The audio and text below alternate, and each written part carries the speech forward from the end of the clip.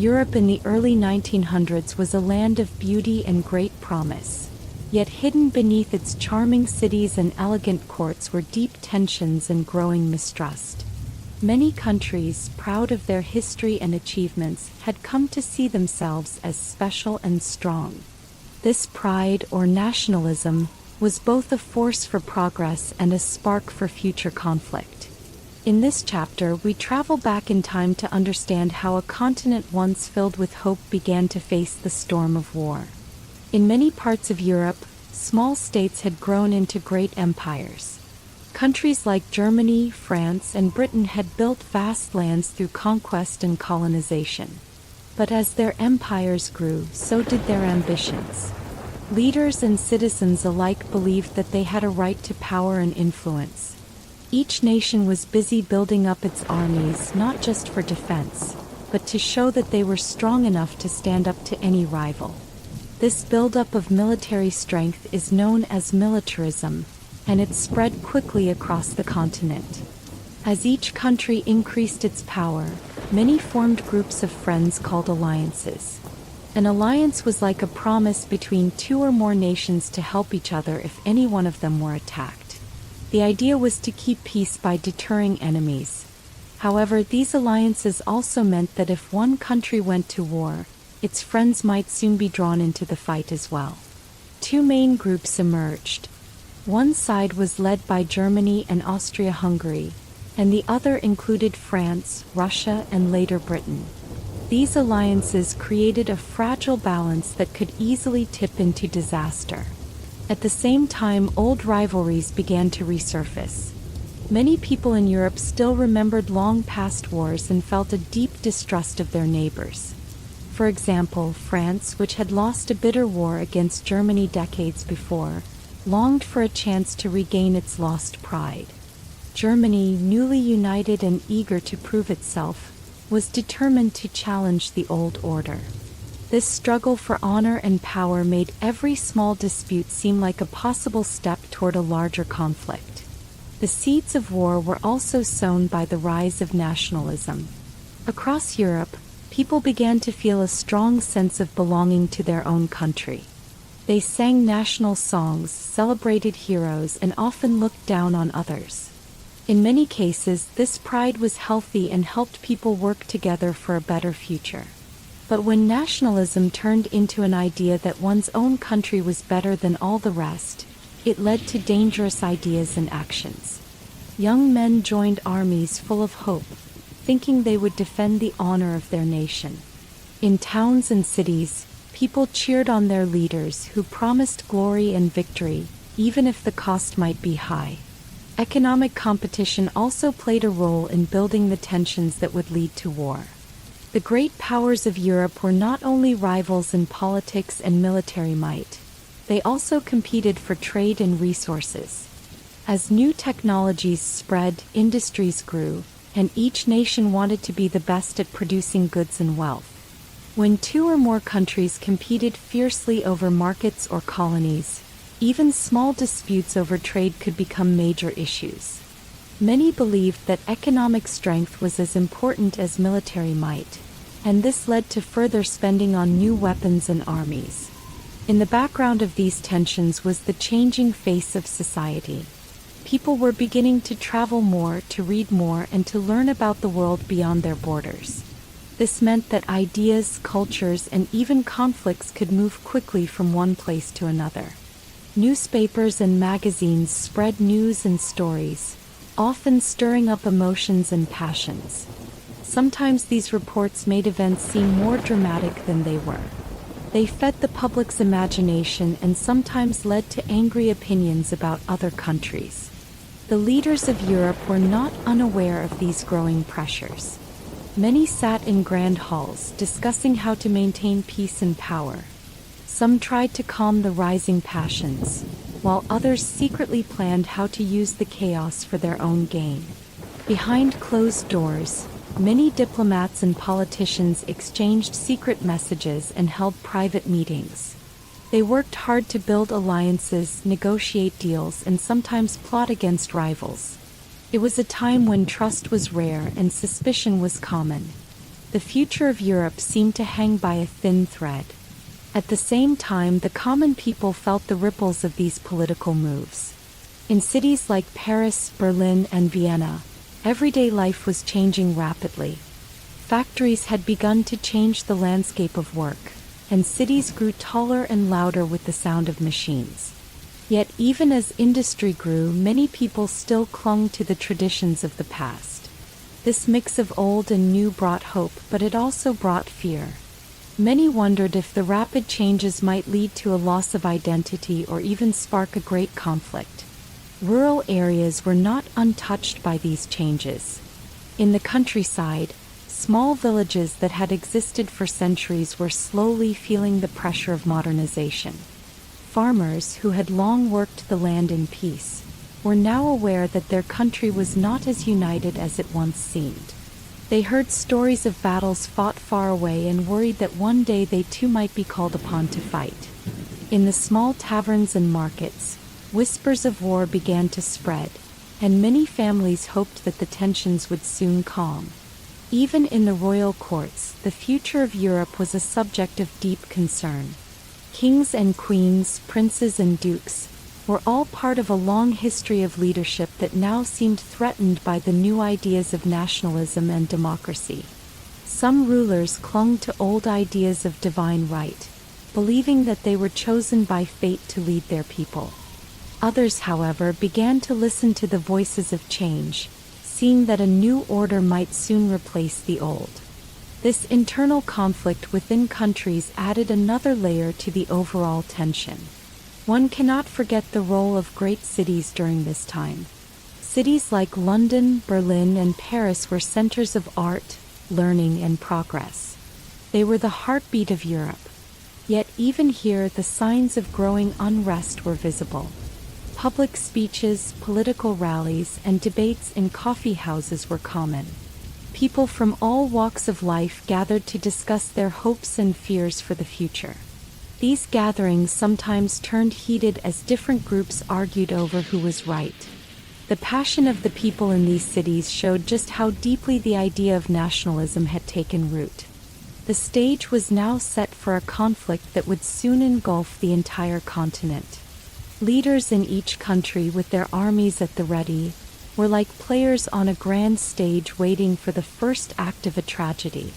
Every decision, every new alliance or treaty, added another note to the growing symphony of tension. Many believed that a single spark could ignite the powder keg that had been built over decades. And, indeed, in the years that followed, a tragic event would bring this underlying tension into a full and terrible war.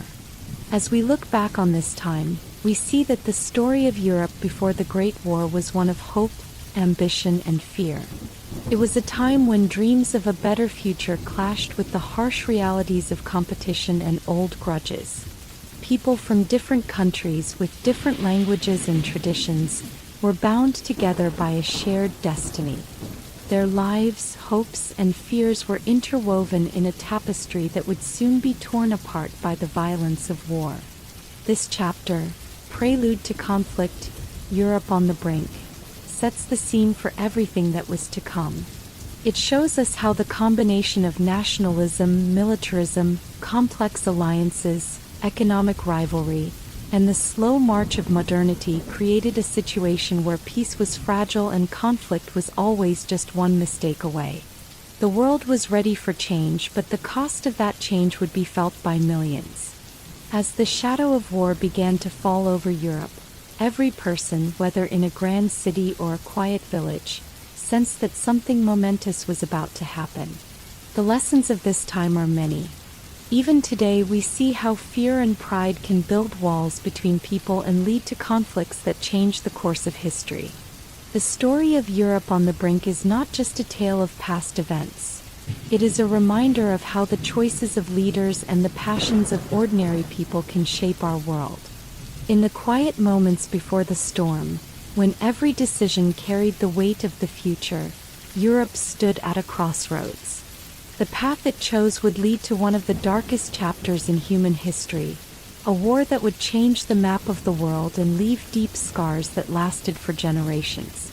As we close this chapter, we remember that the road to war is often paved with small steps. A promise here, a threat there, and the slow buildup of forces on all sides.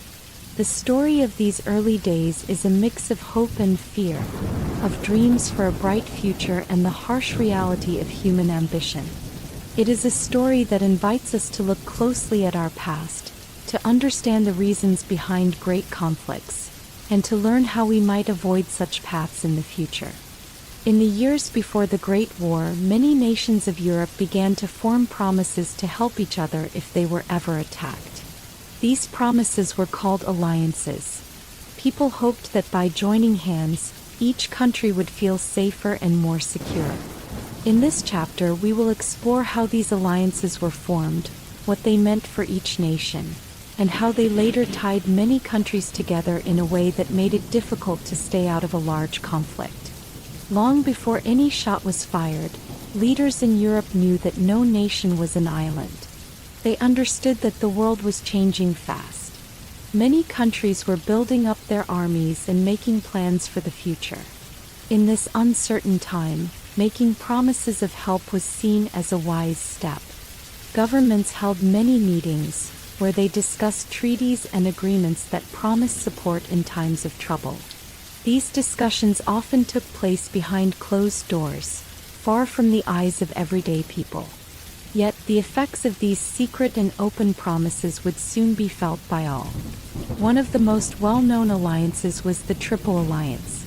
This was a group made up of Germany, Austria-Hungary, and Italy. Each of these nations had its own reasons for joining together. Germany, which had become a united nation only a few decades earlier, was growing strong and proud. It wanted to make sure that it would never be attacked by its rivals. Austria-Hungary was a large empire with many different peoples and cultures. The leaders there believed that by joining with a strong partner like Germany, they could keep their diverse lands together under one rule. Italy, for its part, hoped that being part of this alliance would help it gain more influence in the region around the Mediterranean Sea. On the opposite side of Europe, another group of countries formed what became known as the Triple Entente. This group included France, Russia, and Britain. France, still smarting from a war with Germany in the past, was eager to restore its honor and strength. Russia, with its vast lands and many different ethnic groups, wanted a strong partner to help protect its interests in Eastern Europe and the Balkans. Britain, a powerful nation known for its great navy, believed that keeping a balance of power was important to protect its own interests.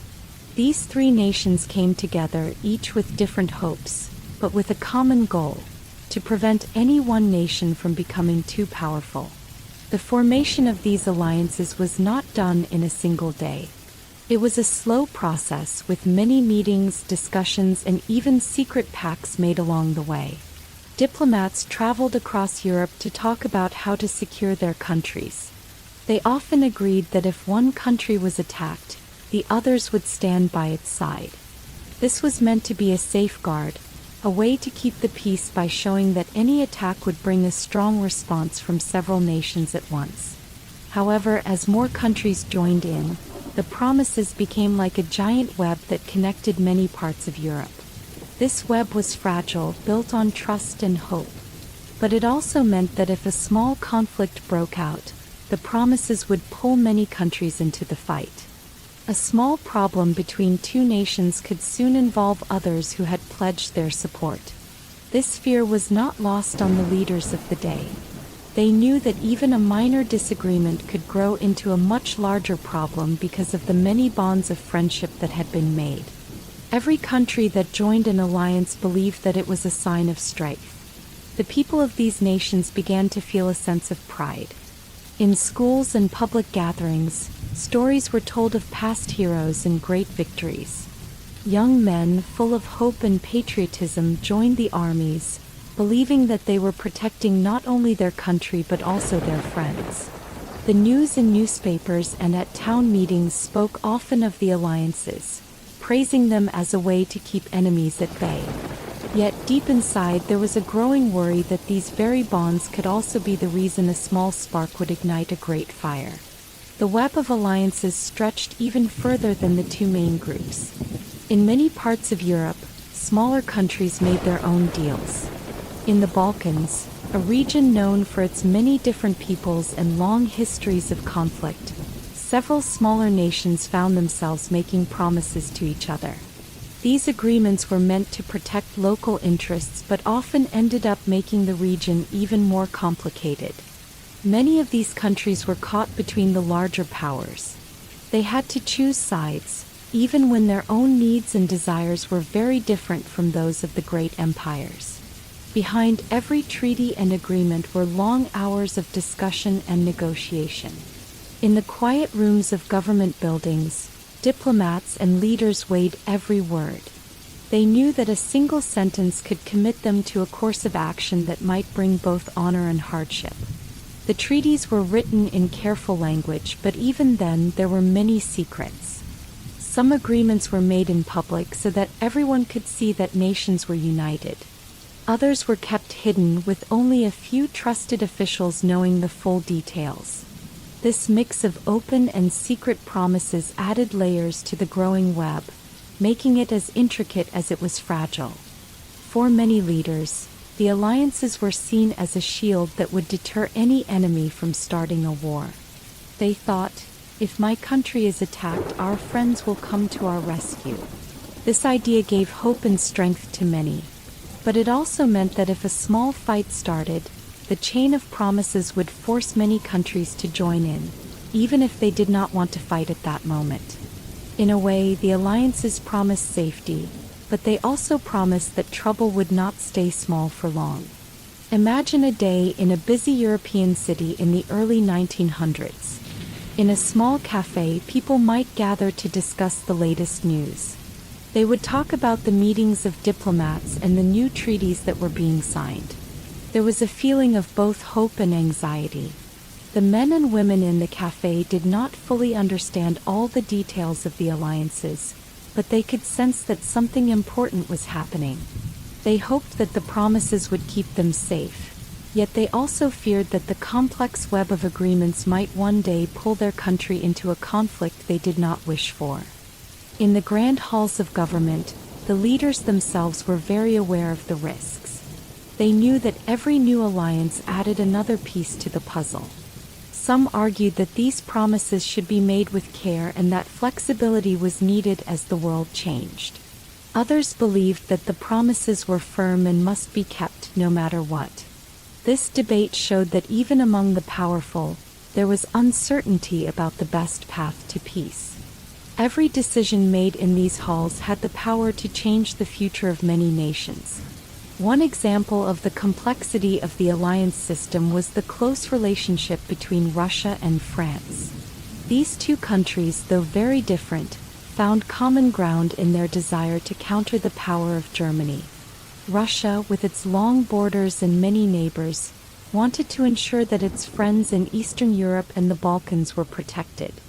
France, still proud and determined after past conflicts, saw Russia as a necessary partner to keep Germany in check. Their alliance was based on shared interests, yet it also came with challenges. The differences in their cultures and ways of working meant that they had to work hard to keep their promise strong.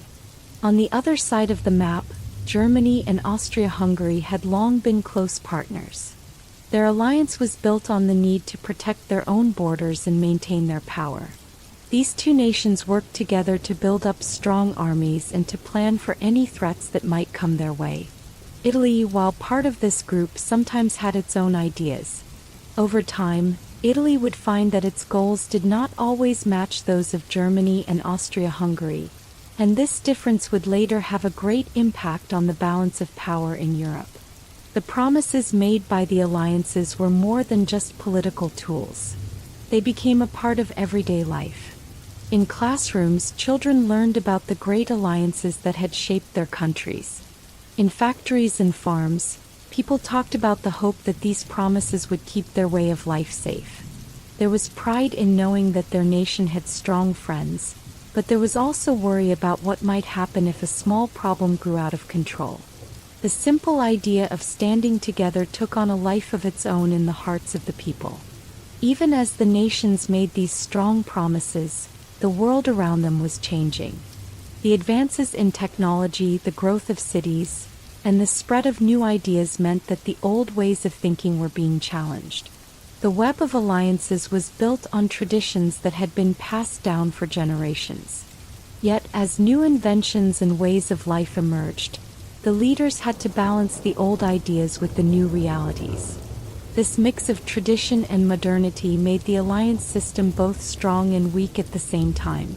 It was strong because it was based on deep-rooted ideas of loyalty and honor, yet weak because it could not always keep up with a fast-changing world. For many, the web of alliances was a sign of hope. They believed that by promising to help each other, the nations of Europe would stand together against any threat. But for others, it was a warning. They feared that the same promises that were meant to protect them would force them into a war that they did not truly want. Every new treaty added another thread to the already complicated network, making it clear that peace was a delicate thing that could be broken by a single act. As the years went by, the promises made in secret and in public began to shape the way nations thought about war and peace. The leaders of Europe, each with their own ideas and fears, built a system that they hoped would keep the peace. Yet, the very strength of this system was also its weakness. The web of alliances was a reminder that in a world full of promises, even a small disturbance could set off a chain reaction that might lead to a great and terrible conflict. In the end, the web of alliances was a key part of the story that led to the Great War. It was a network of trust, hope, and sometimes fear that connected nations together. The promises made by one country to another were meant to build a safer world. But they also meant that when trouble came, many would be forced to stand together in battle. As we look back at these events, we can see how important it was for leaders to understand the weight of every promise. Every treaty and every alliance was a thread in the fabric of European history. A fabric that, when pulled in the wrong direction, would unravel into a conflict that no one could stop. As we finish this chapter on the web of alliances, we are left with a clear lesson. The promises and pacts that were meant to keep peace can sometimes lead to unexpected trouble. The bonds that tie countries together can be a source of strength, but they can also be the reason that a small spark turns into a raging fire. With every new alliance, the hope for security was mixed with the risk of a greater conflict. This delicate balance between trust and fear was a sign of the times, a reminder that in history, even the best plans can have dangerous consequences. The Balkans is a region of high mountains, deep valleys, and winding rivers. For many centuries, many different peoples lived side by side in this small area of Europe. Over time, these groups shared some traditions but also kept their own languages, customs, and beliefs. In the late 1800s and early 1900s, the Balkans earned the nickname, the powder keg of Europe, because old conflicts were about to burst into a large and dangerous fire. At the heart of the Balkans, many lands had once been ruled by the great Ottoman Empire.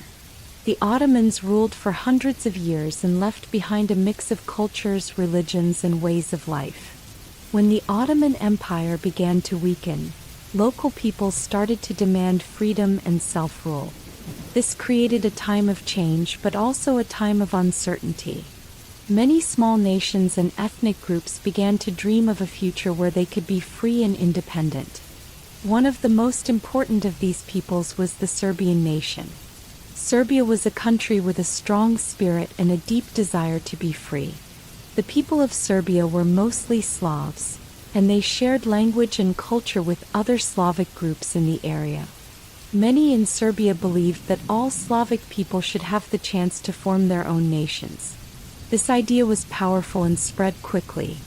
As Serbia grew in hope and ambition, it also began to look beyond its borders, aiming to unite other Slavic groups into one nation. This dream stirred both hope and fear in the region. Not far from Serbia were other nations with their own ideas of independence. Bulgaria, Greece, Romania, and Montenegro were also looking to break away from the old ways of foreign rule. Each of these countries had its own history of struggle and sacrifice. They remembered the harsh days of foreign domination and longed for a time when they could govern themselves without outside interference. Yet, as they reached for independence, disagreements over land and borders began to grow. These disputes made the region even more unstable. The decline of the Ottoman Empire was a slow and painful process. As the Ottoman rulers lost control, the vacuum of power led to many local conflicts. Different groups started to claim lands that once belonged to the empire. This period saw many uprisings and wars, where new national borders were drawn by force rather than by peaceful discussion. In some cases, old rivalries flared up once again, and groups that had once lived together began to see each other as enemies. The fear of these conflicts spreading was a constant worry for people living in the Balkans. In addition to the local tensions, two of the great powers of Europe had their eyes on the Balkans. Russia, a nation with a long border to the east of the region, felt a deep connection with the Slavic peoples, especially the Serbs. Russia believed that it should help protect the interests of its Slavic brothers and sisters. Meanwhile, Austria-Hungary, a large empire to the north, wanted to keep the Balkans firmly within its influence. Austria-Hungary was a multi-ethnic state, much like the Ottoman Empire once was, and its leaders feared that if one group in the Balkans became too strong, it might inspire similar dreams among their many subjects. These two powers, Russia and Austria-Hungary, saw the Balkans as a small but important area that could tip the balance of power in Europe. As the years went by, many small conflicts and border disputes grew into larger problems. In some areas, violence broke out between different ethnic groups. The local people who had once shared common markets and family ties found themselves forced to choose sides. In one village, neighbors who had once helped each other on the farm now argued over which country they belonged to. The anger and sorrow of these divisions could be felt in every corner of the region.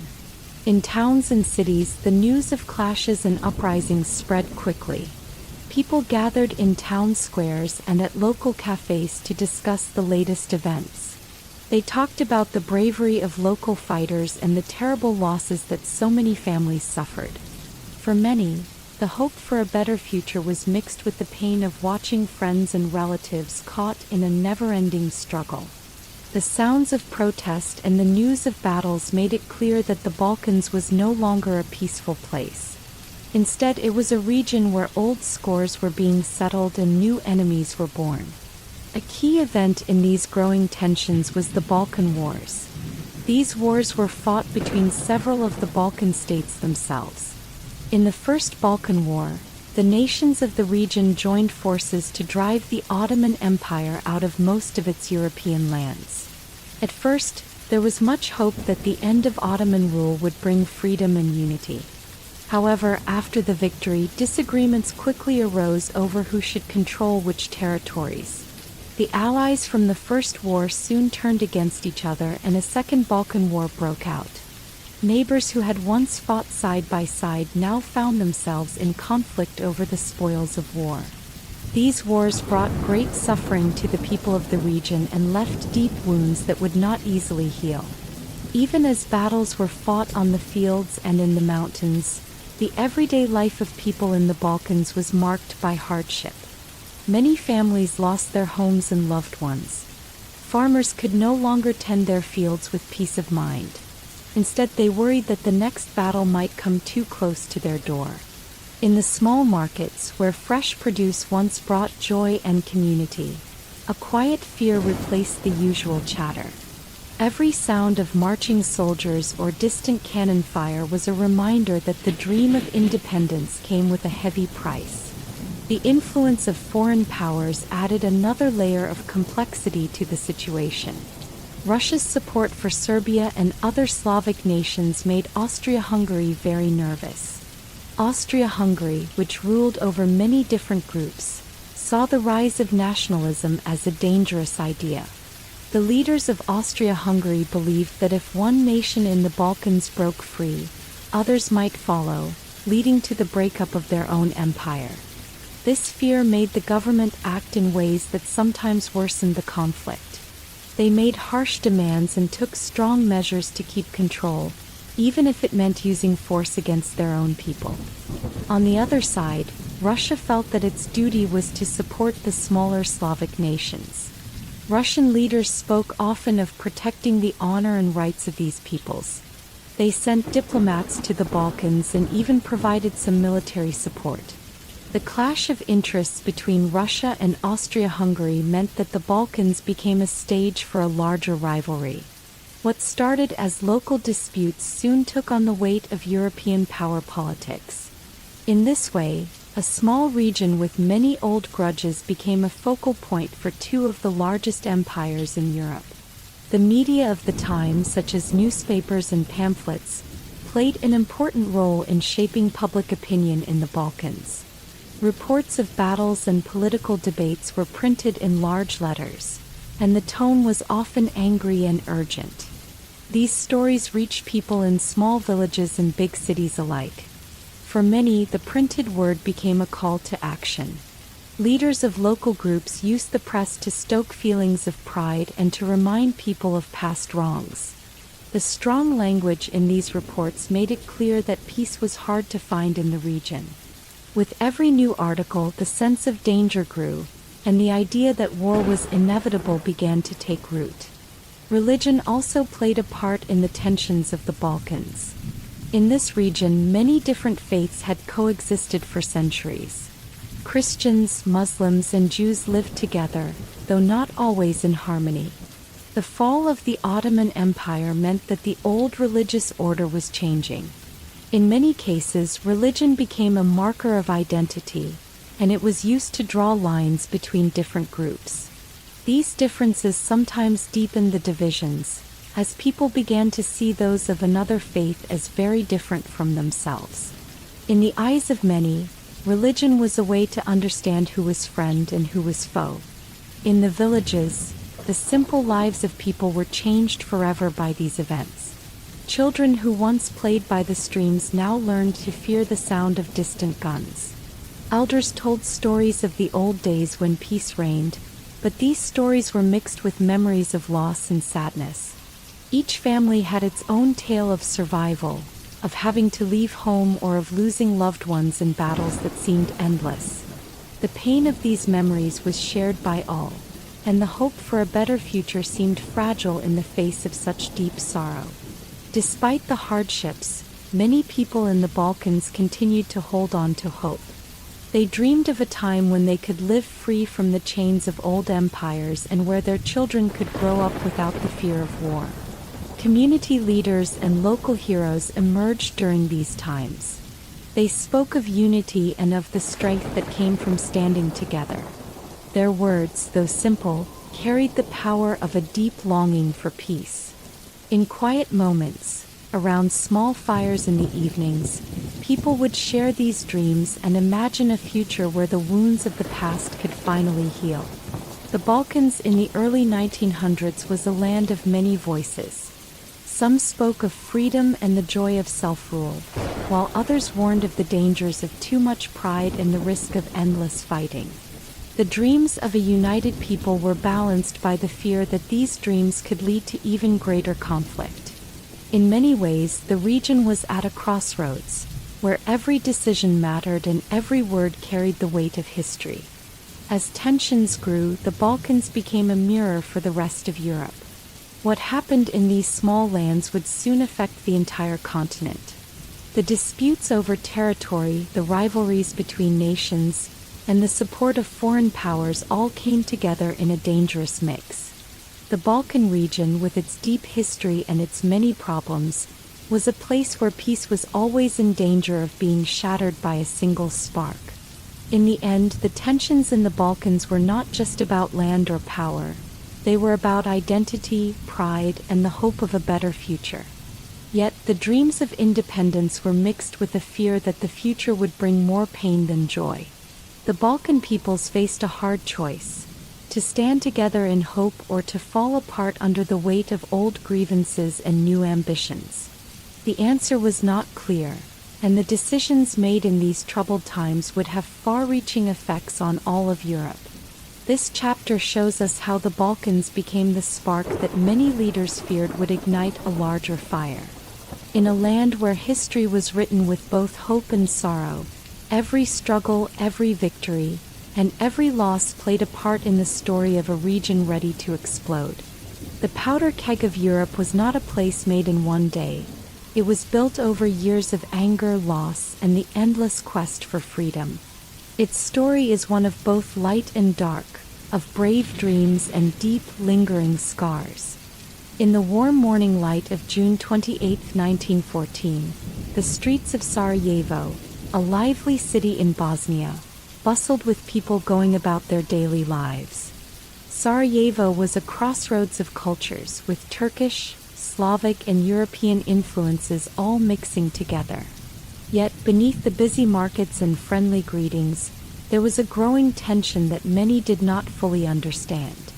This tension was like a hidden pressure, waiting for a small spark to set off a great fire. At the heart of this pressure was the visit of Archduke Franz Ferdinand of Austria, the heir to the throne of one of Europe's largest empires. His trip to Sarajevo was planned as a routine visit, a way to show the loyalty and strength of the empire. However, for many in the city, his presence was a reminder of foreign rule and long-held resentments. Bosnia had only recently come under the control of Austria-Hungary, and many local people felt that their own voice and dreams were ignored by the distant rulers. In the weeks before the visit, a secret group known as the Black Hand had been busy planning.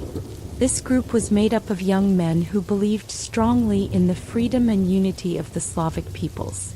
They were tired of seeing their lands ruled by empires they felt did not understand them. The Black Hand thought that the visit of the Archduke would be a perfect chance to send a message that said their struggle for independence could no longer be ignored. They planned a dangerous act, one that they hoped would shake the foundations of the old order. On the day of the visit, the city of Sarajevo was filled with a mix of excitement and worry. People lined the streets to catch a glimpse of the Archduke and his wife, Sophie. Many hoped that his visit would bring change or at least give them a brief taste of respect and recognition. Others, however, saw his arrival as a reminder of their loss of freedom. As the motorcade began its journey through the city, a group of conspirators watched carefully from the crowd. Their hearts pounded with both fear and determination. Gavrilo Princip, one of the young members of the Black Hand, was among these conspirators. He was a thin, serious young man with eyes that showed deep passion and sadness. To him, the Archduke was not just a leader of a foreign power, but a symbol of oppression. Princip had grown up hearing stories of the old days, when the Slavic people had hoped for independence and self-rule. Now he felt that the only way to wake his people was through a bold act that would echo in history. The motorcade made its way slowly along the city streets. The Archduke, sitting in an open car with his wife, looked out at the gathered crowds. The mood in the air was tense. For a moment, the sound of clapping and cheers filled the street, but it was quickly replaced by whispers and anxious glances among those who feared what might come next. The conspirators, hidden among the onlookers, held their breath as the car passed by. Earlier that morning, another attempt had been made on the Archduke's life. A bomb had been thrown at his car, but it missed its target and exploded behind the vehicle. The explosion caused a cloud of dust and a few minor injuries, but no one expected that it would be the final act. Instead, the failed bomb attempt only raised the tension in the air, as the crowds grew even more nervous. For some, the failed attack was a warning. For others, it was a sign that something big was about to happen. As the motorcade turned a corner, the route changed unexpectedly. The car carrying Franz Ferdinand and his wife had taken a wrong turn and found itself on a street where many people had gathered. At that moment, fate stepped in. Gavrilo Princip, who had been waiting on that street, saw his chance. With a deep breath, he stepped forward. In one swift, shocking moment, he fired his pistol. The shots rang out loudly, echoing through the narrow street. The Archduke fell from the car, his face a mix of shock and pain, and his wife was gravely wounded as well. The crowd erupted in chaos. People screamed and ran, unsure of what had just happened. Some tried to help while others fled in terror. In the confusion, Princip was quickly overwhelmed by the crowd and later arrested by the local authorities. The world around Sarajevo seemed to pause, as if the city itself was holding its breath, knowing that this single act had changed everything. The assassination of Archduke Franz Ferdinand was not an accident of fate, but the result of deep-rooted tensions. It was the final spark that ignited the flames of a conflict that had been building for years. The act sent shockwaves far beyond the narrow streets of Sarajevo. In the days that followed, news of the assassination spread quickly across Europe, carried by newspapers, telegrams, and word of mouth. Leaders in every country were forced to confront a new, dangerous reality. What had been a struggle of ideas and small protests now turned into a crisis of international importance. In the aftermath, Austria-Hungary, already anxious about the growing calls for independence in its territories, saw the assassination as a challenge that needed a strong response. Accusing Serbia of being behind the plot, the empire began a series of demands and ultimatums, calling for harsh measures to ensure that such acts would never happen again. The demands were not just about punishing a few individuals. They were meant to send a message to all who dreamed of breaking away from the old empires. For Serbia, the news of the assassination stirred a mix of emotions. Many of its people felt sympathy for the conspirators, seeing them as brave fighters for a noble cause. Others worried that the act would bring harsh punishment from powerful empires. In the tense days after the attack, the country found itself at the center of a growing storm. Diplomats and leaders tried to balance the demands of powerful neighbors with the hopes of a nation that longed for freedom. As the political leaders in Vienna, Belgrade, Berlin, and Paris gathered to discuss the events, the mood was grim. In many government halls, men in dark suits and serious expressions debated the proper course of action. They knew that the world was at a tipping point. Every word in their meetings was chosen carefully, for they understood that any wrong move could lead to a larger and even more dangerous conflict. The assassination had become a symbol of all the hidden tensions that had been growing in Europe, a symbol that now demanded a response. The local people in Sarajevo, many of whom had no part in the grand plans of empires or secret societies, were left with a heavy heart. Their beautiful city, once a place of lively markets and friendly neighbors, now carried the mark of a tragic day.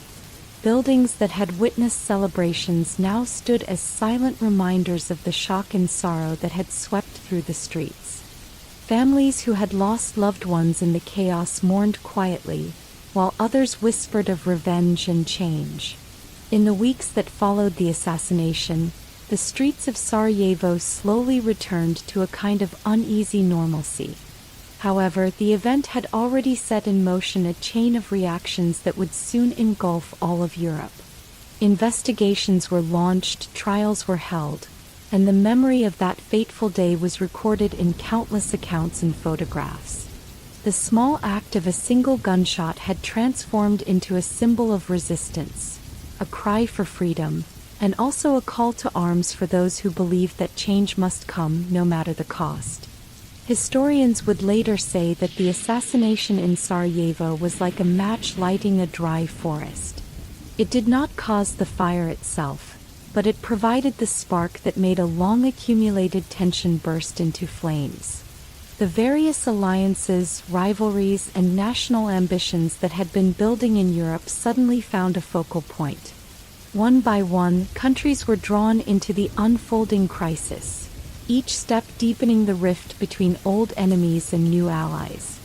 For the young conspirators like Gavrilo Princip, the act was not born of hatred for individuals, but from a deep belief in a vision of a freer, more independent people. They saw themselves as the heralds of a new beginning, even though their act was violent and tragic. In their hearts, they believed that the pain of that day was a necessary step toward a future where their people could govern themselves without foreign control. Today, the story of the Sarajevo assassination reminds us that history often turns on a single moment, a single choice that ripples outward through time. The simple act of a man with a pistol on a busy street became the spark that set off one of the greatest wars in modern history. It teaches us that the problems hidden beneath calm surfaces can, with one sudden move, lead to great and terrible change. As we close this chapter, we are left to reflect on the weight of that moment in Sarajevo. It was a day when dreams and fears met in a dramatic clash, and when a small act revealed the hidden dangers of deep-seated anger and oppression. The assassination of Archduke Franz Ferdinand was a turning point, a moment that showed how history can change in an instant and how the hopes of a few can affect the lives of millions. In the weeks after the shocking assassination in Sarajevo, Europe could not stay silent for long. The events set off a series of steps that would soon lead to a great and terrible war. In this chapter, we follow the long day-by-day journey of nations as they moved from anger and suspicion to officially declaring war. We also see how the massive armies of Europe began to gather, as each nation prepared for a conflict that would change the world. After the Archduke's death, Austria-Hungary was filled with a sense of betrayal and anger. The government, hurt by the loss and frustrated by the long-held tensions with Serbia, quickly decided that it must act. On July 23, 1914, Austria-Hungary sent a list of harsh demands to Serbia, hoping to squash any hopes of independence and to punish those who might have supported the assassination. Serbia, already struggling with its own hopes for self-rule, felt overwhelmed by the demands and refused to agree to all of them. Within days, on July 28, 1914, Austria-Hungary declared war on Serbia. The declaration of war was not a sudden decision made in isolation. It came after years of growing tensions and the careful preparation of armies. The people of Austria-Hungary, who had seen many changes in their diverse empire, now looked to their leaders for guidance. Many of them had heard about the demands made on Serbia, and they braced themselves for the coming storm. In small towns and big cities alike, families gathered around radios and newspapers, trying to understand what these events meant for their future. In response to Austria-Hungary's action, other nations quickly took sides. Germany, a close friend and ally of Austria-Hungary, immediately pledged its full support. German leaders promised that if Austria-Hungary was attacked or if it needed help, Germany would be there. The German people, who had experienced the rapid rise of their nation in recent decades, felt a mix of pride and fear. They had built a strong army, and now it was being called upon to stand by its friend. In the calm before the storm, young men in Germany received orders to prepare for what was coming next. On the other side of the divide, Russia felt a strong duty to protect Serbia and other Slavic peoples. Russia had always seen itself as the guardian of these nations, and when Austria-Hungary took a harsh stand against Serbia, Russian leaders could not remain silent. By the end of July, Russia began to mobilize its large army. This mobilization was a call to arms, as soldiers were ordered to leave their homes and join their units. In the vast Russian countryside, the sound of marching feet and rumbling trains carrying troops became common. Families watched as their sons, brothers, and fathers donned their uniforms, not fully knowing where they were headed but understanding that something big was happening. The mobilization of armies was not an easy task. It was like waking a giant sleeping beast. Across Europe, roads filled with soldiers and railways buzzed with the sounds of military trains. In many countries, the call to arms meant that men who had never thought of themselves as warriors suddenly had to learn the art of battle. They gathered in training camps, where the sound of drills and the clanging of metal filled the air day and night. For many, the news that their nation was preparing for war was both exciting and terrifying. As Russia prepared its forces, France and Britain soon found themselves drawn into the conflict. France, which had a long history of rivalry with Germany, saw Russian mobilization as a threat. French leaders had spent years worrying about the balance of power in Europe. When they learned that their old enemy Germany was ready to stand by Austria-Hungary, and that Russia was mustering a huge army, the French government decided that it must also prepare for war. In the busy streets of Paris, signs appeared urging men to join the army, and families began to worry about losing loved ones. Britain, a nation known for its mighty navy and its careful watch over European affairs, was especially concerned when Germany began to move its troops. The British government had long promised to protect Belgium, a small but important country that lay between Germany and France. When Germany invaded Belgium to reach France, Britain had no choice but to step in. On August 4, 1914, Britain declared war on Germany. In London, the news was met with a mixture of resolve and sorrow. People knew that the coming conflict would not be a brief or simple matter, but a long struggle that would affect everyone. The process of declaring war was not just about announcing decisions in government halls. It involved many careful steps and formal declarations. In each country, national leaders met with military commanders, diplomats, and politicians to decide on the best course of action.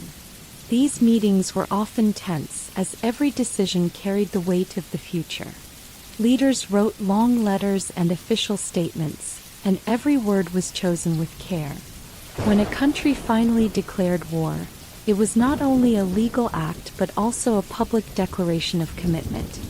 Citizens, who often did not understand all the details, felt the gravity of the situation through the strong words of their leaders.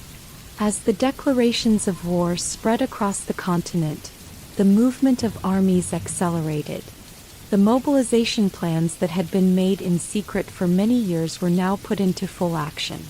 Across Europe, millions of soldiers began to march toward the front lines. In Germany, train stations buzzed with activity as soldiers in dark uniforms boarded trains, their eyes set on an uncertain horizon. In Russia, the long journeys by train and foot brought young men from all corners of the vast country together in a shared purpose. The mobilization was like a giant clockwork mechanism, where every part had to move in sync to get the armies ready for battle. In many villages and towns, the atmosphere was heavy with both fear and duty. Families watched as their loved ones packed their bags and left in the early hours of the morning. In the fields, farmers paused their work to listen for the sound of distant trains, knowing that soon, these sounds would bring news of battles and losses. The mobilization was a time of uncertainty. People hoped that the war might be short and honorable, but deep inside they feared that this conflict could change life forever. For the soldiers, the call to arms was both an honor and a heavy burden. Many of them were filled with youthful excitement at the thought of defending their homeland, yet they also carried the weight of anxiety about the unknown horrors of war. In the barracks, experienced soldiers tried to calm the fears of the new recruits, telling them stories of past glories and the honor of serving their country. These stories, told in simple words and with a tone of pride, helped to prepare the young men for the challenges ahead, even as each of them secretly hoped that the war would not last long. As the armies continued to mobilize, the maps of Europe began to change. Lines that once marked peaceful borders were redrawn by the movement of troops and the shifting allegiances of nations. Cities that were once centers of culture and learning were soon filled with soldiers, and the everyday life of millions was interrupted by the need to support the war effort. Women, who had long played roles in running households and working in fields, stepped forward to fill roles in factories and offices. They made uniforms, repaired trains, and managed stores of food and supplies. In many ways, the mobilization of armies brought the entire nation into the effort of war. The declaration of war and the mobilization of armies also had a deep impact on the hearts and minds of the people. In towns and cities across Europe, public meetings and speeches filled the air with both hope and grief. Leaders spoke of sacrifice, honor, and the need to protect the family and the nation. At the same time, many ordinary people worried about what the future might hold. The bright enthusiasm of youth met the heavy realities of loss and hardship. Each declaration of war was not only a call to defend a nation but also a reminder of the great cost that conflict could bring. By the end of the summer of 1914, Europe had been drawn into a state of conflict that was unlike any seen before. The series of declarations had turned small disputes into a full-scale war, and the mobilization of millions of soldiers had set the stage for battles on a grand scale.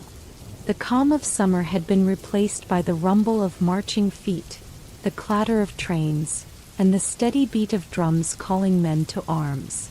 Every nation, large or small, had found itself caught in the tide of events, as the whole continent prepared to face a new, uncertain future.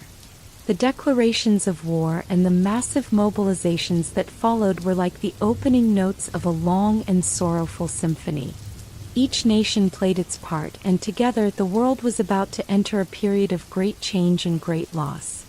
In every corner of Europe, people could feel the tremors of history as soldiers set out for the front lines, as families bid tearful farewells, and as leaders made decisions that would echo through generations. This chapter reminds us that the step from peace to war is not taken lightly. It is a slow process filled with hard decisions, secret meetings, and the heavy lifting of entire societies. The declarations of war were not made in a single moment. They were the result of years of rising tensions, careful planning, and a belief that sometimes the only way to protect a nation was to fight for it. The mobilization of armies was both a sign of strength and a warning of the great challenges to come. In each country, the call to arms was answered by millions who believed that their sacrifice would lead to a safer future, even as they knew that the cost might be higher than anyone had ever imagined. As we close this chapter on the declarations of war and the mobilization of armies, we see a Europe transformed. The voices of leaders and the hopes of ordinary people merged into one powerful movement. The great engines of war had been set in motion, and there was no turning back. The dreams of peace, once so fragile, were now replaced by the harsh reality of a conflict that would soon reshape the world. When the Great War began, no one really knew what to expect. In the early days, armies on all sides were still testing their strength and learning how to fight against one another. Battles erupted along the borders, and leaders tried different strategies to gain an advantage. In this chapter, we follow the early battles of World War I and the careful planning that went into each maneuver. These events would shape how the war unfolded and teach armies the hard lessons of modern fighting. At the start of the war, many armies believed that the conflict would be short and decided by a few major battles. They planned to use quick, strong attacks to push their enemies back. In the hope of a fast victory, commanders sent their soldiers into battle with the idea that a sudden strike could break the enemy's lines and force them to surrender. This approach was based on the traditions of older wars, but the new technology and methods of the time soon showed that fighting was changing. One of the first battles took place along the border between Germany and France. The German army, following a plan known as the Schlieffen Plan, moved quickly through Belgium to attack France. German commanders hoped that by striking hard and fast, They could capture Paris and force France out of the war before the full strength of the Allied armies could be brought to bear. In the early days, the German forces made rapid advances. They moved in large columns, trying to surround and overwhelm small groups of French soldiers. However, the French were determined to defend their land, and they put up a stubborn fight. On the French side, soldiers rushed to organize defensive lines.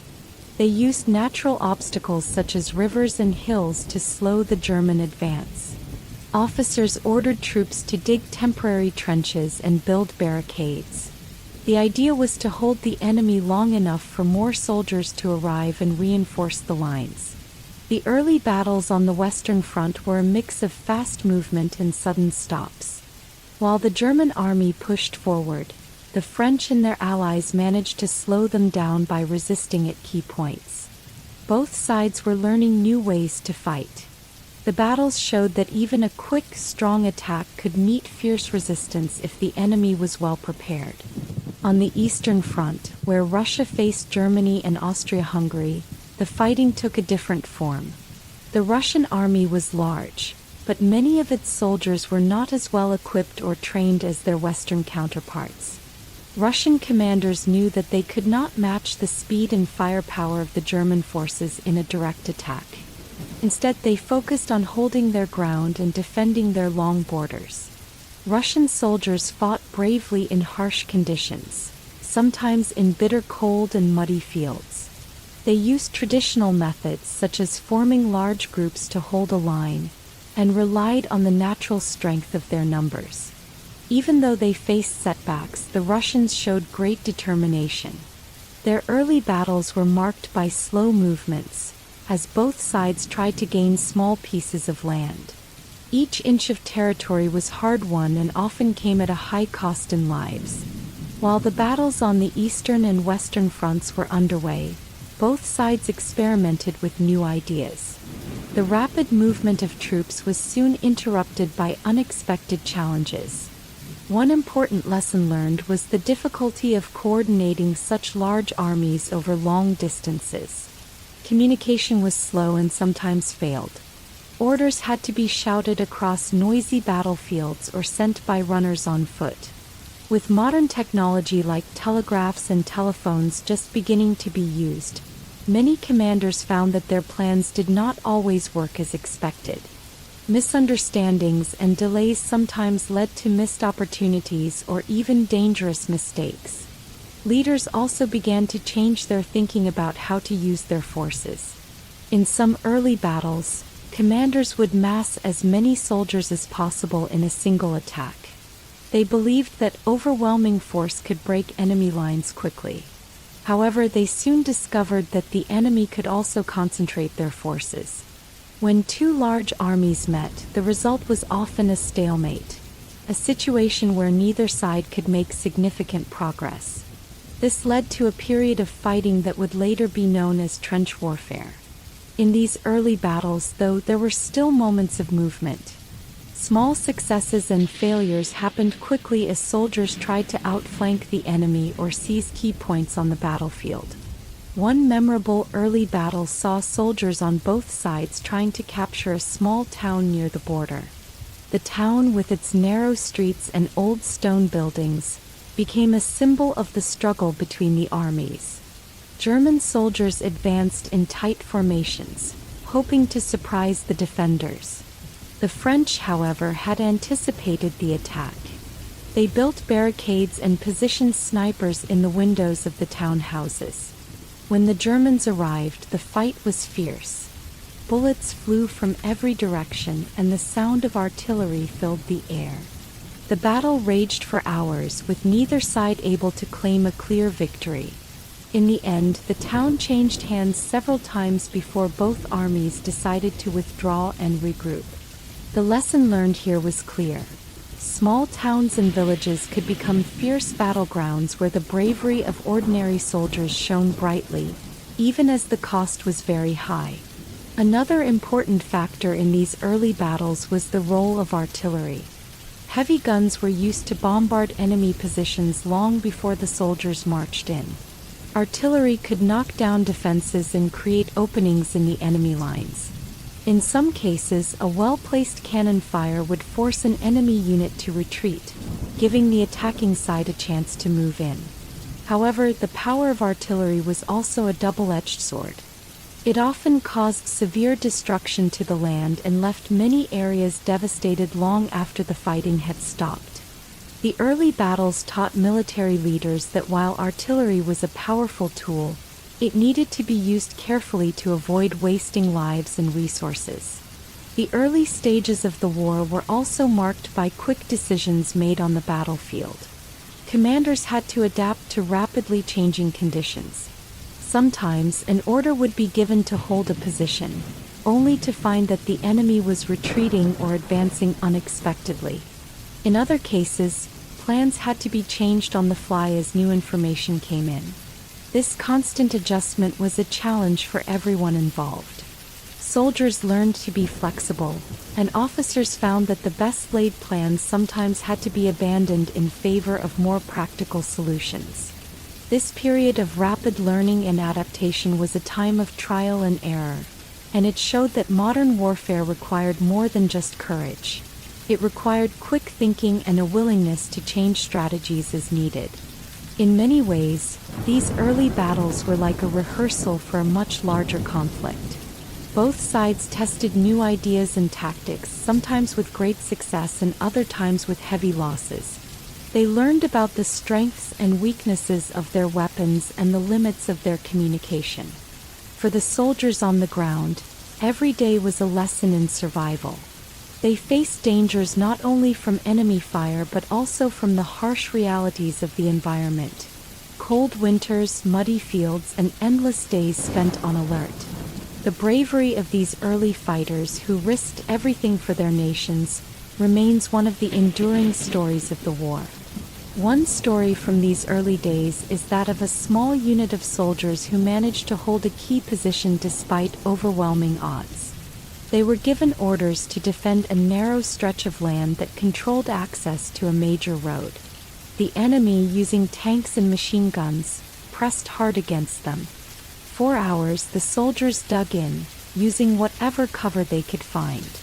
They fought with determination, knowing that if they lost this position, the enemy could move through and cut off the retreat of other units.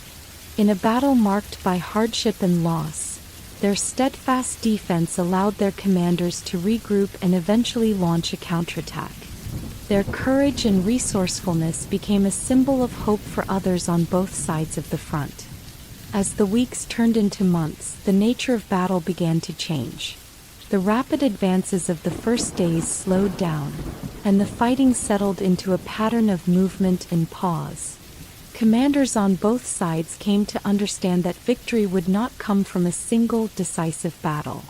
Instead, they needed to plan for a long struggle, one that would test the endurance of every soldier and the resolve of every leader. The early battles were a time of discovery, where mistakes were made and lessons learned. They set the stage for the longer, grimmer phases of the war that would follow. In these early days of battle, strategy was a mix of careful planning and bold risk-taking. Leaders tried to outsmart each other by choosing when and where to fight, and by using every advantage at their disposal. They studied maps, planned routes of attack, and used scouts to gather information about the enemy's positions.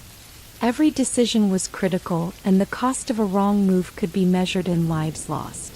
The early battles showed that war was not just a contest of strength but also a contest of minds. The choices made on the battlefield echoed far beyond the moment of combat.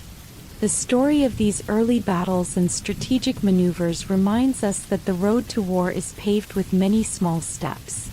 Each battle, each tactical decision, added up to a larger picture of conflict and sacrifice. The brave soldiers who fought on the front lines taught us that even in moments of chaos and fear, determination and quick thinking can make a difference. Their struggles were not just about winning or losing. They were about survival and the hope that one day, peace might return to a land torn by war.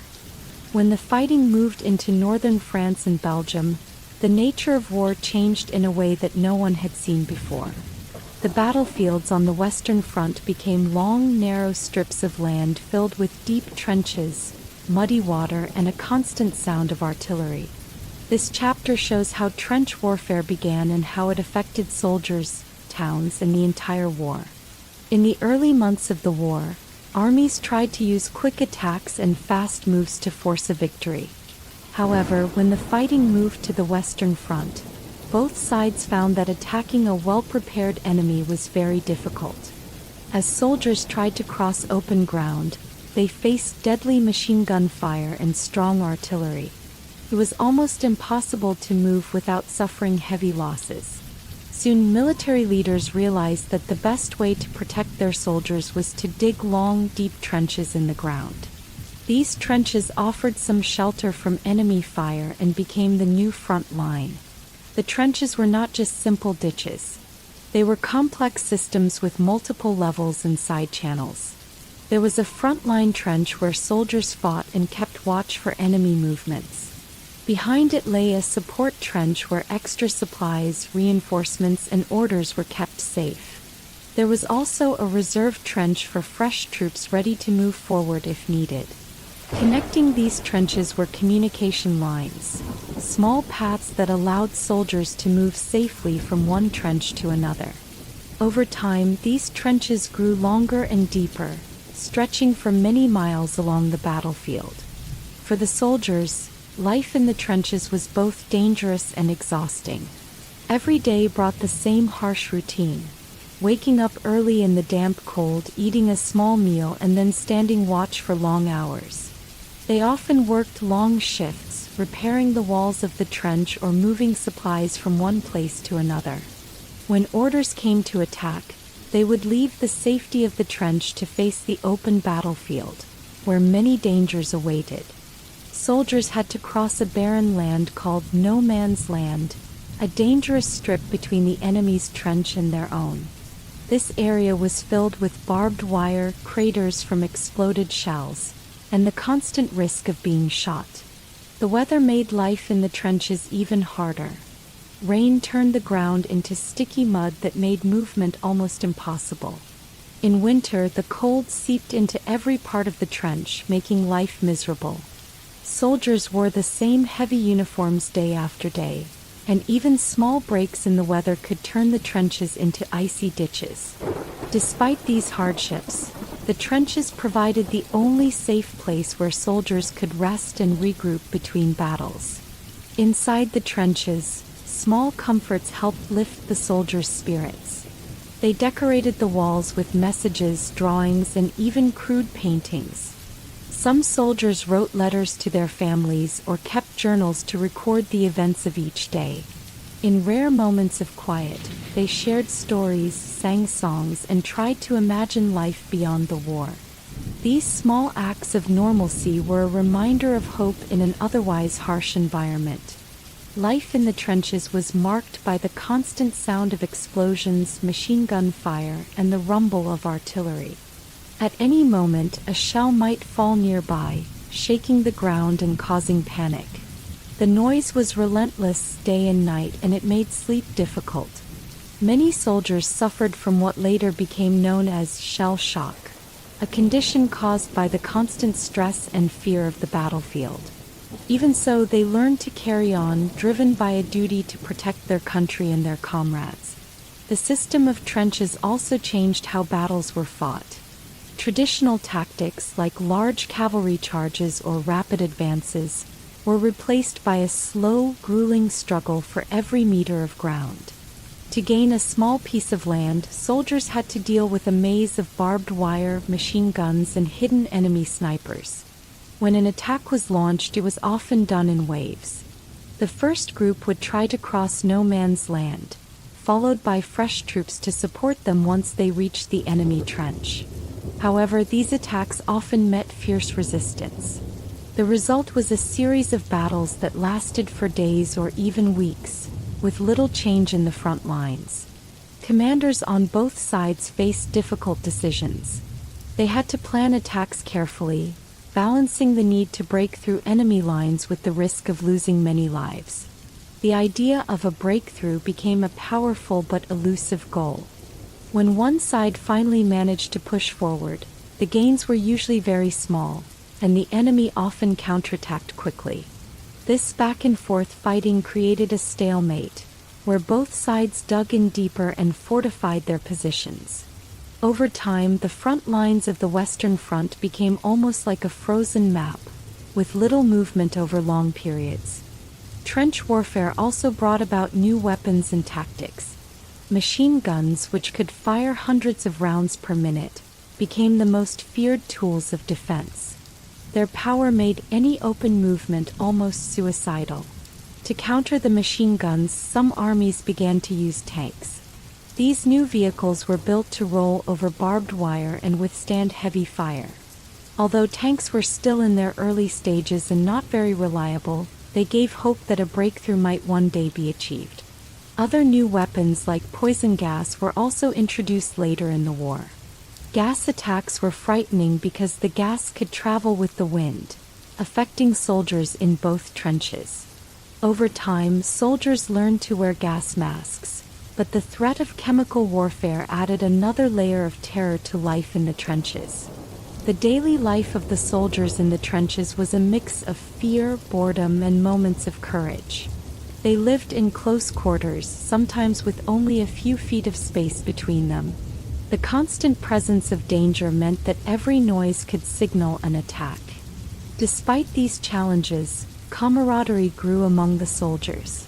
They shared hardships, looked out for one another, and formed bonds that would last long after the war ended. In the middle of the trenches, small gestures, like sharing a warm cup of tea or a kind word, became acts of bravery in themselves. The land around the trenches changed slowly as the war continued.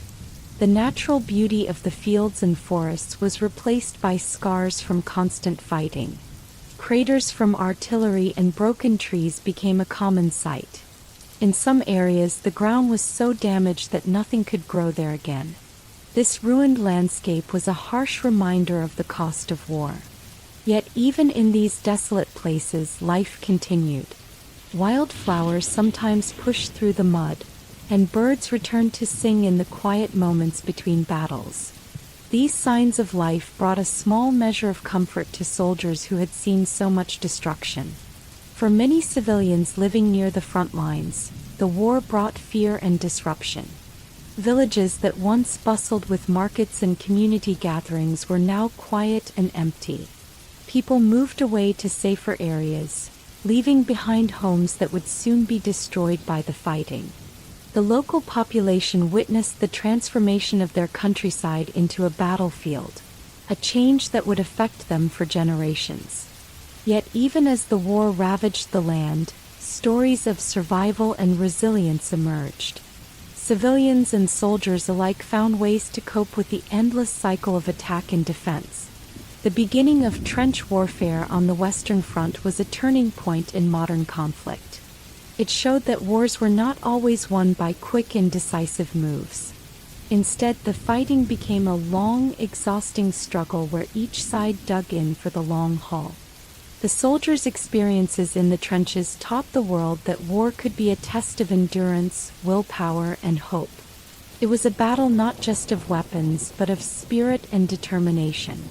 As the months passed, both sides worked to improve their trench systems. They built better drainage systems to reduce flooding and installed more effective lighting for nighttime duties. Engineers and laborers, often soldiers themselves, spent long hours constructing and reinforcing the walls of the trenches. The improvements were small but vital, helping to protect the soldiers from the constant threat of enemy fire and harsh weather. Despite the hardships, the stories of those who served in the trenches remain a powerful part of history. Their struggles remind us of the human cost of war. Every trench had its own story, a story of hope, fear, sacrifice, and sometimes unexpected moments of humor and kindness.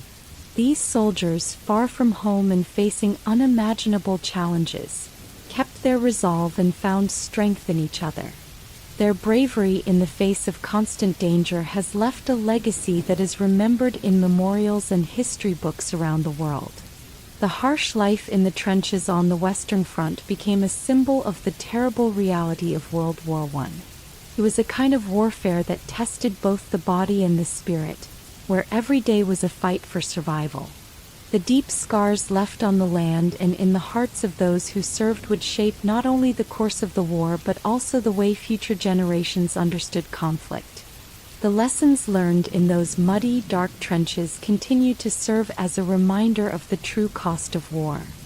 After the early battles showed that rapid movement could not decide the war, both sides began a dangerous contest known as the race to the sea. As armies dug deeper into trenches and fortified their positions, commanders on both sides realized that they needed to outflank each other. In this chapter, we explore how the opposing forces pushed further north, trying to outmaneuver one another, and how this race changed the face of the war. At first, fighting on the Western Front had been a series of attacks and retreats. However, as the battle lines grew longer, the armies found themselves in a race. The term race to the sea describes the period when both the Allied and Central powers tried to extend their lines northward in search of a breakthrough. Neither side wanted to be trapped in a deadlock, and each hoped that by moving quickly, they might force their enemy into a disadvantageous position. The race started after the early battles had created gaps and openings on the front. German commanders, following their original plans, pushed quickly through Belgium with the hope of capturing Paris. But the French and British forces managed to slow the advance. As the German troops found themselves halted, both sides began to realize that the war would not be decided by one sudden blow. Instead, armies had to maneuver along long fronts, stretching from the Belgian coast all the way to the Swiss border. In this period, both sides scrambled to occupy any available ground. The Allied armies, which included French and British units, moved north to try to cut off the German flank. Meanwhile, German forces moved in the opposite direction, trying to extend their own lines and block the Allies from making further progress. The landscape of northern France and Belgium suddenly turned into a giant chessboard, with generals moving their pieces, soldiers, artillery, and supply wagons, across the open fields and small villages. One of the key challenges during the race to the sea was the need to maintain communication and supply lines. In an era before modern technology, messages were sent by couriers on horseback or by bicycle. This slow pace meant that any mistake could cost valuable time. Both sides worked hard to build and repair railways, roads, and even temporary bridges to move their troops and equipment as quickly as possible. In the muddy fields of northern France, every kilometer gained was fought for with great effort, and even a small delay could allow the enemy to catch up. As the armies moved north, they encountered small towns and villages that had once been quiet and peaceful. In these communities, the sudden arrival of soldiers changed everything. Local farmers watched in amazement and fear as columns of troops marched past, their boots splashing in puddles and their rifles slung over shoulders. The towns became temporary bases where soldiers could rest, resupply, and plan the next move. Sometimes local people helped by offering food or a place to hide, while other times they were caught in the crossfire, their lives forever changed by the conflict. The soldiers on both sides faced many hardships during this race. They marched in long lines for hours, often in the heat of summer or the chill of early autumn. Fatigue set in quickly and hunger was a constant companion. Yet the determination to gain ground and protect their nation drove them forward. For many young men, the race was a mix of excitement and terror. They had been told that victory was near, but each step forward came with the risk of encountering deadly enemy fire or sudden ambushes. In the chaos of the race, commanders sometimes made bold moves to try to outflank the enemy. In one instance, A group of officers planned a nighttime maneuver to sneak around a gap in the enemy lines. Under the cover of darkness, they led their soldiers through narrow back roads and along small trails. The journey was long and dangerous, with the risk of being spotted by enemy scouts at every turn. When dawn broke, the small unit had successfully reached an important position behind the enemy's front line. Their daring move surprised the opposing commanders and showed that speed and stealth could sometimes make a difference in a war that had already become a long, drawn-out contest. Despite these isolated successes, the race to the sea soon became a battle of attrition. Both sides managed to extend their lines, and there was no clear path to a decisive victory. The front lines became a continuous stretch of trenches and dugouts, winding from the English Channel to the Swiss border. In this new landscape, the open fields were replaced by a maze of fortifications, and the mobility that once defined early battles was replaced by a long, slow, and painful struggle for every inch of land. The race also brought about changes in military tactics and technology. With the need to cover long distances quickly, armies began to rely more on artillery and coordinated fire. Big cannons were moved into position to shell enemy lines before a planned attack, hoping to weaken the defenses and create gaps for infantry to move through. However, artillery was a double-edged sword. While it could destroy enemy fortifications, it also left the land scarred and made it difficult for soldiers to advance without risking their own lives. The rumble of distant cannons and the flash of explosions became a constant reminder of the danger that lurked on every front. As the race continued, both sides found that the geographical features of Northern Europe played a crucial role in the battle. Rivers, forests, and hills became natural obstacles that could slow down or channel the movement of troops. In some cases, these natural features forced commanders to change their plans at the last minute. A river might need a temporary bridge, or a dense forest could hide enemy positions. The soldiers had to be alert and ready to adapt to these changing conditions. In a war where every moment mattered, even a small delay caused by nature could mean the difference between a successful maneuver and a devastating setback.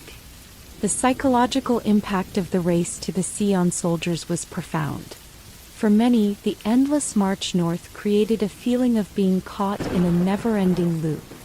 They were far from home, and each new stretch of land looked the same: muddy fields, small villages, and endless trenches. The monotony, combined with the constant threat of enemy fire, weighed heavily on their spirits. Yet in the midst of this struggle, acts of bravery and moments of camaraderie shone through. Soldiers shared stories of hope and dreams for the future, even as they knew that every step they took was a step deeper into a conflict that seemed to have no end. Local civilians were not immune to the effects of the race. In towns that had seen fighting for days or weeks, life became a blend of daily routine and constant vigilance. People locked their doors and kept windows shuttered as a precaution. They made plans to leave if the fighting grew too close, but many were forced to stay and do what they could to help each other. Community leaders organized shelters and food supplies, knowing that the war could bring more hardship than anyone had imagined. In the midst of uncertainty, the courage and resilience of ordinary people provided a small light of hope. By the time both sides reached the sea, they had extended their lines so far that a continuous front was created from one end of the coast to the other. The idea of a race had come to an end, replaced by a grim reality. Neither side had managed to break through, and both were locked in a stalemate. The long, continuous trench lines along the coast were a powerful symbol of the war's new nature. One of attrition, where victories were measured in inches of land rather than in swift, decisive battles. The race to the sea was more than just a movement of armies. It was a turning point that showed the limits of rapid advances in modern warfare. The efforts to outflank the enemy and push further north had failed to bring about a breakthrough. Instead, the war settled into a pattern that would last for years. a pattern defined by static front lines, harsh conditions, and a constant struggle for survival. In the end, the race to the sea taught both military leaders and ordinary soldiers a hard lesson. Speed and bold maneuvers could bring temporary gains, but they could not overcome the deep-rooted challenges of modern warfare. The vast armies of Europe, with all their power and technology, were brought to a standstill by the difficult terrain, the strength of enemy defenses, and the sheer determination of those fighting on the front lines. As the race drew to a close, both sides were forced to accept that the war would not be decided by a single sweeping movement. Instead, the conflict would be fought slowly, with every attack met by a counterattack, and every small victory followed by a heavy loss. The continuous trench lines that stretched from one end of the coast to the other were a testament to the new kind of warfare that had taken hold. A warfare where the struggle for every inch of ground was fought with courage, sacrifice, and a deep sense of duty. The race to the sea also had long-lasting effects on how wars were fought. It led to the development of new tactics and technologies designed to break the stalemate. Over time, commanders began to experiment with different approaches, including the use of tanks, aircraft, and improved communication methods. These innovations would eventually change the way battles were fought in future conflicts. However, during the early years of the war, the race had set the stage for one of the most grueling periods of trench warfare, a period marked by both strategic brilliance and terrible human cost. Looking back, the race to the sea is a reminder that sometimes the most important movements in war are not about the battles themselves, but about the gradual shifting of positions that create a new, unyielding front. It is a story of how two great armies, caught in a desperate contest, ended up creating a line that would come to define one of the darkest chapters in history. On the Eastern Front, the war took on a different character from what was seen in the West. Here, vast lands and open spaces set the stage for a struggle between mighty empires. This chapter explores how the Eastern Front became a battleground where the forces of Germany and Austria-Hungary clashed with the enormous armies of Russia. In this region, battles were fought over sweeping plains, dense forests, and winding rivers, a true clash of empires that changed the face of war. The story of the Eastern Front begins with the large borders that stretched across Eastern Europe. Unlike the narrow and crowded battlefields of France and Belgium, the eastern lands were immense. The Russian Empire spanned thousands of miles, from the icy tundra in the north to the fertile fields of Ukraine in the south. For Germany and Austria-Hungary, these lands were both a challenge and an opportunity. They needed to move quickly and efficiently in an area where distances were long and the terrain could be unpredictable. Early in the war, Russian forces were known for their sheer numbers. Millions of soldiers marched into battle, ready to defend their homeland. However, the vast size of the Russian army came with challenges. Communication between units was slow, and organizing such a large force was a difficult task. In many cases, the Russian soldiers had to rely on traditional methods of fighting, using old tactics that sometimes struggled to cope with modern weapons like machine guns and heavy artillery. On the other side, the armies of Germany and Austria-Hungary were more modern in many ways. They had invested in better training, improved communication, and newer weapons. Their commanders studied the art of war and learned to use rapid movements and surprise attacks. In the open fields of the Eastern Front, speed and flexibility often made the difference. Battles here were not decided by the stagnant lines of trenches but by bold maneuvers across wide spaces. One of the early challenges on the Eastern Front was the vast and varied terrain. In some areas, dense forests provided cover for ambushes and surprise attacks. In others, wide-open plains allowed armies to see their enemies from a distance and to plan long marches without immediate danger. Rivers and lakes cut through the land, sometimes serving as natural barriers that slowed down troop movements. Commanders had to be clever in choosing routes that avoided these obstacles or else risk being caught off guard. The weather on the Eastern Front could be extreme. Winters in Russia were harsh and unforgiving, with temperatures that dropped well below freezing. In these bitter months, soldiers often fought in deep snow and biting cold. Many found it hard to keep warm, and the long nights added a sense of isolation and fatigue. In the summer, the heat and sudden thunderstorms created their own problems. Muddy roads made it difficult for troops to march, and rain could wash away carefully dug trenches or fill low-lying areas with water. These natural challenges forced both sides to adapt and to learn how to fight in conditions far different from those in the West.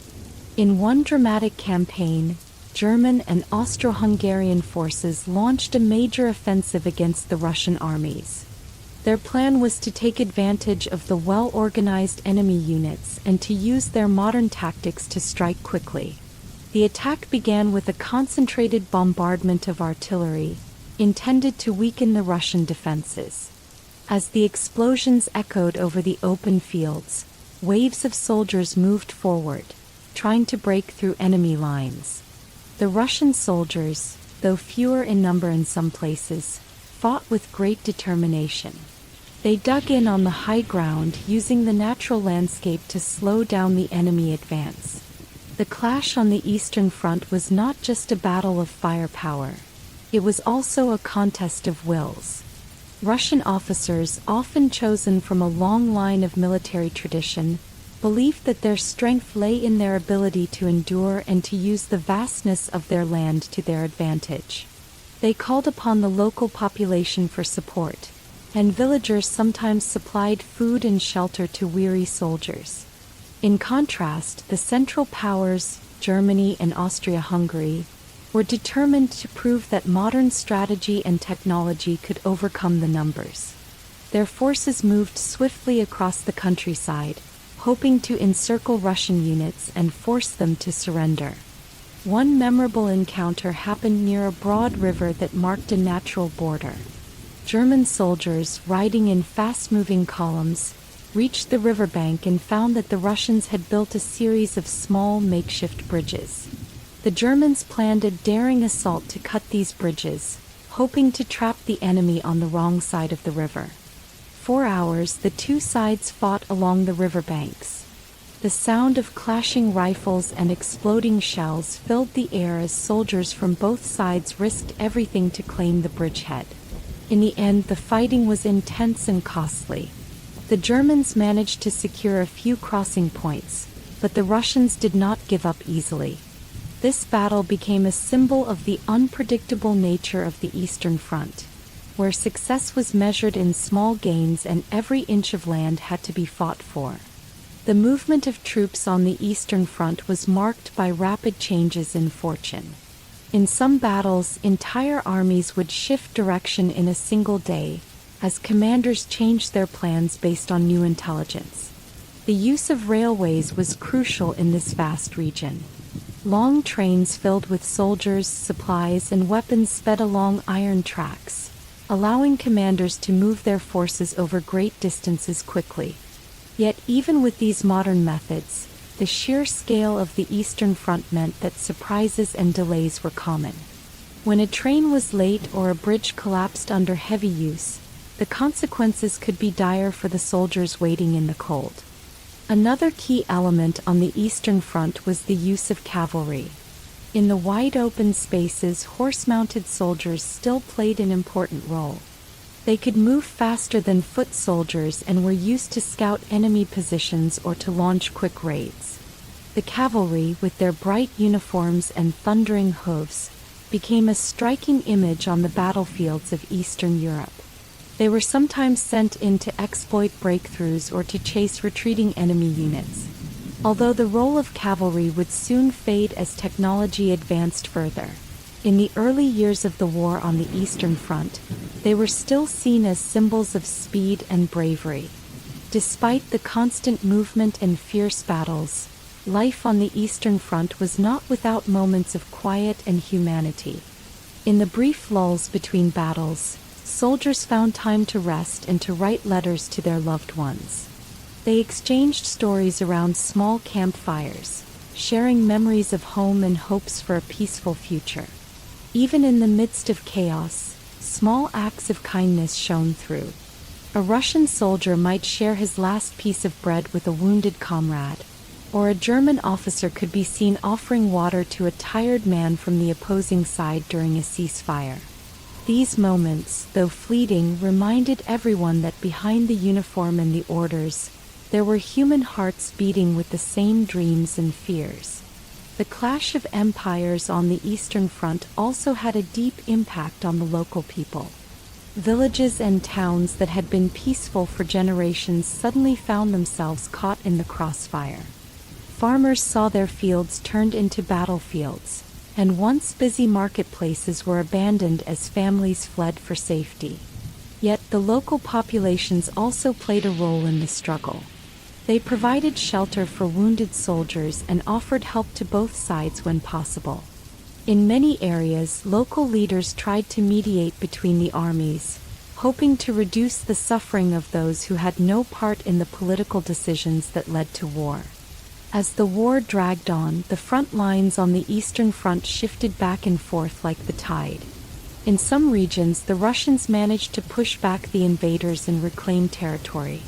In other areas, the Central Powers pressed forward, forcing the Russians into long retreats. These changes were hard on the soldiers, who often had to leave behind friends and memories with every move. The harsh conditions, long marches, and constant danger made life on the Eastern Front one of endurance and sacrifice. In the end, the clash of empires on the Eastern Front became a powerful lesson in the cost of war. Both sides paid a heavy price in lives, and the battles left scars on the land that would take years to heal. The vast open spaces, once full of promise and beauty, were forever changed by the sounds of artillery, the march of soldiers, and the memories of those who fought there. The story of the Eastern Front is a reminder that even in the largest and most remote corners of a continent, the effects of war can be deeply personal and profoundly transformative. This chapter shows us that the Eastern Front was not just a distant battlefield. It was a place where empires clashed in the rawest sense. It was a struggle of numbers versus strategy, of old traditions meeting new technology, and of human courage tested by nature itself. The brave soldiers who fought in these open lands left behind a legacy of determination and hope. A hope that even in the darkest hours, the human spirit can shine through. As the war raged on the battlefields of Europe, another struggle took place on the wide and restless seas. Naval warfare played a key role in World War I. In this chapter, we follow the story of ships, sailors, and the many battles on the ocean. We also look at how the blockade, a long and steady effort to cut off supplies, affected the war and the lives of many people. At the start of the war, navies from many countries were proud of their strength and long traditions of sea power. Countries like Britain, Germany, and France had built large fleets of battleships, cruisers, and destroyers. These ships were seen as symbols of national power, and they helped protect trade routes and colonies far from home. The British Royal Navy, for example, was known as one of the most powerful forces on the seas. Its ships patrolled the oceans, ensuring that goods and people could travel safely.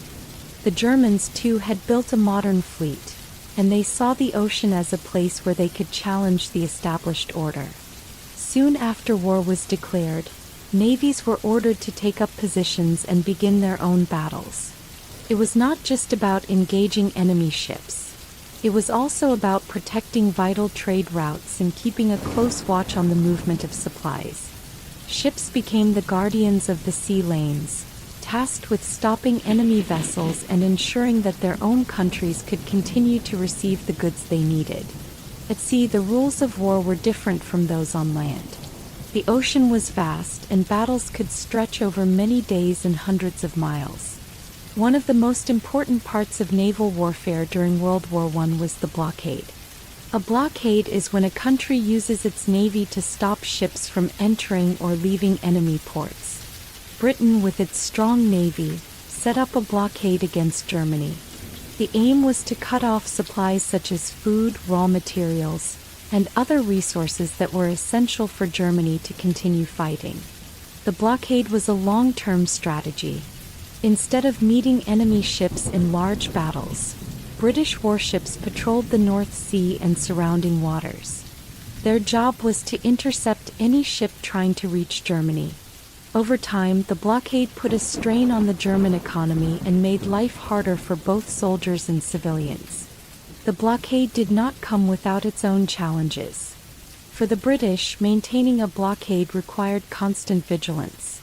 Ships had to be in the right place at the right time, and weather, fog, and storms could disrupt patrols. British sailors had to be alert at all times. They scanned the horizon for any sign of enemy ships or suspicious vessels. The blockade was like a long, drawn-out game of hide-and-seek on the open sea. Every intercepted ship added to the effort, and over time the blockade began to take its toll on Germany. For Germany, the blockade was a harsh blow. Cut off from many of its essential supplies, the German people began to suffer shortages. Food became scarce and prices began to rise. The blockade not only affected the soldiers at the front, who often depended on shipments of food and equipment, but it also reached deep into the homes of ordinary citizens. Many families struggled to find enough to eat, and the hardship created a feeling of desperation that spread throughout the country. In response to the blockade, the German Navy took bold and unexpected actions. They began to use submarines, known as U-boats, to fight back against the Allied shipping lanes. Submarines were small, fast, and difficult to detect compared to the large battleships that ruled the surface. Their silent engines allowed them to sneak up on merchant ships and torpedo them before disappearing into the depths of the ocean. The use of U-boats changed naval warfare forever. They became the symbol of a new kind of war, one fought beneath the waves. The U-boat campaign was both effective and dangerous. German submarines sank many Allied ships, including cargo vessels that were carrying food, munitions, and other important supplies. The sinking of these ships made headlines around the world. Each attack on a merchant vessel was a blow to the Allies, but it also risked drawing neutral countries into the conflict. One of the most famous incidents was when a U-boat attacked a passenger ship, causing the loss of many innocent lives. This act outraged the international community and eventually led to changes in how the war was fought. The presence of submarines created a constant state of alert on the seas. Merchant captains began to travel with extra caution. Ships often traveled in convoys, groups of vessels that sailed together under the protection of warships. The idea was that a large group of ships was harder for a lone submarine to attack. Convoys became a common sight in the Atlantic and the North Sea. They were a simple but effective way to protect valuable cargo. The sailors on these ships lived with the constant worry that at any moment a U-boat might strike. Naval battles were not only fought by large fleets and powerful submarines. Smaller skirmishes and encounters occurred regularly as patrol boats, destroyers, and even civilian ships played a role. The ocean became a place of many small stories of bravery and tragedy. A destroyer might chase a U-boat across rough seas, or a small patrol boat might intercept a suspicious vessel near enemy waters. These encounters were sometimes dramatic, as officers and crews made split-second decisions that could mean the difference between life and death. The harsh conditions at sea, cold, storms, and endless waves, made every mission a test of endurance. The blockade and the U-boat campaign also had an impact on global trade and diplomacy. Neutral countries like the United States found themselves in a difficult position. On one hand, they had strong trading ties with both the Allies and Germany. On the other hand, the sinking of ships and the harsh measures of the blockade stirred strong public opinion in favor of one side. Over time, events on the high seas contributed to shifting alliances and, eventually, the entry of new nations into the war. The sinking of passenger and cargo ships by U-boats was a major factor that led the United States to reconsider its position and, eventually, to join the Allies in the fight against Germany. For the sailors who spent long months at sea, life was filled with both monotony and sudden bursts of action. The daily routine on a warship might include routine drills, maintenance work, and long periods of quiet as the ship sailed through calm waters. Then, without warning, the ship would be called to battle. The crew had to work together, manning the guns, repairing damage, and keeping watch for enemy submarines. There was little time for rest, and the pressure of constant danger weighed heavily on everyone on board. Yet, even in the midst of danger, camaraderie and a strong sense of duty prevailed. Sailors formed tight bonds with one another, knowing that they depended on each other for survival. The technological innovations in naval warfare were significant. Battleships were equipped with powerful guns that could fire shells over long distances. Submarines were refined with better engines and improved methods for diving deep and evading detection. Radio communication began to play an important role, allowing ships to coordinate their movements and share information quickly. These advances in technology changed the way wars were fought on the sea, making each encounter more unpredictable and sometimes more deadly. As the war wore on, the blockade and the U-boat campaign continued to evolve. Both sides learned from their experiences and adapted their strategies. The British, for instance, introduced better convoy systems and improved anti-submarine tactics. They developed new methods to detect submarines, such as listening devices and depth charges designed to sink a U-boat. The Germans, on the other hand, adjusted their U-boat operations, sometimes easing off on attacks to avoid drawing too much attention. This cat-and-mouse game on the high seas went on for years, with both sides determined to protect their interests and disrupt their enemies' plans. The human cost of naval warfare was high. Countless sailors lost their lives in battles in the icy waters after their ships sank, or simply from the harsh conditions at sea. Families back home waited anxiously for news of their loved ones, and every loss was felt deeply in communities across Europe and beyond. The blockade also meant that many civilians faced shortages of food and goods. In cities and towns, long lines formed at stores as people tried to obtain the basic supplies they needed. The effects of the war at sea reached far beyond the battlefields, influencing the lives of millions. In the end, naval warfare and the blockade were essential parts of the larger conflict of World War I. The seas became a vital front where battles were fought, strategies were tested, and the fate of nations was influenced. The blockade weakened Germany by cutting off vital supplies, while the U-boat campaign brought new challenges to the Allies, forcing them to rethink their strategies and work together more closely than ever before. The story of naval warfare in World War I teaches us many lessons. It shows how the control of the seas can influence events on land, how technology can change the nature of conflict, and how the determination of ordinary sailors can make a difference in the outcome of a war. Even in the midst of great strategy and large fleets, the courage of individuals shone through, as each sailor did his part to protect his country and ensure that the trade routes remained open for those who needed them. As we close this chapter on naval warfare and the blockade, we are reminded that the oceans, with their endless horizons and hidden depths, played a powerful role in one of history's most challenging conflicts. The efforts of those who sailed and fought at sea remain a testament to the spirit of endurance and the impact that the control of the seas can have on the fate of nations.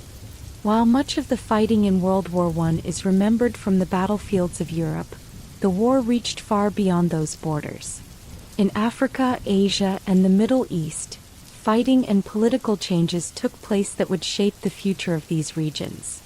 In this chapter, we explore how the conflict spread across distant lands, how colonial empires clashed, and how local peoples became caught up in a war that was larger than any one nation. The global nature of World War I meant that the war did not stay on European soil. European empires had colonies in many parts of the world, and these colonies became important battlegrounds for control and influence. In Africa, for example, European nations like Britain, France, Germany, and Belgium had carved up large areas of the continent. When war broke out, these colonial possessions were quickly drawn into the conflict. The fight for control of these lands was often fierce, and local populations who had lived under colonial rule for many years found themselves caught in the middle of a struggle between powerful empires. In West Africa, German colonies such as Togoland and Cameroon became early targets for the Allied forces. British and French troops marched into these territories, aiming to wrest control from the Germans. The fighting was not always large-scale, but it was determined. African soldiers who had long served in colonial armies played key roles in these campaigns. They marched alongside European officers and faced battles in unfamiliar, harsh climates. The struggle in Africa was marked by the challenges of long supply lines, rough terrain, and diseases that spread quickly among soldiers. Despite these hardships, the campaigns in Africa taught valuable lessons in courage and adaptation. The Allied forces slowly managed to secure these colonies, and by the end of the war, German control in Africa had largely come to an end. In Asia, the situation was different. Here, the war was often fought not by massive armies in open fields, but through naval power and local uprisings. The vast empires of Europe had colonies and trading posts scattered throughout the continent. For instance, Germany had possessions in the Pacific, including islands and ports that were strategically important. When the war began, Japanese forces allied with Britain swiftly moved to capture these German territories. The Japanese Navy and Army took control of islands in the Pacific, and soon German influence in the region was greatly reduced. This rapid shift of power had long-lasting effects on the balance of power in Asia, setting the stage for future conflicts in the Pacific. The Middle East, too, became a significant theater of war. This vast region, filled with deserts, ancient cities, and diverse peoples, was part of the Ottoman Empire, a major player in World War I on the side of the Central Powers. The Ottoman Empire was in decline, and many of its subjects longed for greater autonomy or even complete independence. As the war dragged on, the Ottomans found themselves fighting on multiple fronts, not just against European powers, but also against local forces that sought freedom. One of the most famous campaigns in the Middle East was led by British forces, with help from local Arab tribes. They fought against the Ottomans in what is now modern-day Saudi Arabia, Iraq, and Syria. Leaders such as T. Lawrence, known as Lawrence of Arabia, worked with local Arab fighters who wanted to break free from Ottoman rule. Their cooperation led to a series of successful battles that weakened the Ottoman hold on the region. In many ways, the Middle East became a crossroads where the old empires met new ideas. The war sparked hopes among many Arabs that independence was within reach. In cities like Damascus and Baghdad, discussions about a future free from Ottoman rule grew louder. Local leaders and intellectuals began to imagine new forms of government and a new order in the region. However, the promises of freedom were mixed with the realities of war. Battles in the deserts were harsh and unyielding. Soldiers had to contend with scorching heat during the day and bitter cold at night. Water was scarce, and long marches across the sand were dangerous and exhausting. Despite these challenges, the fight in the Middle East was a turning point. It showed that the war was not just a European conflict, but a truly global one. The impact of the war in Africa, Asia, and the Middle East was felt not only in the fighting but also in the political changes that followed. The war weakened many of the old empires. For the people living in these regions, the struggle for survival on the battlefield was closely tied to the hope for a better future. In Africa, local leaders began to question the long rule of European colonizers. The hardships of war made the desire for self-governance even stronger. In Asia, the capture of German territories by Japan marked the beginning of a shift in power. Japan's growing influence in the region would have major effects in the years to come. And in the Middle East, the collapse of the Ottoman Empire set the stage for the creation of new nations, though these changes were often accompanied by conflict and uncertainty. For many soldiers fighting in these far-off lands, the experiences were very different from those on the European battlefields.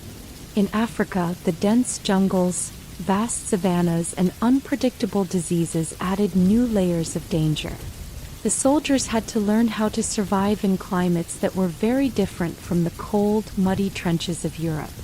In Asia, island-hopping campaigns meant that naval power and swift, decisive moves were key. The vast distances and scattered islands required a new kind of strategy and a different way of thinking about warfare. And in the deserts of the Middle East, survival depended on understanding the harsh environment, where a lack of water or the sudden onset of a sandstorm could change the course of a battle in minutes. The local populations in these regions experienced the war in their own ways. In Africa, many communities saw their lands become battlefields, and their way of life was disrupted by the arrival of foreign armies. Local men and women were often forced to work for the occupying forces, or they had to flee from the fighting. The long history of colonial rule meant that the impact of the war would be felt for generations, as communities struggled to rebuild their lives in a changed world. In Asia and the Middle East, the war stirred up old grievances and ignited new desires for independence. The fighting on the island territories and the deserts was not just about control of land, it was also a battle for the hearts and minds of the people. The stories of local heroes, of brave fighters who stood up for their communities, became legends that would inspire future generations. One notable event in the Middle East was the Arab Revolt, where local fighters, supported by British officers, challenged the authority of the Ottoman Empire. This revolt was more than a military campaign. It was a movement for self-determination. In the midst of long, grueling battles in the desert, the Arab fighters used guerrilla tactics, small, quick attacks followed by swift retreats, to wear down a larger and less mobile Ottoman army. Their success gave hope to many who had long dreamed of a future free from foreign domination. However, the cost of the revolt was high. Many brave fighters lost their lives, and the scars of the battles would remain in the memories of families for years to come. The global nature of the war meant that the ideas of freedom and self-rule that had been growing in many parts of the world began to spread more quickly. When the war ended, the map of Africa, Asia, and the Middle East would be redrawn. New nations would be born and old empires would crumble. The seeds of independence had been sown during the fighting, even as soldiers and civilians alike paid a heavy price. The struggle for control of these distant lands was a reminder that World War I was not only a war fought with weapons and armies but also a battle for the future of many nations. In the end, the battlefields in Africa, Asia, and the Middle East played a crucial role in shaping the outcome of World War I. They demonstrated that the conflict was global, affecting people and places far removed from the trenches of Europe. The fighting in these regions brought new challenges and required new solutions. It forced both the imperial powers and the local peoples to rethink their roles in a rapidly changing world. The legacy of the war in these distant lands would continue to influence politics, borders, and the lives of millions long after the guns fell silent. This chapter reminds us that World War I was not confined to Europe. It touched every corner of the globe. The stories from Africa, Asia, and the Middle East are a vital part of the war's history, showing how different peoples and landscapes experienced the same conflict in unique and profound ways. The global battlefields were places where empires clashed and local voices emerged, setting the stage for a new era in world history. They stand as a testament to the fact that in war, no place is truly isolated. and the hopes for freedom and change can spread across continents, forever altering the course of history. As the war raged on, the battlefields of World War I began to change in ways that had never been seen before. New inventions and machines made their first big appearance, and these technological innovations changed the way soldiers fought. In this chapter, we explore how new weapons and devices transformed the war. We will see how machine guns, tanks, airplanes, and even chemical weapons were introduced, and how each of these changes brought both hope and fear to those who fought on the front lines. At the start of the war, many armies still relied on methods from earlier times. Soldiers carried rifles, bayonets, and basic artillery. But soon as the conflict dragged on, military leaders realized that old methods would not be enough. The harsh reality of modern warfare called for new ways to fight. This need led to a rapid pace of invention and experimentation, with scientists, engineers, and military planners all working together to create new tools of war. One of the most important innovations was the machine gun. Unlike rifles, which could only fire a few bullets before needing to be reloaded, machine guns could fire many rounds in a single minute. This made them powerful and dangerous on the battlefield. When a machine gun was turned on, it could cover a wide area with a continuous stream of bullets. This ability forced soldiers to rethink their tactics. Instead of charging across open fields, troops had to find cover and move carefully from one protected position to another. The machine gun turned the battlefield into a place where quick, brave charges were met with deadly fire. Over time, both sides learned to use machine guns in defensive positions, making any direct assault extremely risky. Along with machine guns, artillery also saw major improvements. Artillery refers to large guns that can launch heavy shells over long distances. In World War I, armies developed more powerful cannons and better methods of aiming them. This meant that artillery could hit targets that were far away and cause widespread damage. The use of heavy artillery created terrifying scenes on the battlefield. Large explosions shook the ground, and the noise of thousands of shells in the air became a constant background sound. Artillery barrages were used to weaken enemy defenses before an infantry attack, but they also left deep scars on the landscape. Craters, ruined buildings, and barren fields were common sights where artillery had rained down its fire. Another remarkable invention that changed the face of the war was the tank.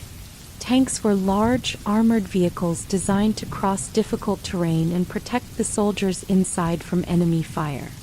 When tanks first appeared on the battlefield, they were slow and clumsy, but they were also a source of hope. For the first time, armies had a tool that could break through enemy lines and overcome the deadly power of machine guns and artillery. Tanks could move over trenches, crush barbed wire, and even take on enemy fortifications. Their heavy armor kept them safe from most bullets and shrapnel. Though early tanks had many problems and were not used in large numbers at first, they represented a new way of fighting that promised to change the nature of ground warfare forever. The skies above the battlefields also became a new frontier in the war. Airplanes made their first significant appearance during World War I. At the beginning of the conflict, airplanes were mostly used for reconnaissance. This means they were sent up in the air to take a look at enemy positions and movements. The high view from the sky allowed commanders to plan their attacks with a better understanding of the battlefield. But soon, airplanes began to take on more active roles. They were fitted with weapons and became involved in air-to-air combat. Dogfights between fighter planes became common as each side tried to gain control of the skies. Bombers were also developed, designed to drop explosive bombs on enemy targets from above. The introduction of airplanes brought a new kind of excitement and danger. For soldiers on the ground, the distant sound of an airplane engine could mean that a bombing run was on its way. For the people living in towns near the front lines, the sight of enemy planes flying overhead was both frightening and a reminder of how quickly technology was changing the nature of war. Not all the innovations in World War I were designed for fighting in the usual sense. Chemical weapons, for example, were introduced as a way to break the deadlock on the battlefield. Poison gas was one of these new weapons. Chlorine gas, phosgene, and mustard gas were some of the chemicals used. These gases could spread quickly across no man's land and cause severe injuries or death. The use of gas created new challenges for soldiers. To protect themselves, troops began to carry gas masks. Simple devices made of fabric and filters that could protect the wearer from inhaling harmful substances. Despite this protection, the threat of a gas attack added another layer of fear and unpredictability to life on the battlefield. Chemical warfare was a grim reminder of how far modern technology could be used to inflict suffering. Advances in communication also played an important role during the war. In earlier conflicts, messages were often sent by runners or by simple telegraph lines. In World War I, the use of telephone lines and radios grew more common. These new communication methods allowed officers to send orders and coordinate attacks more quickly than ever before. Quick communication was crucial in a war where every minute could mean the difference between victory and defeat. However, the use of modern communication technology also meant that messages could be intercepted by the enemy, so secrecy and careful planning remained very important. Another area of technological change was in medical care. With so many soldiers injured by the new and powerful weapons, hospitals and field medical units had to adapt quickly. New methods for treating wounds, stopping infections, and performing surgeries were developed on the spot. Doctors and nurses worked under challenging conditions, often on the front lines, and their work saved countless lives. The experience of World War I led to improvements in battlefield medicine that continued to help soldiers in future conflicts. All these innovations were not only technical advances but also forced both military leaders and ordinary soldiers to rethink their strategies and daily routines. For example, the power of the machine gun meant that traditional massed infantry charges were far too dangerous. Instead, commanders had to develop new tactics, such as smaller, more flexible units that could move quickly and use cover effectively. The appearance of tanks encouraged new forms of combined arms warfare, where infantry, armor, and artillery worked together in coordinated attacks. The use of airplanes opened up the possibility of coordinating strikes from the sky with movements on the ground. The effects of these technological innovations went far beyond the battlefield. They changed the way people thought about war. New weapons brought a sense of dread, but also the hope that one day the war might be won by means that were more advanced than brute force alone.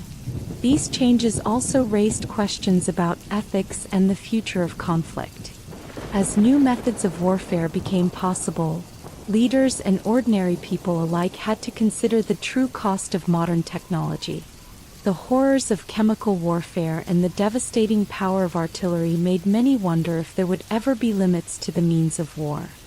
For many soldiers, adapting to these new technologies was a steep learning curve. They had to learn how to operate complex machines, understand the signals from radios, and cope with the constant threat of unseen dangers like poison gas. Training camps and military schools worked hard to prepare soldiers for this modern style of fighting. Despite the challenges, many soldiers also took pride in being part of a new era. They saw themselves as pioneers, using the tools of modern science to defend their country. In the end, technological innovations on the battlefield during World War I left a lasting mark on the world. They changed the nature of combat, making wars more deadly and far-reaching than ever before. The lessons learned during these years influenced military thinking for decades to come.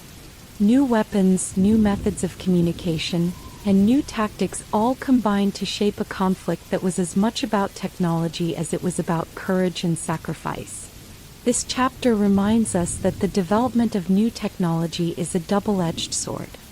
On one hand, innovations like the machine gun, tanks, airplanes, and chemical weapons pushed the limits of what was possible in battle.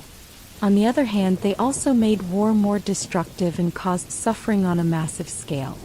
The legacy of these innovations is still felt today, as modern armies continue to build on the lessons of World War I. As we close this chapter on technological innovations, we see a world transformed by science and engineering. A world where progress and peril went hand in hand. The innovations of World War I not only reshaped the battlefield but also changed the way people lived, thought, and planned for the future. The brave men and women who adapted to these new tools of war remind us that even in the darkest times, human ingenuity can lead to remarkable change. For many soldiers in World War I, the trenches were not just a place to fight, they were home for long, difficult months. In this chapter, we step into the everyday life of a soldier in the trenches. We will see the hardships they faced, the small moments of hope they shared, and the deep bonds that formed amid the constant danger. Imagine waking up each day in a narrow, muddy trench. The walls of the trench were made of earth, sandbags, and sometimes pieces of wood. They provided a small shield against enemy fire and harsh weather.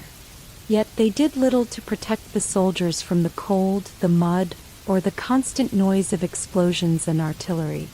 Every morning, the soldiers woke to the sound of distant cannon fire, a reminder that danger was never far away. In these cramped spaces, time moved slowly. Each day blended into the next, filled with routine tasks, long hours of waiting, and moments when everything seemed to stop. A typical day in the trenches began very early. Before the sun had fully risen, soldiers would awaken to the chill of the damp air. They would shuffle out of their narrow bunks, which were little more than wooden planks and scraps of blankets, and start their daily routines. In the darkness, they checked their equipment: rifles, ammunition, and sometimes a small personal memento that reminded them of home. These early moments were filled with a quiet determination, as each man prepared himself mentally for another day in a place where safety was hard to come by. Breakfast was usually a simple meal, often just a bit of bread or hardtack and maybe a cup of weak tea. Food in the trenches was never fresh. It was designed to be filling and to last, but it lacked the warmth and variety of a home-cooked meal. Despite this, the soldiers found comfort in sharing their rations and stories with one another. In the small breaks between meals, they would talk quietly, exchanging memories of better times and dreams of a future after the war. These moments of camaraderie helped to ease the overwhelming tension of life under constant threat. Throughout the day, soldiers took turns standing guard along the front line. They kept a careful watch for any sign of the enemy, knowing that even a small noise could signal an attack. Standing for hours in the cold or the heat, with only the sound of their own breathing and the distant rumble of artillery, was a test of endurance. When the enemy did come, sometimes it was only a brief exchange of fire, and sometimes it was a full-scale assault that sent men scrambling to find shelter. Each burst of fighting left its mark: scratches, bruises, and the deep worry of wondering if it might be the last time they saw the sun. Between the moments of high tension, there were long hours of waiting. Soldiers often found themselves sitting or lying in the trench, trying to keep warm or to rest. The constant dampness of the soil made it hard to stay dry, and the mud would seep into boots and uniforms. When rain fell, the trenches turned into a mixture of water and mud that could swallow a man whole. Even in moments of rest, the conditions were harsh. Many soldiers spoke of the smell of damp earth, the taste of cold water in their mouths, and the constant feeling of being soaked from head to toe. In these quiet moments, the soldiers relied on each other for comfort. They shared stories of their families, of childhood days spent playing in fields or along quiet streams. They recalled happier times when the war was just a distant thought.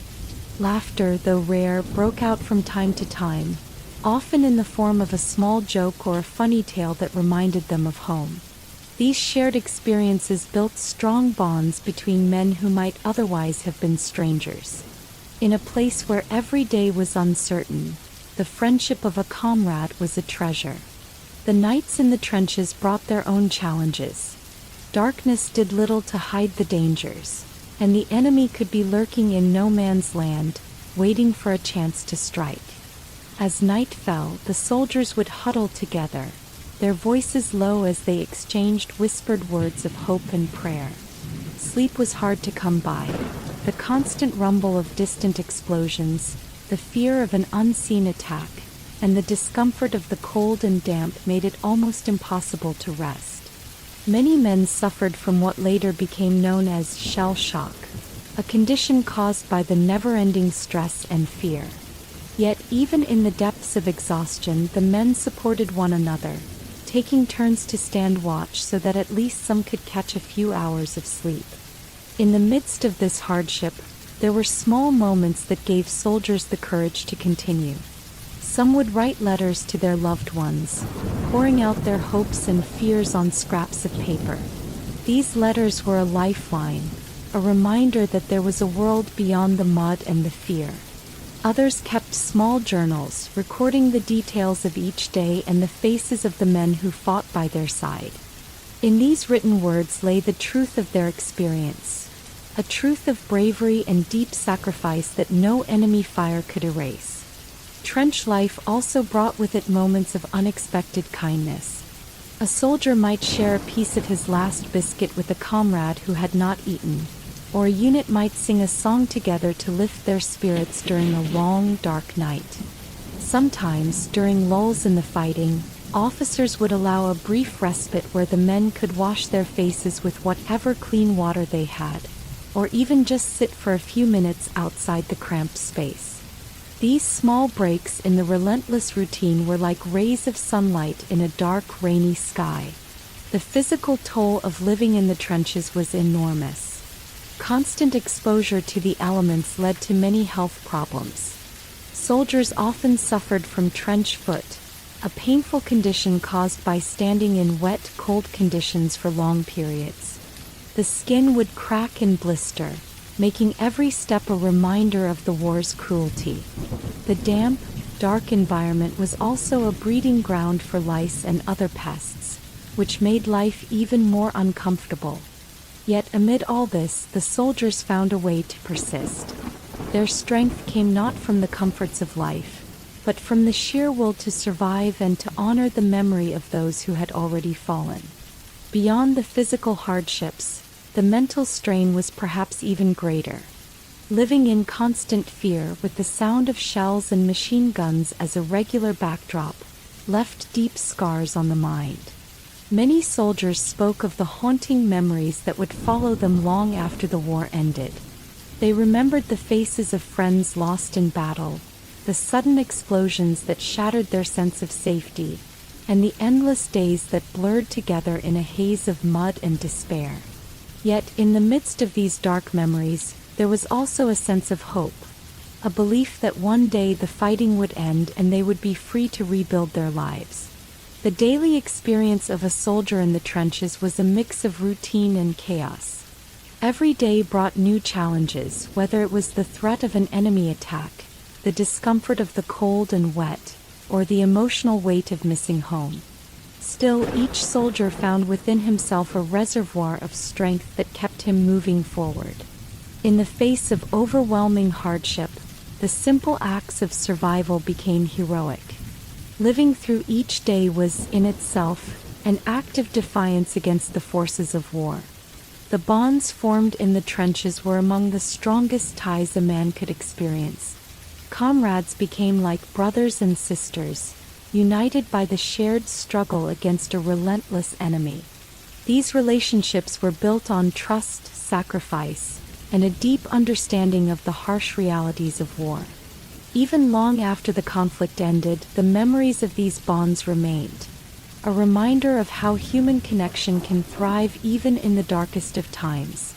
As we look back on the life of a soldier in the trenches, we see not only the hardships and dangers but also the courage and resilience of the human spirit.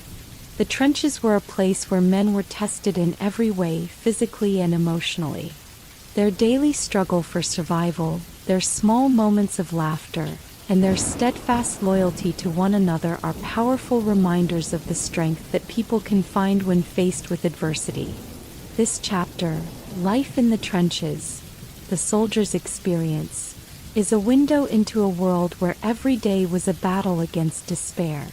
It is a story of endurance, of quiet heroism, and of the deep bonds that formed in the midst of hardship. The soldiers in the trenches lived a life that few can imagine, a life of constant danger, relentless routine, and the ever-present hope that someday peace would come. Their experiences remind us that even in the worst conditions, the human spirit can shine through, offering hope and light in the darkest hours. While the battlefields were filled with soldiers and the sounds of fighting, far from the front lines a different kind of war was being fought. On the home front, ordinary people faced hardships, made sacrifices, and worked together to support the war effort. In this chapter, we explore the daily life of civilians during World War I, the changes they experienced, and the many ways they contributed to their nation's struggle for victory. In towns and cities across Europe, life began to change as the war took hold. The government quickly realized that to win the war, they needed the support of every citizen. People of all ages were called upon to do their part. Men, women, and even children found themselves working in factories, farms, and offices to help produce food, weapons, and supplies for the troops. This period was marked by a strong sense of duty and community, even though the days were filled with challenges and uncertainties. One of the most visible changes on the home front was the shift in the workforce. Many men left their homes to join the army, and this created a gap in jobs that was soon filled by women. Women stepped into roles that had once been seen as the work of men. In factories, they learned to operate machines and work long hours to produce munitions, uniforms, and other goods needed for the war. They worked in tough conditions, often in noisy and crowded spaces, but they took pride in their contributions. The sight of women working side by side in factories became a powerful symbol of resilience and determination. The war also changed daily routines in towns and villages. With many resources directed toward the war effort, shortages of food and basic goods became common. The government introduced rationing systems to ensure that everyone received a fair share of supplies. People were given ration cards that allowed them to purchase limited amounts of food, fuel, and clothing. Rationing meant that families had to learn how to cook simple meals, make the most of every ingredient, and sometimes even grow their own vegetables in small gardens. Despite these hardships, there was also a spirit of creativity and solidarity. Neighbors shared recipes, exchanged extra food, and supported one another during times of need. News from the front lines played a major role in shaping the mood on the home front. Newspapers, radio broadcasts, and public speeches kept citizens informed about the progress of the war. The news was often mixed with both hope and sorrow. When reports of victories came in, people celebrated in the streets. When heavy losses were announced, a deep sadness filled homes and public spaces alike. In town squares and community centers, gatherings were held where citizens discussed the news and expressed their support for the soldiers fighting far away. These meetings became a way for people to share their feelings, find comfort, and reinforce their commitment to the cause. Schools also felt the impact of the war. Many young boys were eager to join the army, and teachers found themselves discussing history, patriotism, and the importance of service. In some communities, classes were even rearranged to include lessons on first aid, farming, and other practical skills that might help in times of conflict. The curriculum was changed not only to prepare the next generation for the possibility of military service, but also to instill a sense of national pride and responsibility. Children learned about the sacrifices made by previous generations and how they too could help build a better future. The war effort was not limited to producing goods or spreading information. Many civilians also joined volunteer groups that worked directly to support the soldiers. Organizations such as the Red Cross grew in importance, sending medical supplies, food parcels, and even letters of encouragement to those on the front lines. Volunteers organized fundraising events, collected clothing, and set up care packages for wounded soldiers. These efforts helped to boost the morale of both the troops and the people at home, reminding everyone that they were united in a common struggle. Despite the challenges, life on the home front also saw moments of joy and togetherness. Communities organized social events such as dances, concerts, and theater performances. Even though these events were sometimes held in makeshift venues like community halls or outdoor spaces, they provided a brief escape from the daily worries of war. Music, art, and literature thrived as people looked for ways to express their emotions and to keep hope alive. Songs of patriotism and ballads of love filled the air, and paintings and sketches depicted both the pain of conflict and the promise of peace. At the same time, the war brought about significant changes in the role of government and the relationship between the state and its citizens. Governments began to take a more active role in managing the economy and directing resources toward the war effort. New laws and policies were introduced that affected how businesses operated, how labor was organized, and how goods were distributed. This increased role of the state sometimes led to tensions, as people struggled to balance their personal freedoms with the demands of a nation at war. Yet, many understood that these sacrifices were necessary for the greater good. In the countryside, life was equally transformed. Farmers faced the dual challenge of increased demand for food and a shortage of labor, as many young men had gone off to fight.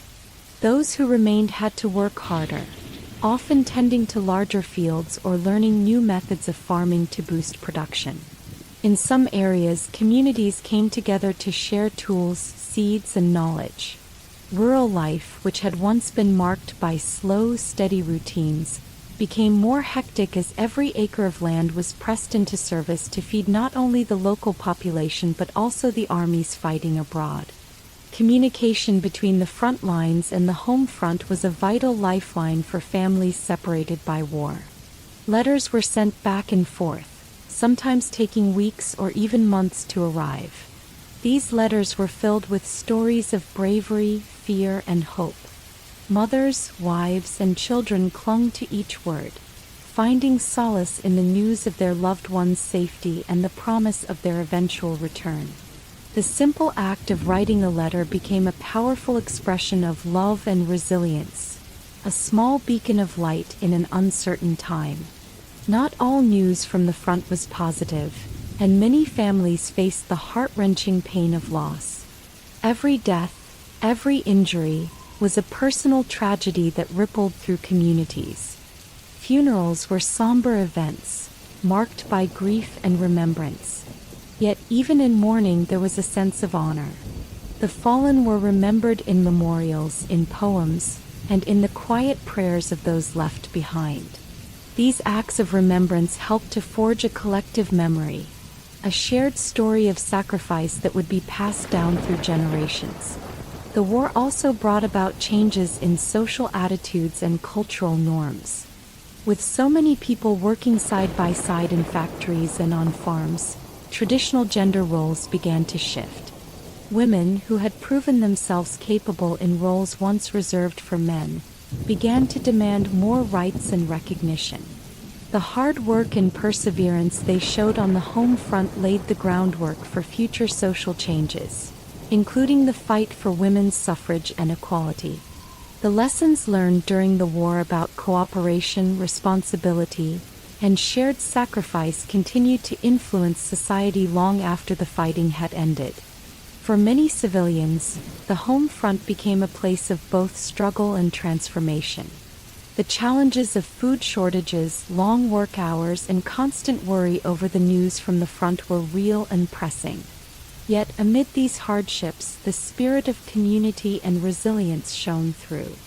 Neighbors looked out for one another, shared resources, and built support networks that helped everyone cope with the stress of war. In every city, town, and village, people found small ways to make life a little brighter, whether through a shared meal, a community garden, or a spontaneous celebration when good news arrived. As the war dragged on, the efforts on the home front grew in importance. Every contribution, no matter how small, was a vital piece of the larger puzzle. The success of the war effort depended not only on the bravery of soldiers on the battlefield but also on the determination and hard work of civilians at home. The combined efforts of factories, farms, volunteers, and government agencies created a support system that sustained the nation through its darkest hours. The impact of these home front efforts extended well beyond the war. The changes that took place during this time, new roles for women, increased government involvement in the economy, and a strengthened sense of community, helped to shape the future of many nations. After the war, the lessons learned during those years influenced policies and attitudes for decades to come. The courage and creativity of civilians during World War I remain a testament to the strength of the human spirit, even when faced with immense challenges. In reflecting on the home front, we see a picture of a society transformed by war. Ordinary people became extraordinary in their ability to adapt, to support one another, and to contribute to a cause larger than themselves.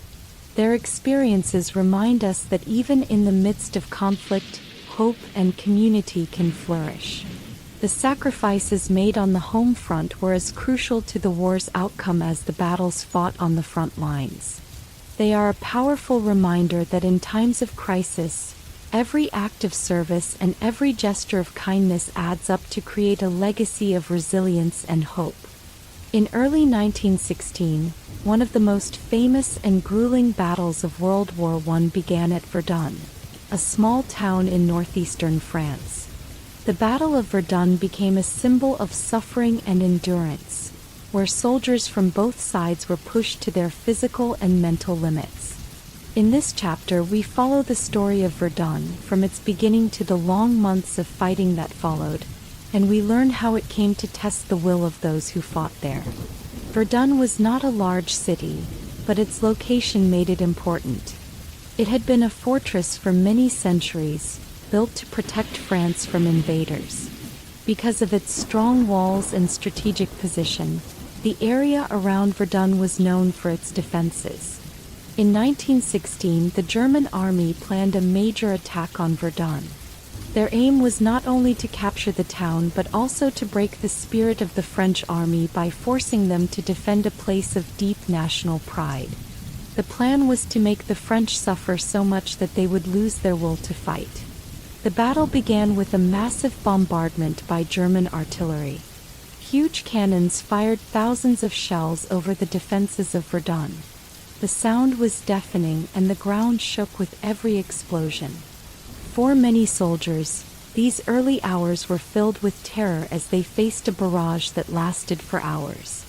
The French soldiers in the trenches near Verdun heard the roar of cannons day and night, a constant reminder of the danger that surrounded them.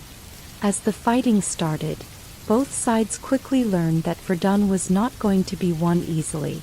The French soldiers, determined to hold their ground, dug in deeper and used every part of the fortress to protect themselves. They knew that Verdun was a matter of honor, and their commanders promised that they would fight until the last man. The battle turned into a test of endurance, with both sides suffering heavy losses over the course of many weeks. In the muddy and waterlogged trenches around Verdun, soldiers faced daily hardships. The constant shelling left deep craters in the ground, and the landscape around the town became a maze of ruined buildings and tangled barbed wire. Rain and mud mixed with the blood and tears of the fighters, creating a scene that was hard to imagine even in the worst nightmares. Soldiers worked tirelessly to repair their positions, often under the cover of darkness, while artillery continued to pound the area. For many French soldiers, Verdun became a battle of attrition. The German forces aimed to bleed France white by inflicting continuous losses. Every day, new waves of soldiers were sent into the fight, each group facing the same terrifying conditions. They saw their friends fall beside them, and the heavy toll of loss weighed on every man's heart. The famous phrase, "They shall not pass," was often repeated by French officers, a cry of defiance that echoed through the trenches. It was a promise that Verdun would never fall, no matter how high the price might be. Life for a soldier at Verdun was a constant struggle between hope and despair. In the early morning light, when the shelling would pause for a brief moment, soldiers could be seen huddled together, sharing stories of home, a morsel of extra bread, or a quiet laugh that broke through the gloom. These small acts of kindness gave them the strength to face another day. In the midst of battle, letters from family, a shared cigarette, or a whispered prayer could mean the difference between giving up and holding on just a little longer. The battle also took a heavy toll on the commanders and leaders. They had to make difficult decisions every day: when to launch a counterattack, where to move their reserves, and how to use their artillery most effectively. Many of these leaders had hoped for a quick victory, but as the days turned into weeks, they realized that Verdun was becoming a test of endurance unlike any other. They faced harsh criticism from both their own soldiers and their people at home, who looked to them for hope and guidance. Despite the pressure, these leaders remained determined to protect Verdun and, with it, the pride of the nation. One of the most significant aspects of the battle was the role of artillery. At Verdun, the use of heavy guns reached levels never seen before. Artillery barrages would last for hours, with shells falling like rain over the battlefield. Sometimes, the noise and chaos of the bombardment made it almost impossible for soldiers to think clearly. Yet these barrages also served a purpose. They were meant to weaken the enemy's defenses and lower their morale. In the continuous back and forth of artillery fire, both sides found that every gain in ground was measured in tiny increments, a few meters at a time. This slow progress was both exhausting and demoralizing. Another factor that made Verdun so challenging was the harsh weather. As the battle dragged on into the autumn and winter months, the weather turned bitterly cold and wet. Snow and rain mixed with the mud, turning the trenches into icy, water-filled ditches. Soldiers had to endure not only the constant threat of enemy fire but also the freezing temperatures and the physical pain of trench foot, a condition caused by prolonged exposure to wet and cold conditions. The combination of physical hardship, constant danger, and the loss of many comrades made Verdun a true test of human endurance. For many soldiers, the memory of Verdun would last a lifetime. The sights, sounds, and smells of that terrible place were burned into their minds. They remembered the endless nights, the moments of silence interrupted by sudden explosions, and the faces of friends they had lost along the way. Yet, amid the suffering, there was also a fierce determination. The defense of Verdun became a symbol of national unity and sacrifice. It showed that even when faced with overwhelming odds, the spirit of a people could not be broken. The Battle of Verdun also had a profound impact on the civilian population in France. News of the heavy losses and the relentless fighting reached cities and towns across the country. Families prayed for the safe return of their loved ones and held vigils in churches, hoping for a miracle. In the countryside, the memory of Verdun became a rallying cry, a reminder that the fight was not just about territory but about preserving a nation's honor and freedom. The battle's legacy was commemorated in songs, poems, and later in memorials built to honor the bravery of the soldiers who had fought there. In the end, Verdun did not bring a decisive victory for either side. Instead, it became a long, drawn-out struggle that drained resources and shattered lives. The battle stretched on for nearly a year, with both the French and German armies suffering enormous casualties. The cost of Verdun was measured not only in the thousands of lives lost but also in the deep scars it left on the landscape and on the hearts of those who fought there. It was a stark reminder of the true price of war, a price paid in sweat, blood, and tears. Today, Verdun stands as a symbol of endurance and sacrifice. The battlefields have been preserved as memorials, where visitors can see the scars of the trenches and remember the heroes who fought in a time of unimaginable hardship. The lessons of Verdun are many: the importance of unity, the value of perseverance, and the deep human cost of conflict. The memory of Verdun teaches us that in war, there are no true winners, only survivors who bear the weight of loss and the hope that future generations will learn from the past. As we reflect on the Battle of Verdun, we see that it was not just a military confrontation but a profound test of human spirit.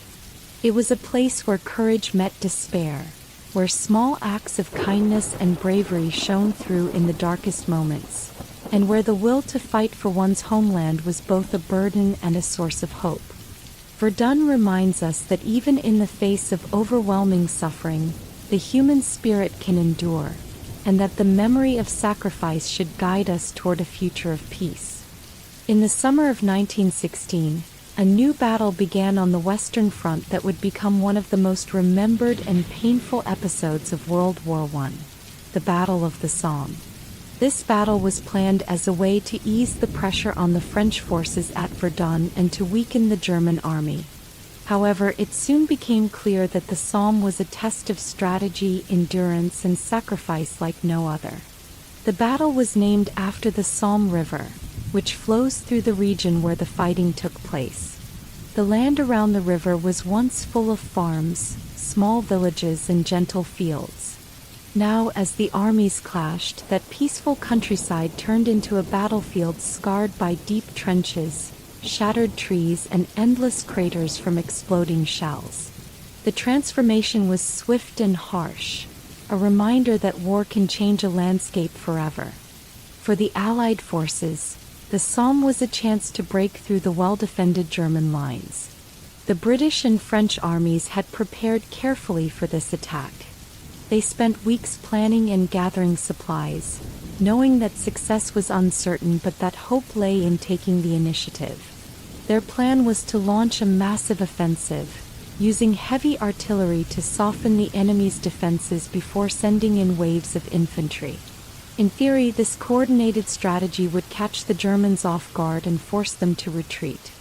On the morning of July 1, 1916, the battle began with an enormous artillery bombardment.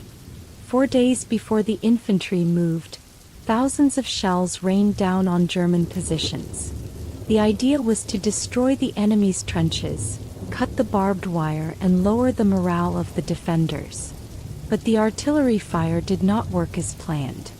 While it did create many craters and damage some of the German defenses, it also left behind deep, muddy craters that made movement very difficult. Worse still, the German soldiers had taken shelter in well-prepared dugouts that were not completely destroyed by the bombardment. When the orders finally came for the infantry to advance, soldiers from the British and French armies stepped out of their trenches into a landscape of mud, craters, and chaos. The attack was met with a storm of machine gun fire and artillery from the German side. In many places, the advancing soldiers were cut down before they could even reach the enemy lines. The bright hope of a breakthrough quickly turned into a scene of tragedy and loss. The first day of the battle became the bloodiest day in British military history, with thousands of soldiers losing their lives. Despite the terrible losses, the Battle of the Somme continued for months. Both sides tried different tactics and strategies as they fought over every inch of ground. The Allies learned that moving in large groups across open fields was extremely dangerous. In response, commanders began to send smaller groups of soldiers in waves, hoping that a more cautious approach might save lives. They also tried to coordinate their attacks with more precise artillery strikes, aiming to hit specific parts of the enemy line. Even with these changes, the fighting remained fierce and the cost in human life continued to climb. The German army, for its part, was well entrenched. Their defensive lines were deep and filled with well-hidden machine gun positions, mortars, and artillery. They used the difficult terrain to their advantage, forcing the attackers to move slowly and carefully. Every gain by the Allied forces was hard-fought and came at a very high price.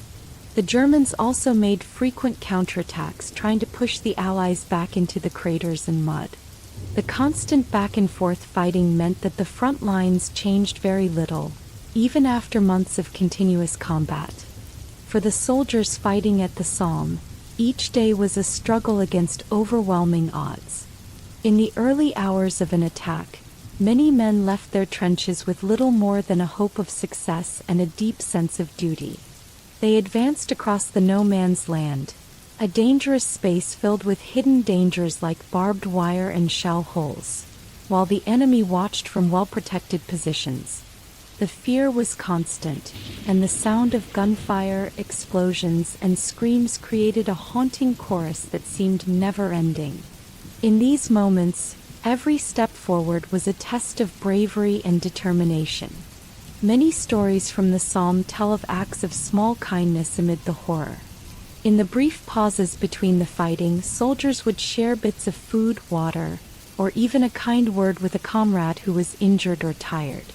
These moments of humanity offered brief relief from the relentless violence. Soldiers often kept mental records of who helped them, and these bonds of friendship helped sustain them through the worst of the battle.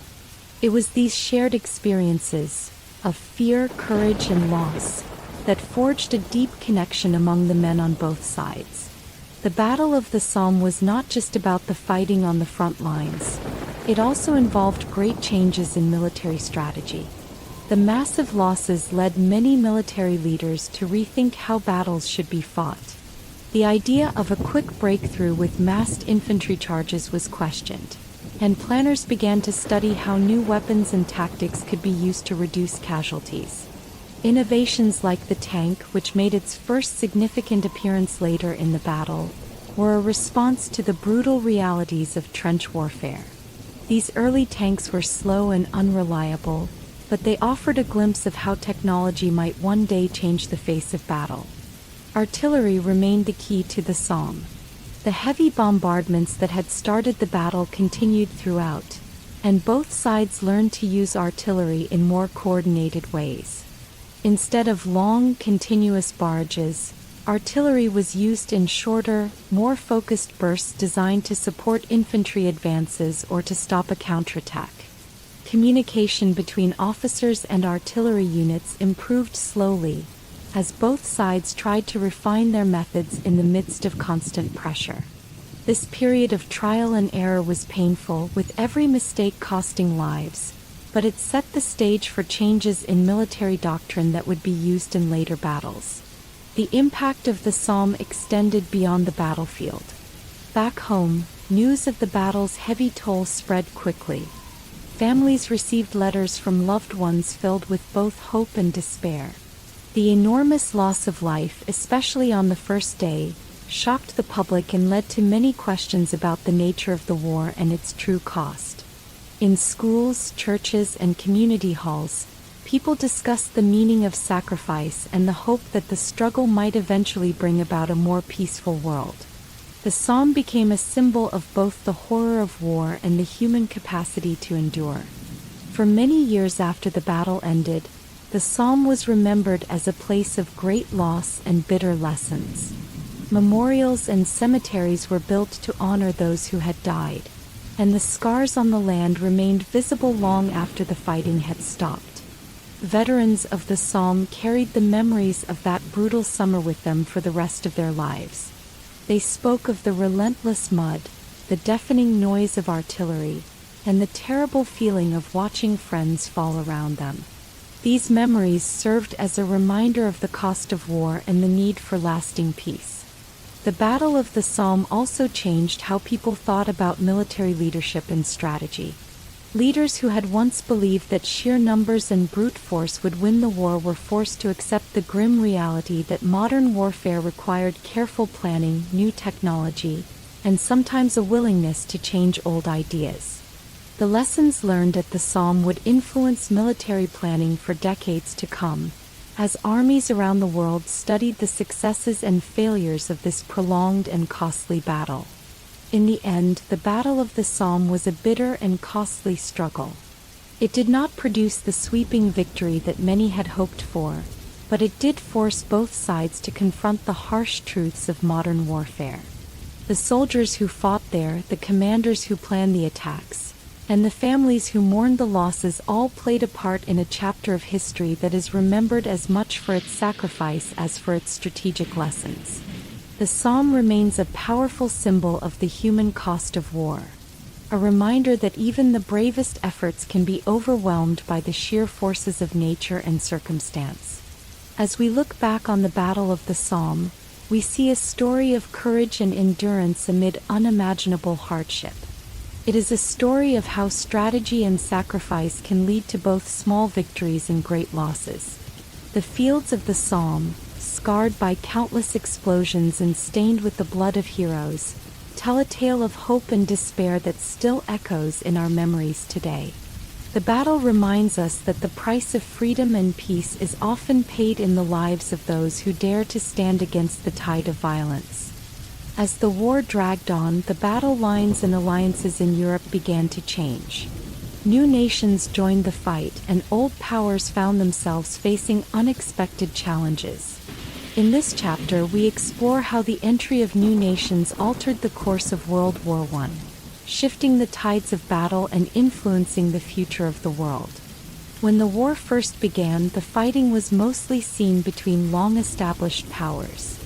Germany, Austria-Hungary, France, Britain, Russia, and a few others were the main players. However, as the conflict continued, the pressures of war pushed more countries to take sides. New nations began to join the fight, and even some that had been neutral were forced to decide where they stood. These new entries were not just about adding numbers to armies. They carried fresh hopes, unique struggles, and a vision for a future free from old rivalries. One of the most important changes came when Russia, with its vast population and territory, mobilized millions of soldiers. Russia saw itself as the protector of Slavic peoples in Eastern Europe, and when Austria-Hungary clashed with Serbia, Russia could not ignore the call for help. The Russian Empire had long struggled with internal challenges, and the war pushed it to its limits. The Russian people hoped that joining the fight would help them secure their own future and protect the smaller nations that shared their language and culture. As Russian troops poured into battle, their presence brought both hope and uncertainty to the Eastern Front. The sheer size of the Russian army forced the Central Powers to adjust their strategies, and battles on the eastern side of the war became larger and more unpredictable. At the same time, the entry of new nations was not limited to Eastern Europe. In the West, the tide of the war began to turn when countries that had remained neutral found themselves drawn in by events beyond their control. For example, when Germany's submarine campaign started targeting merchant ships from neutral countries, the situation grew tense. The sinking of civilian vessels stirred public opinion, and nations that once tried to stay out of the conflict began to reconsider their position. As these new nations stepped onto the stage, they brought with them fresh ideas about freedom and self-determination, ideas that would later shape the political landscape of the world. The United States is perhaps the best-known example of a new nation entering the war. For the first few years, America maintained a policy of neutrality. Many Americans believed that the conflict in Europe was not their fight. However, as German submarines attacked ships carrying American passengers and goods, the U.S. government found it impossible to remain on the sidelines. By 1917, the public opinion had shifted. The news of these attacks, along with the promise of new economic opportunities, led to a change in policy. When the United States finally joined the Allies, it brought with it a vast amount of resources and fresh troops. American soldiers, known as doughboys, were filled with enthusiasm and a belief in a better future. Their arrival on the Western Front boosted morale among the Allied forces and forced the Central Powers to fight on two very different fronts. The entry of the United States was a turning point that showed how global the war had become. It was not just a conflict among old European powers. It was a war in which ideas of democracy and freedom were being defended by nations from around the world. American support came not only in the form of soldiers but also in the supply of food, ammunition, and money. The strong industrial base of the United States allowed it to produce goods quickly, which helped replenish exhausted Allied stocks. This economic strength was a clear sign that the tide of war was shifting. With fresh energy and resources, the Allies could plan more ambitious offensives and take on the long-suffering German armies. Other new nations also found their way into the war, often driven by the hope of breaking free from old empires. In Eastern Europe, various ethnic groups had long been under the control of larger powers like Austria-Hungary and Russia. As the conflict continued, these peoples began to demand their own rights and independence. National movements that had been simmering for years suddenly burst into action. In regions such as the Balkans, local leaders and soldiers fought with renewed determination to carve out nations that reflected their own identities. The war gave these movements both an opportunity and a tragic cost. While the struggle for independence meant that many people suffered, it also set the stage for the future creation of countries like Czechoslovakia, Poland, and Yugoslavia. These new nations emerged from the ruins of old empires, promising a future where the voices of their people would be heard. The entry of new nations brought new tactics and fresh energy to the war.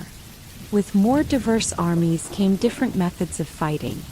Some of these groups had experience in guerrilla warfare or in defending mountainous regions, knowledge that proved useful in the varied terrains of World War I. For instance, in the rugged landscapes of Eastern Europe, local fighters knew how to use the hills, forests, and rivers to their advantage. Their familiarity with the land gave them an edge in ambushes and defensive operations. This diversity in experience forced military planners on both sides to rethink their strategies.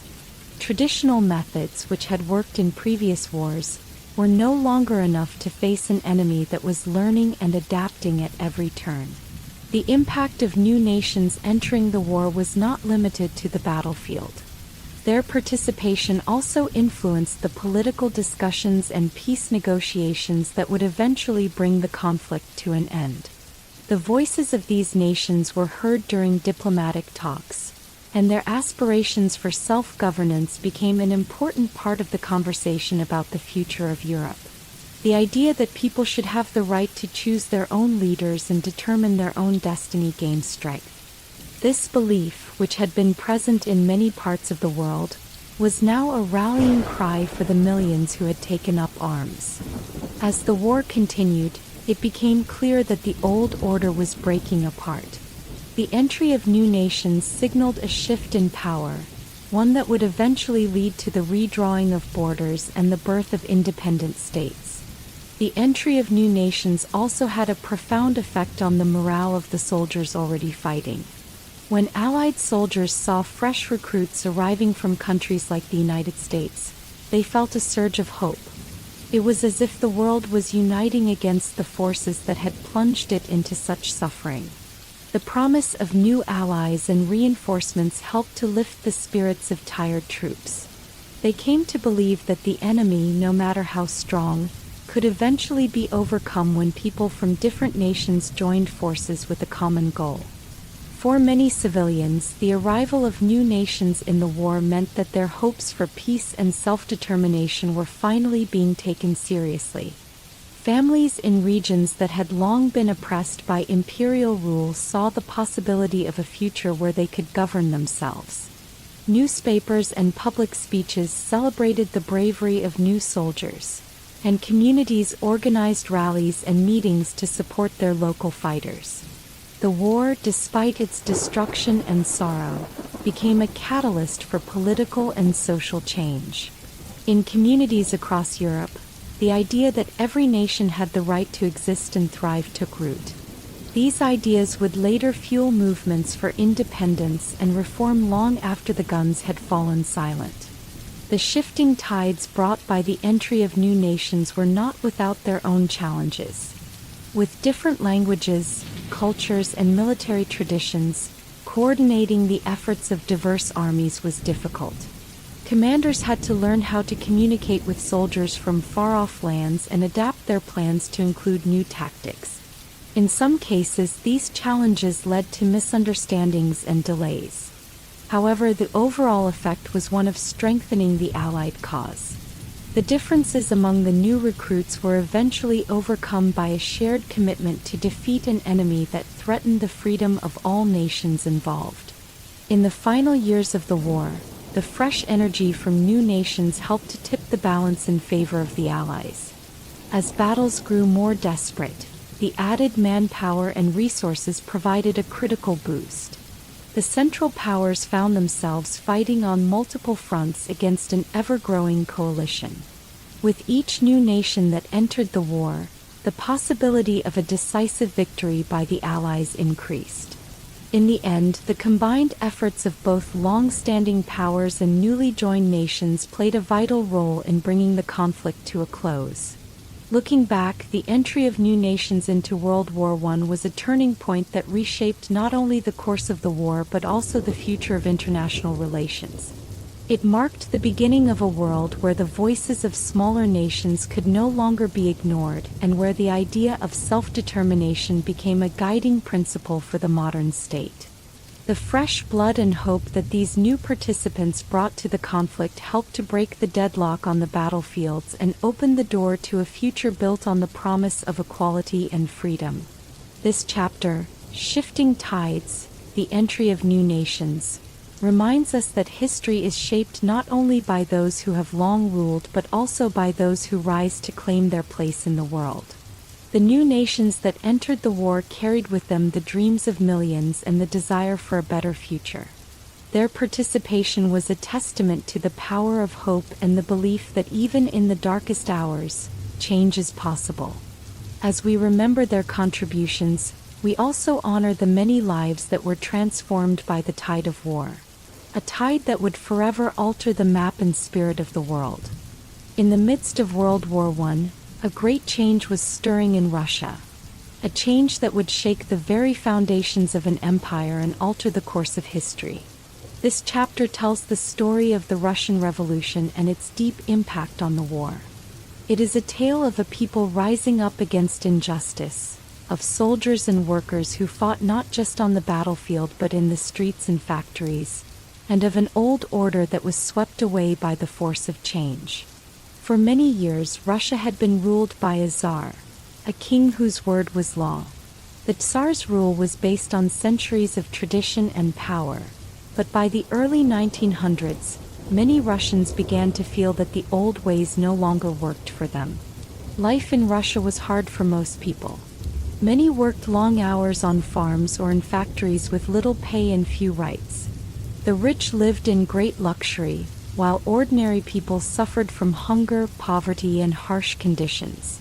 The imbalance between the rich and the poor created a deep sense of anger and a desire for change. When World War I broke out, Russia was already troubled. The country had a vast army, but it was not well equipped or well trained. As the war went on, Russian soldiers faced terrible hardships.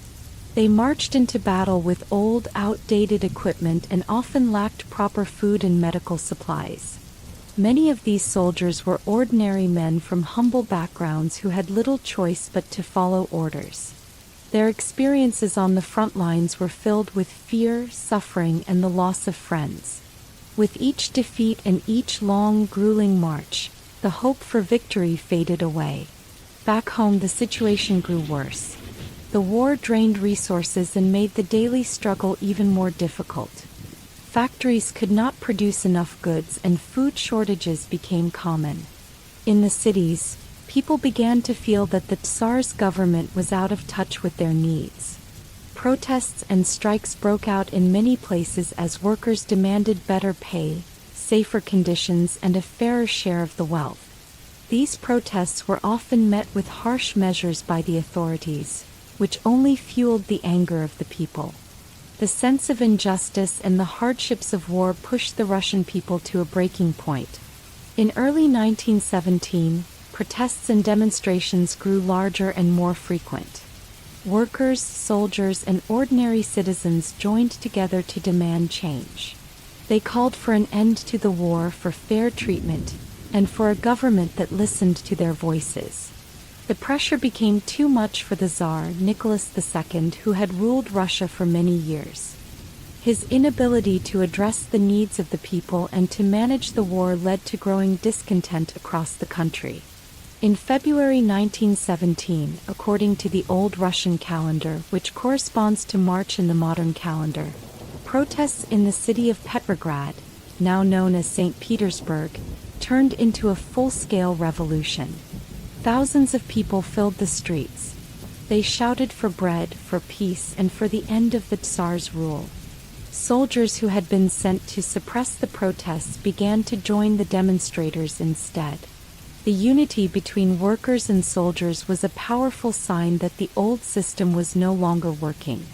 As the protests spread, the government lost control and chaos reigned in the streets of Petrograd. Facing mounting pressure, Tsar Nicholas II was forced to step down from power. For the first time in centuries, Russia was without a Tsar. A provisional government was set up, led by a group of reform-minded leaders who promised to bring change. Many people in Russia hoped that this new government would improve their lives and end the suffering caused by the war. However, the provisional government soon found itself in a difficult position. It struggled to keep order, and the war continued to take a heavy toll on the people and the army. At the same time, a new force began to rise from among the common people, the Bolsheviks. Led by a man named Vladimir Lenin, the Bolsheviks believed that a true change could only come if the workers and soldiers took power themselves. They argued that the provisional government was not doing enough to end the war or to address the needs of the people. Lenin's ideas were bold and radical. He promised peace, land, and bread. A simple message that appealed to those who were tired of endless fighting, hunger, and inequality. By October 1917, the Bolsheviks had gained strong support in the cities and even among some soldiers. They organized meetings and rallies, urging people to prepare for a final, decisive action. In what became known as the October Revolution, the Bolsheviks took control of key buildings in Petrograd and other major cities. The provisional government was overthrown, and Lenin and his supporters assumed power. This change in leadership was not just a shift in government. It was the start of a new chapter in Russian history. The Bolsheviks moved quickly to withdraw Russia from World War I. They argued that continuing the war only worsened the suffering of the people and that Russia needed to focus on its own future. In March 1918, a treaty was signed with Germany, known as the Treaty of Brest-Litovsk. This treaty ended Russia's involvement in the war, but it came at a high cost. Russia had to give up large territories and face a period of instability and civil war. Yet for many Russians, the price was worth it if it meant ending the misery of the war. The revolution and the withdrawal from the war had far-reaching effects. On the battlefield, the removal of Russia changed the balance of power. The Central Powers, led by Germany and Austria-Hungary, found themselves with a new advantage as one of their major opponents was no longer fighting. This shift allowed Germany to concentrate more forces on the Western Front, where the battle with the Allies continued. However, the peace on the Eastern Front was short-lived. Russia soon fell into a bitter civil war, with different groups fighting for control of the country. The Civil War, which lasted for several years, deepened the pain and division within Russia, but it also set the stage for the creation of a new communist state. For the people of Russia, the revolution was both a time of hope and great sorrow. Many celebrated the end of the Tsar's rule and the promise of a fairer society. New ideas about equality and workers' rights spread quickly, and there was a sense that the old injustices might finally be corrected. However, the price of revolution was high. Families were torn apart by the violence of street battles and later by the chaos of civil war. The country was plunged into a period of uncertainty, and the future was anything but clear.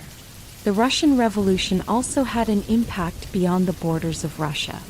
It inspired similar movements around the world and made many people wonder if the old ways of government were truly the best way to organize society.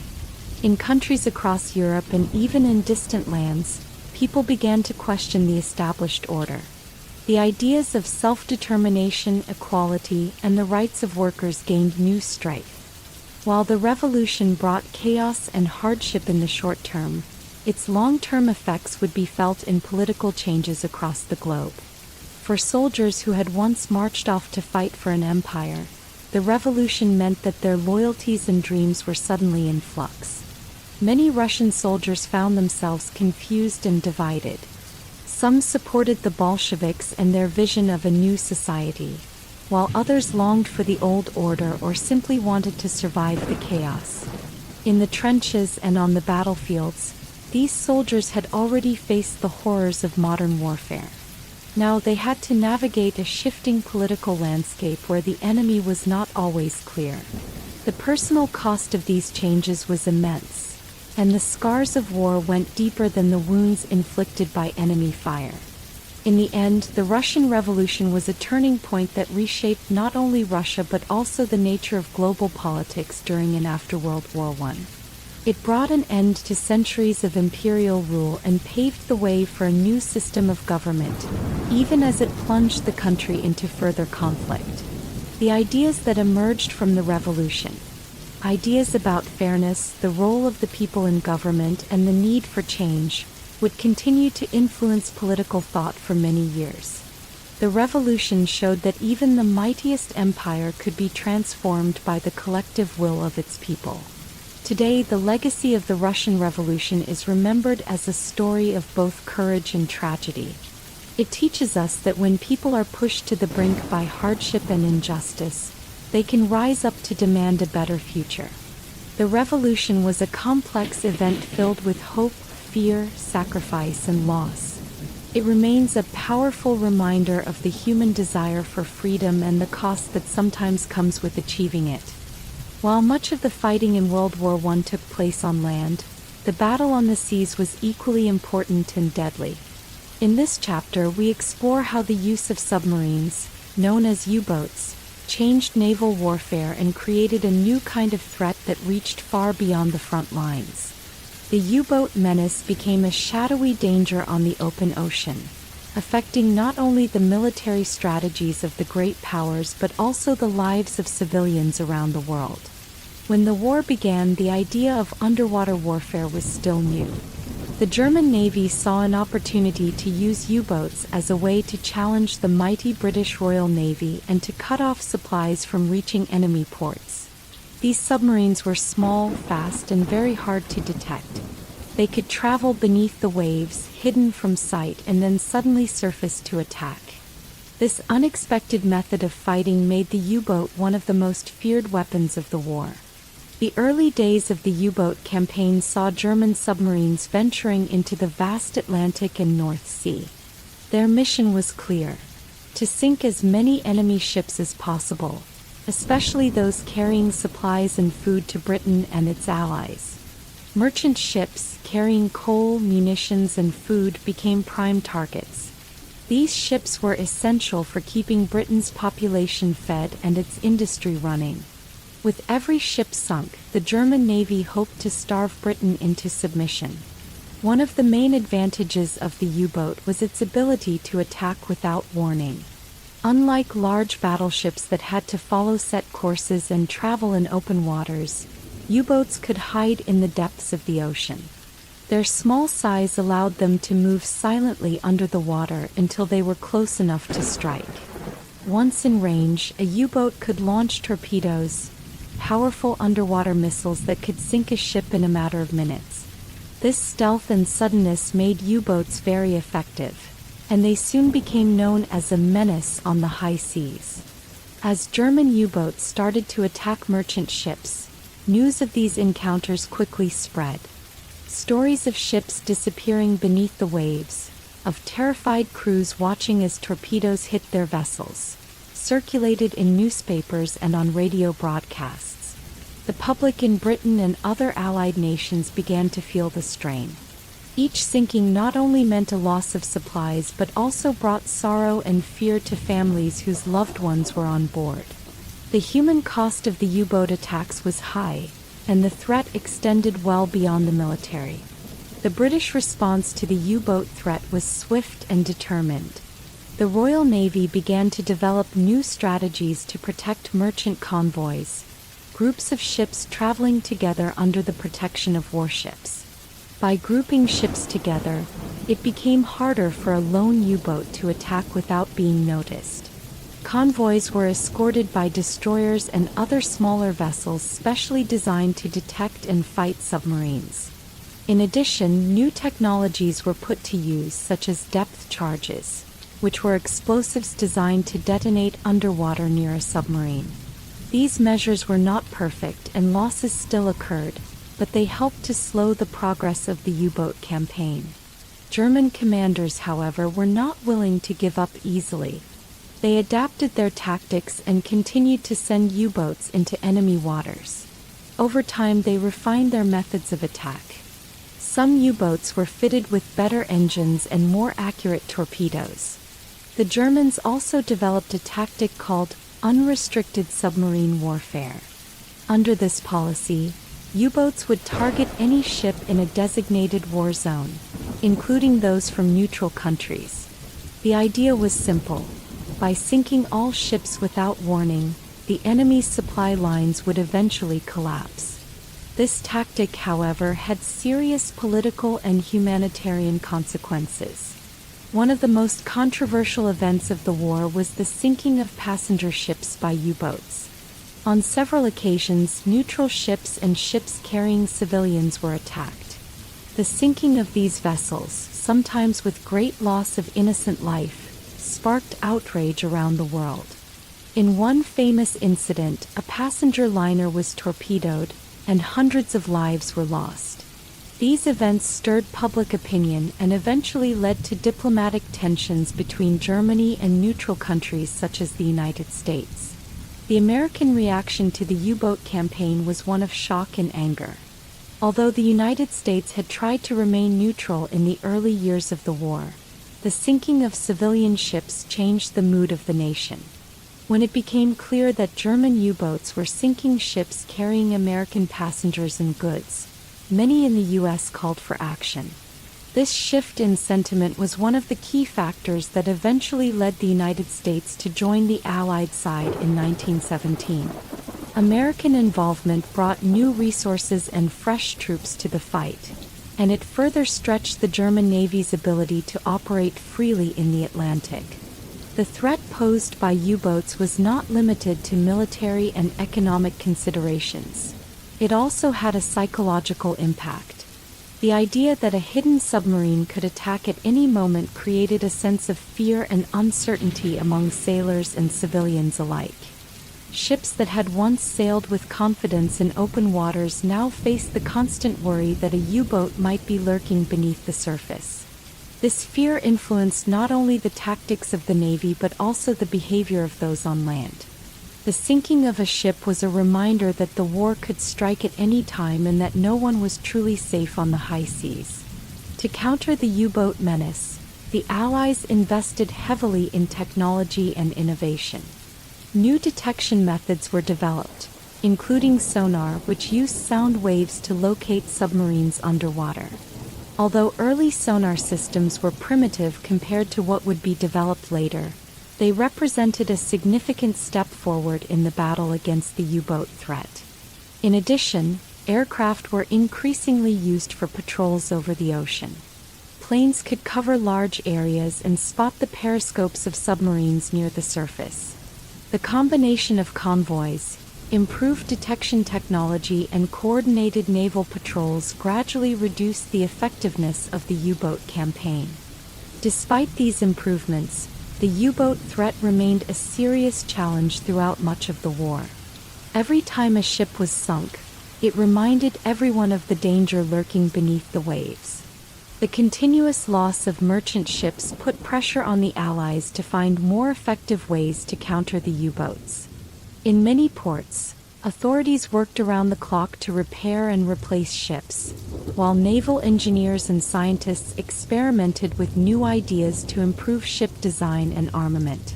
The goal was to create vessels that were more resilient to torpedo attacks and better able to defend themselves against submarine threats. The impact of the U-boat campaign was felt on a global scale. Not only did it affect the flow of supplies and the outcome of battles, but it also changed the way nations thought about maritime warfare. The concept of total war had taken root, where the enemy's entire economy and civilian population could be targets. The U-boat campaign was one of the first examples of this idea in practice. It showed that in modern warfare, the line between combatant and non-combatant was increasingly blurred, and that the effects of war could reach far beyond the battlefield. For the crews of the U-boats themselves, life under the command of the submarine was harsh and isolating. Living in cramped conditions deep below the surface, with limited air and little privacy, U-boat crews faced their own set of challenges. They spent long days and nights in a metal tube, aware that a single mistake could lead to their doom. Despite the danger, many of these men believed in the cause of their country and were proud to serve on these silent, deadly vessels. Their lives were a mixture of routine patrols and moments of intense action, as they lay in wait for a chance to strike. The U-boat campaign also had long-term effects on international law and the rules of war. The use of unrestricted submarine warfare, especially against civilian ships, sparked debates about the ethics of warfare and the protection of innocent lives. After the war, these discussions contributed to changes in international agreements and helped shape the future of maritime law. Many of the lessons learned during the U-boat campaign influenced how nations approached conflicts in the years that followed, emphasizing the need for clear rules to prevent unnecessary suffering. In the final analysis, the U-boat menace was a turning point in naval warfare. It forced nations to rethink their strategies, invest in new technology, and confront the harsh realities of modern conflict. The threat from beneath the waves brought not only military challenges but also deep psychological and political consequences. As the war drew to a close, the legacy of the U-boat campaign remained, a powerful reminder of how innovation in warfare can bring both progress and peril. Today, the history of World War I's U-boat campaign continues to be studied by military historians and naval strategists. The lessons learned from the use of submarines have shaped the development of modern naval tactics and technology. The struggle against the U-boat menace is remembered as a key chapter in the story of a war that changed the world, highlighting the constant interplay between technology, strategy, and the human spirit in the face of overwhelming danger. In the early days of World War I, the skies over the battlefields became a new frontier of war. For the first time, airplanes took to the air, bringing a whole new way of fighting. In this chapter, we explore how aerial combat began and how it changed the war. We will see how pilots learned to fly, how dogfights unfolded high above the ground, and how these early aircraft transformed military strategy. At the start of the war, airplanes were very new inventions. In the years before the conflict, many inventors and engineers had dreamed of flying. When the war began, military leaders quickly realized that having eyes in the sky could offer a big advantage. Early aircraft were simple and made mostly of wood and fabric. They had small engines and could only fly at low altitudes and speeds compared to modern standards. Yet, these fragile machines opened up a whole new world of possibilities. At first, airplanes were used mainly for observation. Their ability to fly high and far meant that they could watch enemy positions and report on troop movements. Pilots would fly over the front lines, taking note of where the soldiers were and where the enemy was gathering. They carried small cameras or took notes by hand. The information gathered from these flights was sent back to commanders on the ground, who used it to plan their attacks. In many ways, the early use of aircraft was like having a bird's-eye view of the battlefield. As the war went on, the role of airplanes expanded. Both the Allied and Central powers began to arm their planes. Light machine guns and small bombs were added to these aircraft, and soon pilots found themselves not only watching but also fighting. The first air battles, known as dogfights, were chaotic and unpredictable. In a dogfight, 2 or more airplanes would chase each other in the sky, trying to get close enough to fire their weapons. The pilots had to rely on quick reflexes, keen eyesight, and a good understanding of their own machine.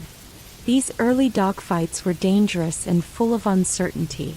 The pilots, often young and inexperienced, had to learn to navigate their aircraft while keeping an eye on enemy planes.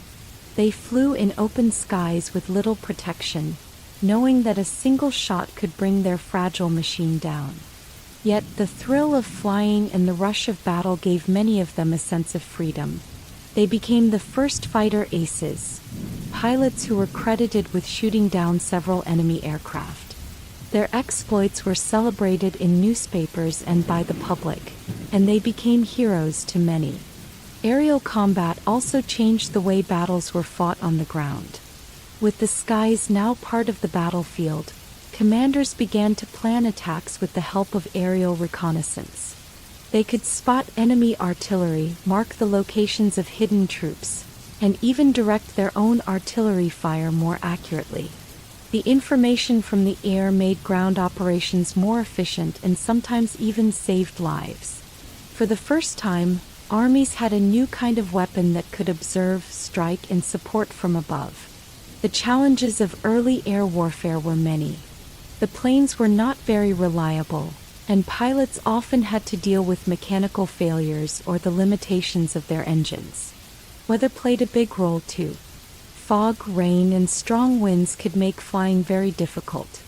Pilots had to be ready for sudden changes in weather that could force them to land in dangerous or unfamiliar territory.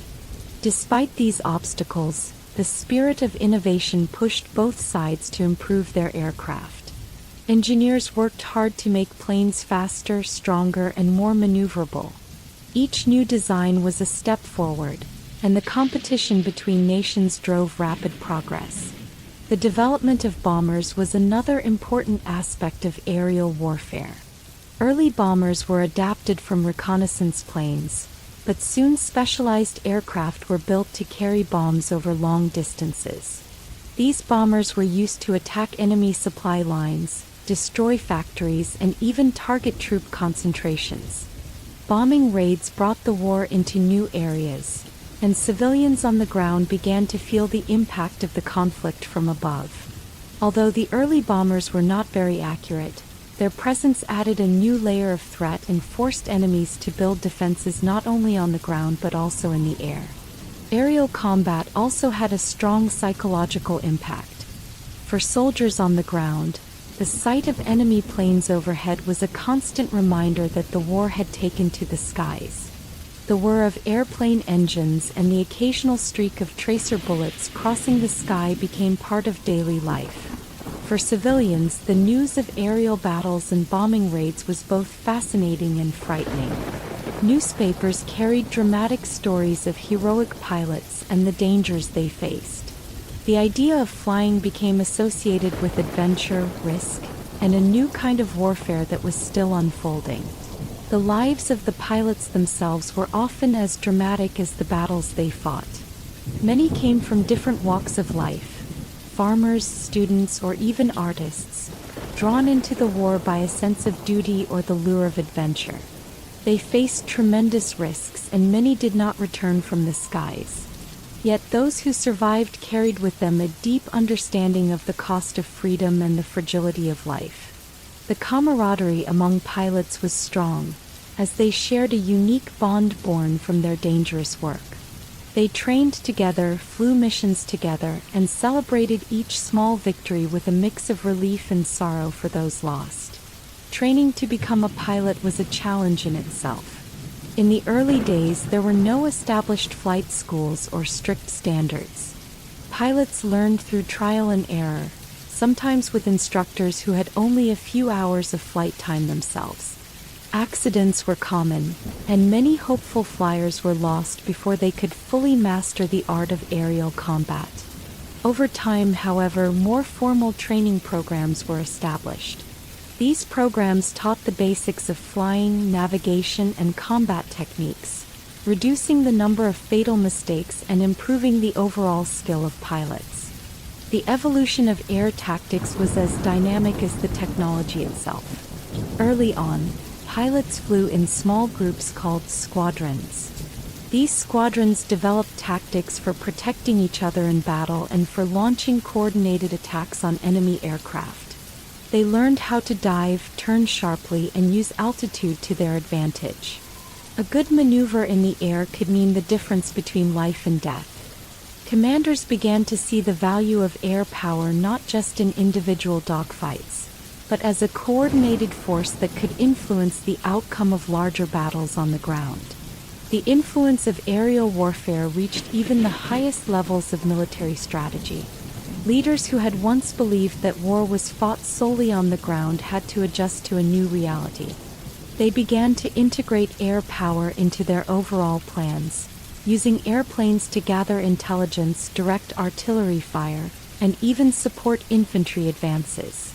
The combination of ground and air operations created a more complex battlefield, where success depended on coordination and timing across multiple domains. As the war progressed, the technology of aerial combat continued to evolve rapidly. New models of fighter planes emerged with improved engines, better armament, and enhanced maneuverability.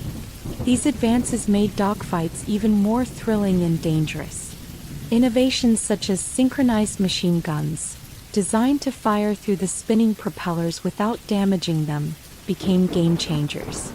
Such inventions allowed pilots to aim more accurately and increased their chances of downing an enemy aircraft. The pace of development was astonishing, and by the end of the war, the aircraft flying in the skies were far more advanced than those that had taken off in 1914. Even though the early days of aerial combat were marked by high risks and rapid technological change, the legacy of this new form of warfare was profound. The brave pilots who flew in those first dogfights laid the foundation for modern air forces around the world. Their experiences taught military leaders about the importance of controlling the skies, and their innovations paved the way for the future of aviation. Air power would go on to become one of the most critical elements of military strategy in conflicts to come. For the people who lived through World War I, the dawn of air warfare was a symbol of modernity and the changing nature of conflict. It showed that the traditional ideas of battle were being replaced by a new age of technology and speed. The airplanes in the sky were both a marvel and a menace, a reminder that the world was entering a period where the skies would hold as much importance as the ground below. In the years after the war, the lessons of early aerial combat influenced everything from commercial aviation to military doctrine. The pilots became legends, their stories passed down through generations, and their exploits inspired countless others to take to the skies. Museums, memorials, and books have celebrated these pioneers of flight, ensuring that their contributions to history are not forgotten. As we close this chapter on aerial combat and the dawn of air warfare, we see a clear picture of how the skies transformed during World War I. The innovation, courage, and sacrifice of the early pilots changed the nature of battle and opened up a new world of possibilities. Their legacy lives on in every modern airplane and every air force that continues to shape the way wars are fought today. After years of grueling, static warfare, both sides in World War I began to search for a final push to break the long stalemate. In this chapter, we explore the final offensives that aimed to end the deadlock on the battlefields. These offensives brought new strategies, renewed hope, and a determination to finally change the course of the war.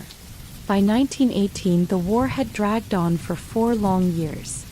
The constant fighting, the terrible conditions in the trenches, and the enormous loss of life had worn down both armies and entire nations. Soldiers on both sides were tired, and the people at home had endured much suffering. Many began to question if the war would ever end or if it would continue to take more lives. Leaders realized that the old methods were no longer working and that bold new strategies were needed to break the deadlock. One of the most important changes came from the Allies, who had gradually rebuilt their strength with new supplies, fresh troops from nations like the United States, and improved tactics. They decided to launch a series of coordinated attacks along the front lines. The idea was to hit the enemy at several points at once, making it harder for them to react and move reinforcements. These final offensives were planned with great care. Commanders studied maps and analyzed enemy positions, looking for weaknesses in the defensive lines. They wanted to use speed, surprise, and the combined force of infantry, artillery, tanks, and aircraft to finally force a breakthrough. On the Western Front, where the fighting had been stuck in a long, muddy line of trenches for years, the final offensives were especially dramatic. In one major attack, Allied forces gathered their best troops and advanced in a coordinated push against the German lines. The new tactics involved using artillery to soften up the enemy positions, followed by waves of infantry moving quickly to exploit any gaps. Tanks were used to help clear obstacles such as barbed wire and craters. Airplanes provided cover and helped direct the artillery fire. All of these elements worked together in a combined arms approach that was much more effective than the old, uncoordinated attacks of earlier years. The fighting was fierce and progress was not easy. On many parts of the front, the enemy fought back with desperate determination. But the Allies had learned from years of hard experience. They knew that every meter of ground gained was important. In some sectors they managed to push the enemy back by small distances, slowly widening the gap in the defensive lines. These gains, although measured in meters rather than miles, added up over time and put increasing pressure on the German forces. The German army, which had been fighting on multiple fronts and facing shortages of supplies and fresh manpower, began to show signs of strain. Their lines, which had once been strong and unyielding, started to crack under the combined assault. The constant attacks and the use of new tactics, such as rapid troop movements and coordinated artillery barrages, forced the Germans into a defensive position they had never been in before. As the Allied forces pressed on, the German commanders were forced to retreat in many areas, abandoning positions they had held for years. One of the most significant battles during these final offensives took place in the region of the Hindenburg Line, a formidable series of German defensive works. The Hindenburg Line had been built to slow any advance by the enemy and had held off previous attacks for a long time. However, the new Allied strategies finally found a way to breach these defenses. In a carefully planned attack, artillery bombarded the Hindenburg positions for hours, creating gaps and weakening the enemy's resolve. When the infantry moved forward, they encountered less resistance than before. The breach in the line was small at first, but it grew quickly as more soldiers pushed through. This breakthrough sent shockwaves through the German command structure and raised the morale of the Allied troops. The final offensives were not just about military might. They also had a strong psychological component. For soldiers on the front, the promise of an end to the fighting lifted their spirits. In the trenches, where life had been a monotonous struggle against mud, cold, and enemy fire, the sound of advancing troops and the sight of artillery moving forward brought hope. Men who had begun to lose faith in victory found renewed energy to fight on. Similarly, in the rear areas, families and civilians celebrated every small victory, believing that the end of the war was finally in sight. Despite the successes of the final offensives, the battles were still extremely costly. Every attack meant heavy casualties on both sides. The fighting was relentless, and the determination to break the stalemate came at a great price. For many soldiers, each day was a mix of hope and fear. They knew that with every step forward they were risking their lives, but they also understood that their actions could finally bring the war to an end.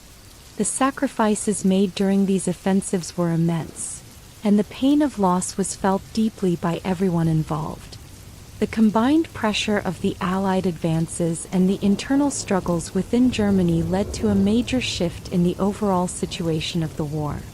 German soldiers, already tired from years of fighting, were pushed to the breaking point. The German government, facing growing dissent at home and in the army, found it increasingly difficult to continue the war. The final offensives exposed the weaknesses in the German military system and the faltering support from the German people. As the Allies continued to advance, the German leadership realized that the war was no longer winnable on their terms. The impact of these final offensives extended far beyond the immediate battlefield. The successful breakthroughs forced the Central Powers to reconsider their positions in peace negotiations. In many Allied countries, the victory on the Western Front was seen as the turning point that would soon bring an end to the war. The news of the advances spread quickly, bolstering the determination of people around the world who had long hoped for peace. The end of the stalemate was not just a military victory. It was a signal that the era of endless trench warfare was coming to a close. On the German side, the effects were equally profound. The failure to hold the defensive lines, the loss of territory, and the growing discontent among soldiers and citizens alike led to widespread calls for an end to the conflict. The German people, weary of the suffering and the endless losses, began to pressure their leaders to seek peace. As a result, the final offensives played a significant role in the eventual decision by the German government to seek an armistice. The realization that the war could no longer be sustained, both on the battlefield and at home, brought the once distant hope of peace closer to reality. The legacy of the final offensives is remembered as a testament to the human capacity for resilience and change.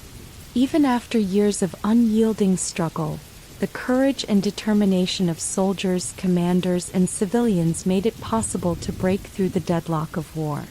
The lessons learned during these battles, about cooperation, innovation, and the importance of morale, shaped military strategy for years to come. Future generations would study these final offensives as examples of how combined arms tactics and renewed hope could overcome even the most entrenched positions. For the individuals who fought in these final battles, the memory of those hard-won moments remained with them long after the war ended. The camaraderie, the shared sacrifices, and the bittersweet taste of victory became part of the collective history of a generation. Families honored the memory of loved ones who had given their lives in these final pushes, and communities commemorated the triumphs and the tragedies of those decisive days.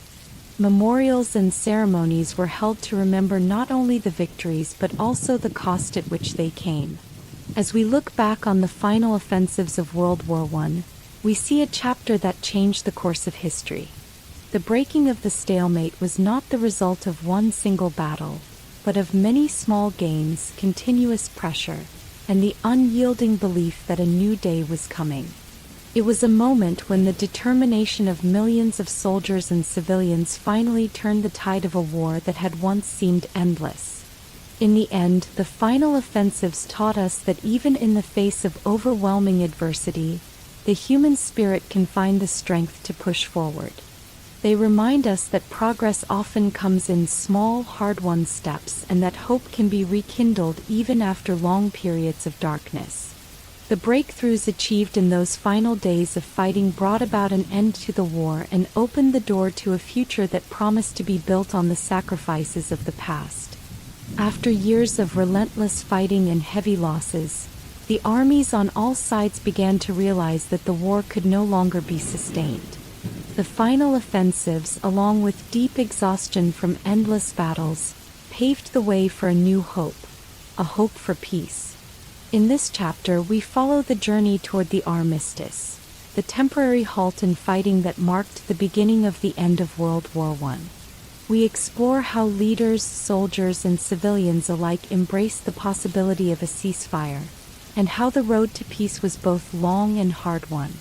In the final months of the war, as the Allies pressed on and the German forces retreated from long-held positions, the mood in many countries shifted from one of relentless combat to cautious optimism. Exhaustion and despair had taken their toll on soldiers, while the suffering of civilians on the home front became unbearable. For many, the idea of an end to the fighting was a welcome thought, a chance to rebuild shattered lives and return to a time of normalcy. On the battlefield, the final offensives had exposed the weaknesses of the Central Powers. German soldiers, worn down by years of fighting and increasingly isolated by the arrival of fresh Allied troops, began to lose the will to continue. Many commanders saw that despite their efforts to hold on, the enemy's coordinated attacks and the growing support of new nations had tipped the balance of power.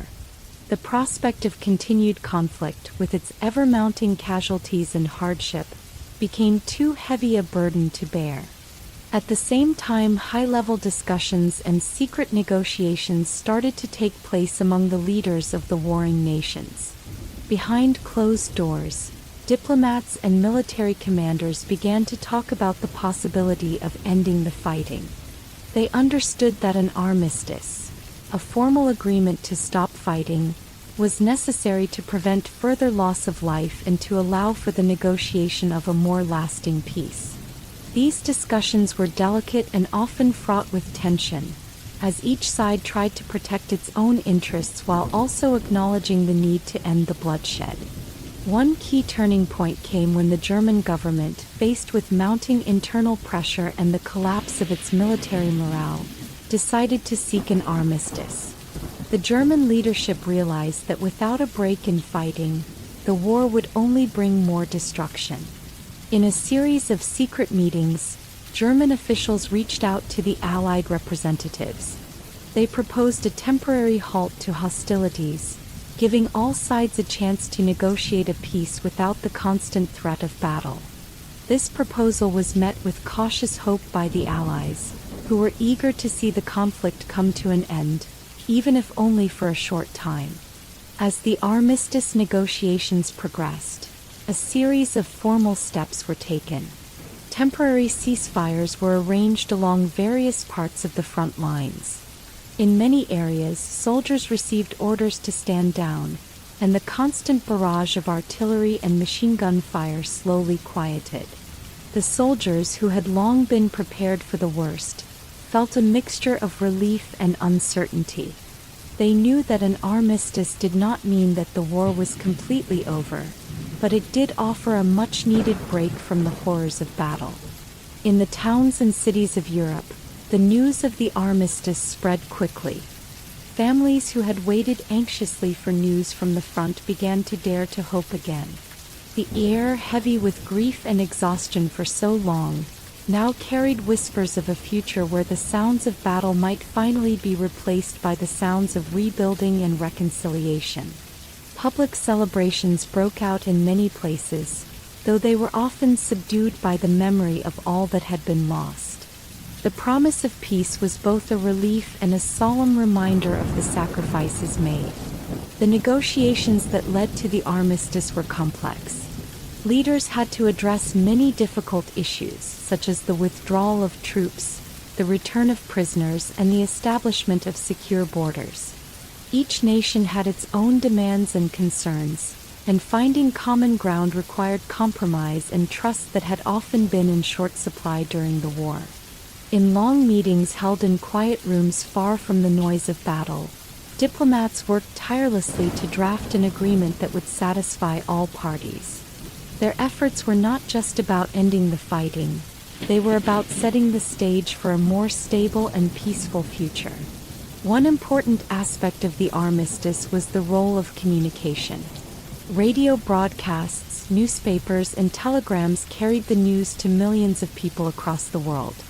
The messages were filled with hope and determination. Leaders spoke of the need to remember the sacrifices of the past and to build a future where such a conflict would never happen again. For the soldiers on the front lines, the ceasefire was a chance to breathe, to tend to their wounds and to grieve for their fallen comrades. For the civilians at home, it was a time to begin the long process of healing. Even as the armistice was being formalized, the situation on the ground was still uncertain. Some areas experienced sporadic outbreaks of violence, as the transition from war to peace was never entirely smooth. In the trenches, where the memory of relentless combat was still fresh, soldiers were wary of any sudden movement. Commanders had to carefully enforce the ceasefire, making sure that all units followed the orders. It was a delicate balance, ensuring that the agreement was respected while also providing a sense of security to everyone involved. As the days passed, the armistice began to take effect more fully.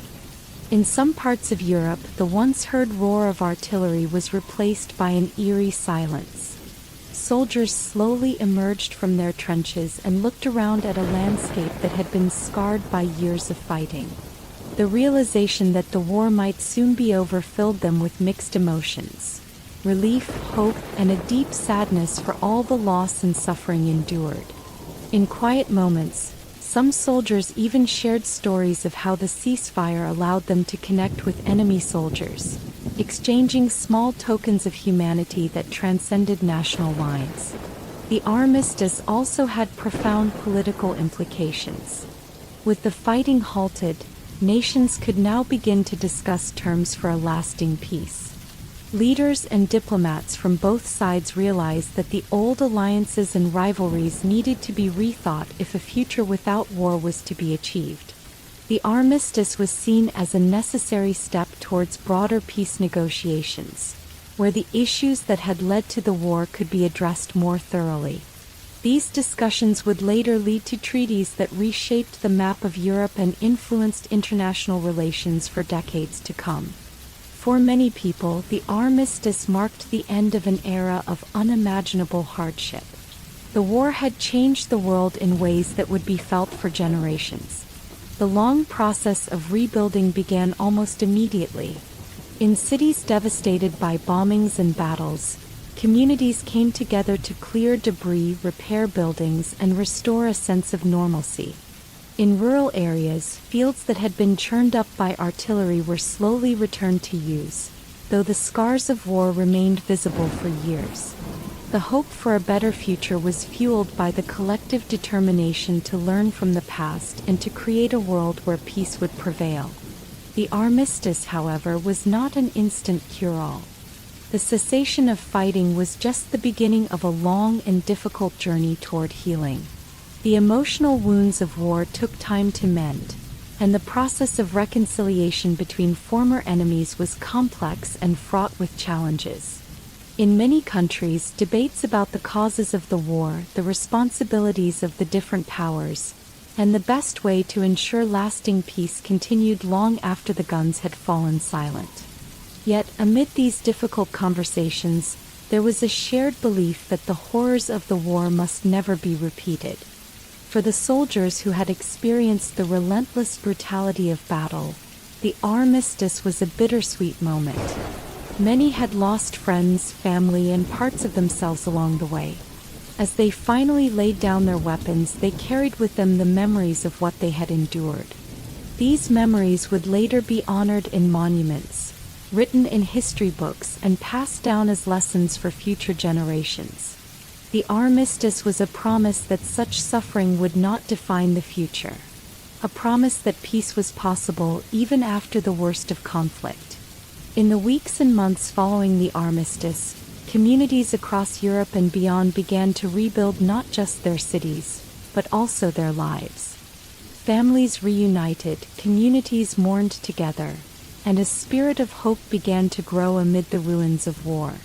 Governments and international organizations started to work on ways to create a lasting peace, understanding that the road to recovery would be long and difficult. The armistice was the first step on that road, a moment when the fighting finally stopped and the world took a collective breath. The legacy of the armistice is one of resilience and the belief that even after the darkest days, light can emerge. It is remembered as the moment when nations, weary of endless fighting, chose to seek a path toward healing. The ceasefire laid the groundwork for peace negotiations that would eventually lead to treaties and a reordering of international relations.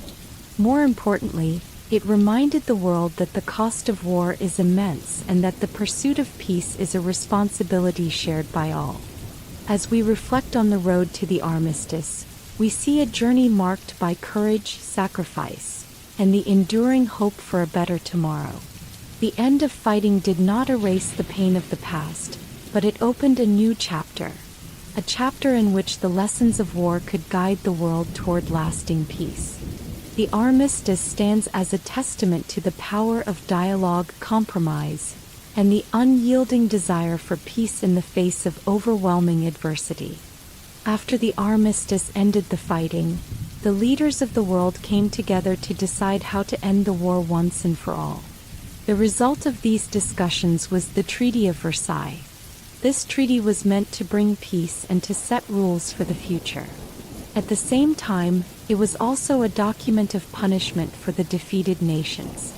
In this chapter, we explore how the Treaty of Versailles was created, what it meant for the countries involved, and how its decisions affected the world for years to come.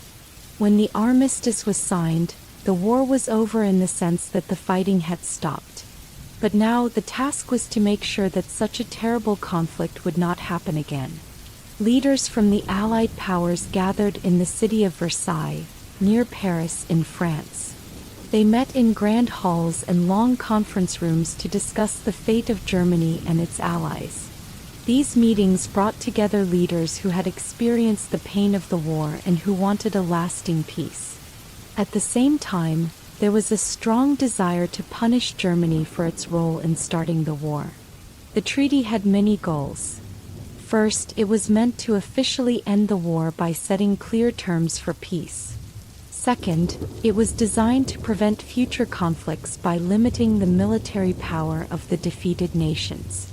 And third, it aimed to hold Germany responsible for the damage caused during the war by requiring it to pay reparations, a kind of payment meant to cover the costs of the destruction. Each of these goals led to many heated debates among the leaders at Versailles.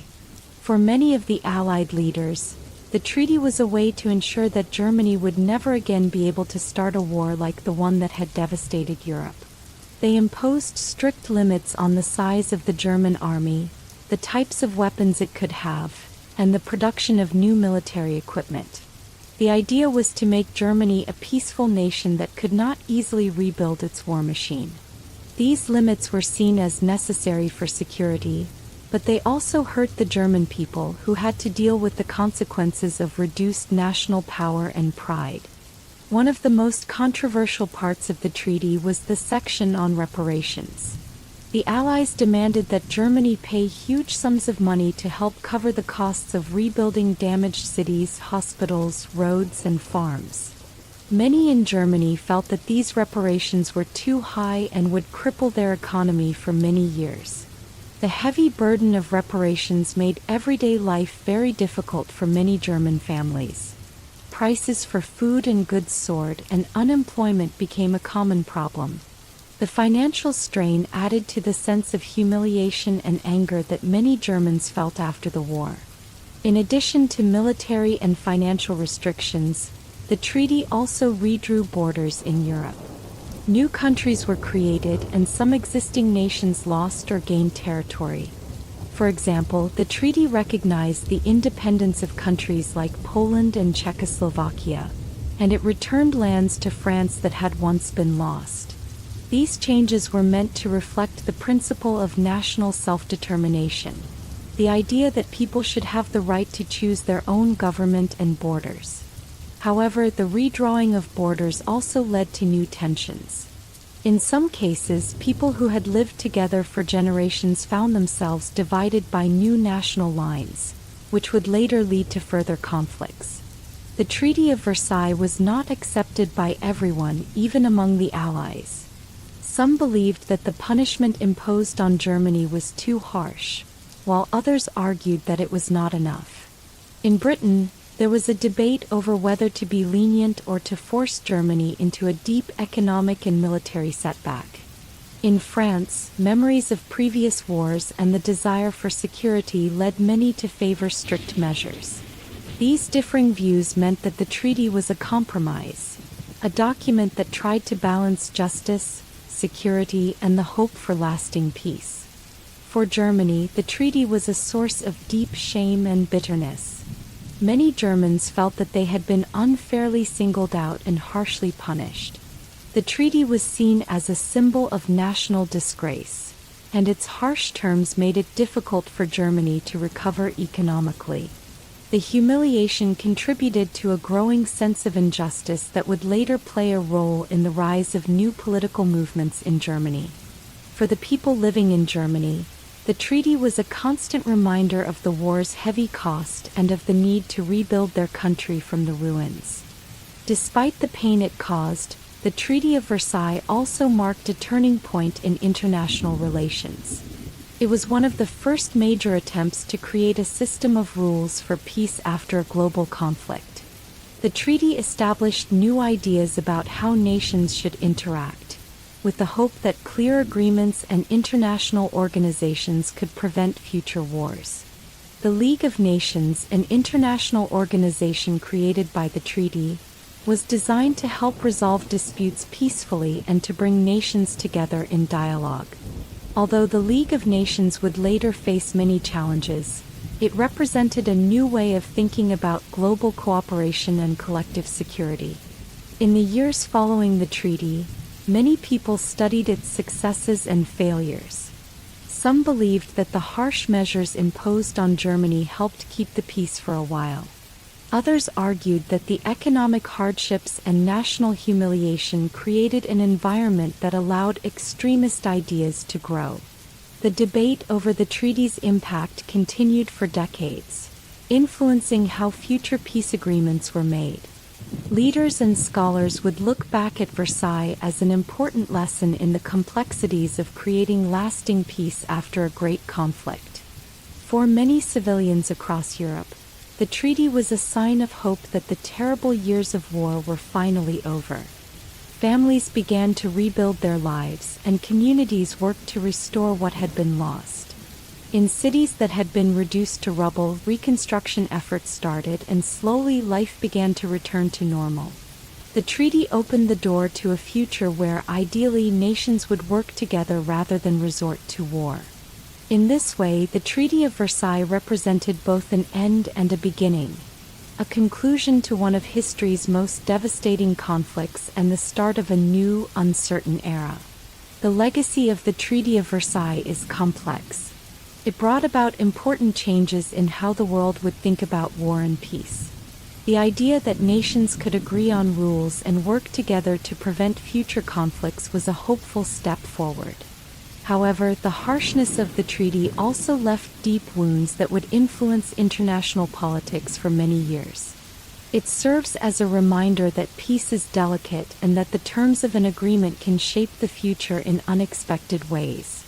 Today, the treaty is remembered not only for the peace it sought to create but also for the lessons it taught about fairness, justice, and the importance of understanding the needs of all nations.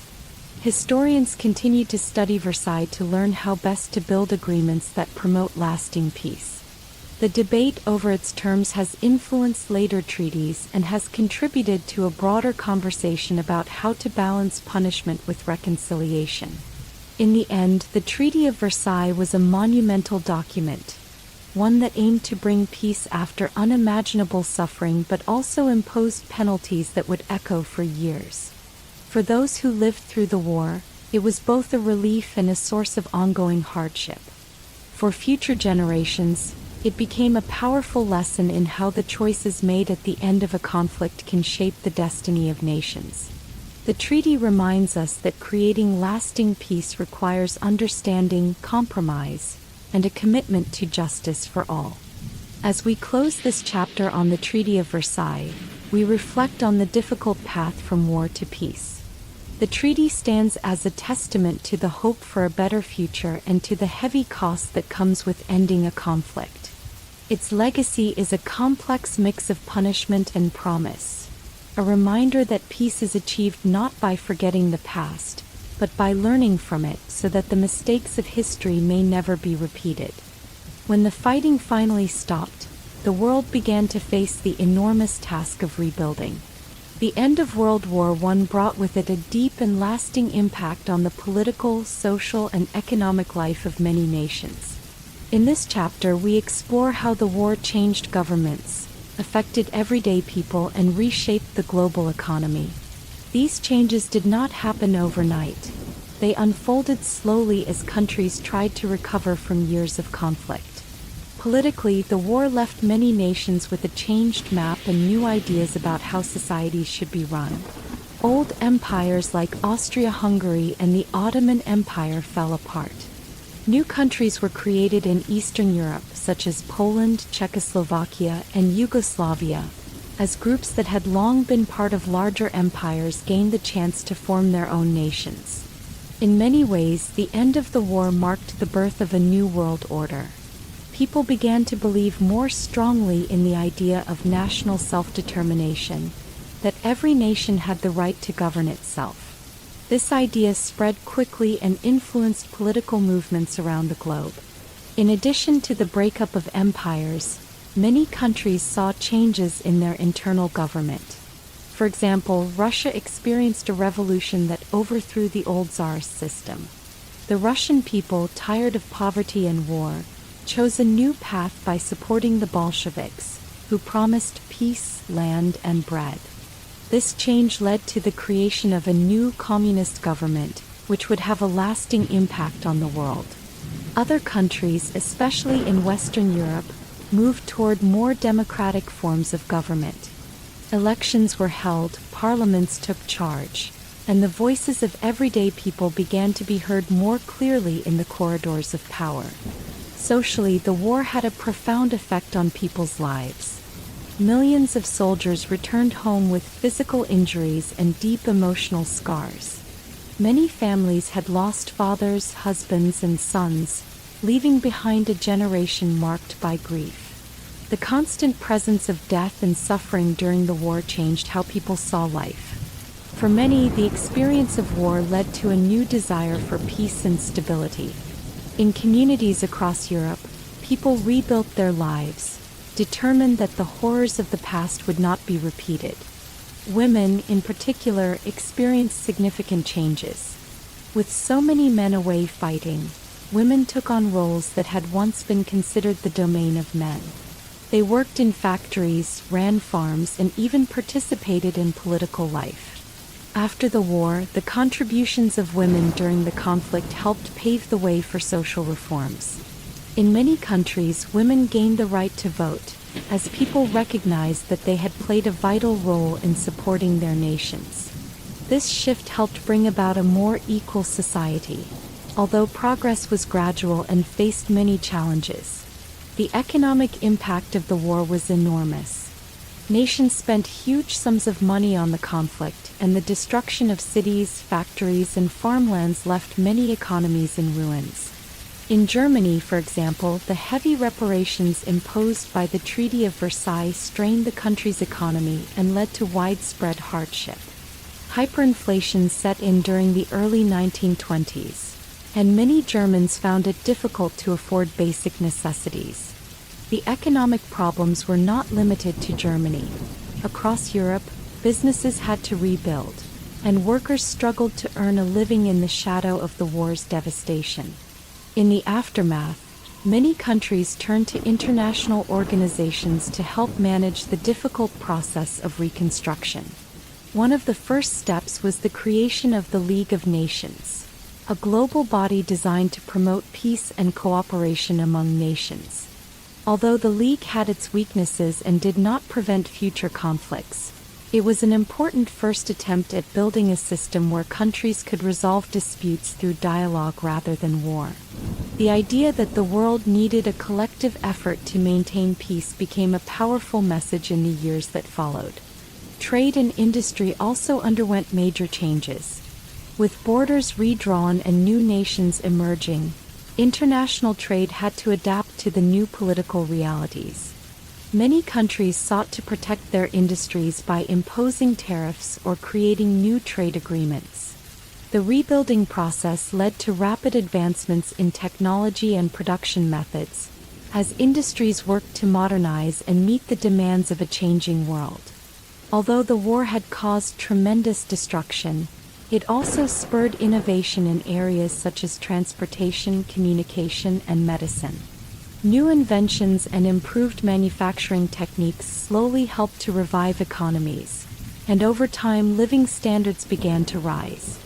However, the road to recovery was not smooth. The physical and psychological scars left by the war meant that many people had to cope with loss and trauma for years to come. Communities had to rebuild homes and infrastructure that had been destroyed by years of fighting. In many cities, the work of reconstruction was both a practical necessity and a symbol of hope. Streets that had once been filled with the sounds of artillery were now being cleared and repaired. New schools, hospitals, and public buildings were constructed, reflecting a commitment to building a better future. For many veterans, the end of the war was bittersweet. They returned to lives that were forever changed by what they had experienced on the battlefield. Support for veterans became an important social issue, as governments and communities worked to provide medical care, pensions, and opportunities for those who had sacrificed so much. The memory of the war influenced art, literature, and music, as people sought to express both their sorrow and their hope for a new beginning. Memorials and monuments were erected to honor those who had lost their lives, ensuring that future generations would remember the heavy cost of conflict. The social changes brought about by the war also had long-lasting effects on culture and attitudes. The shared experience of loss and hardship led to a new sense of unity among people.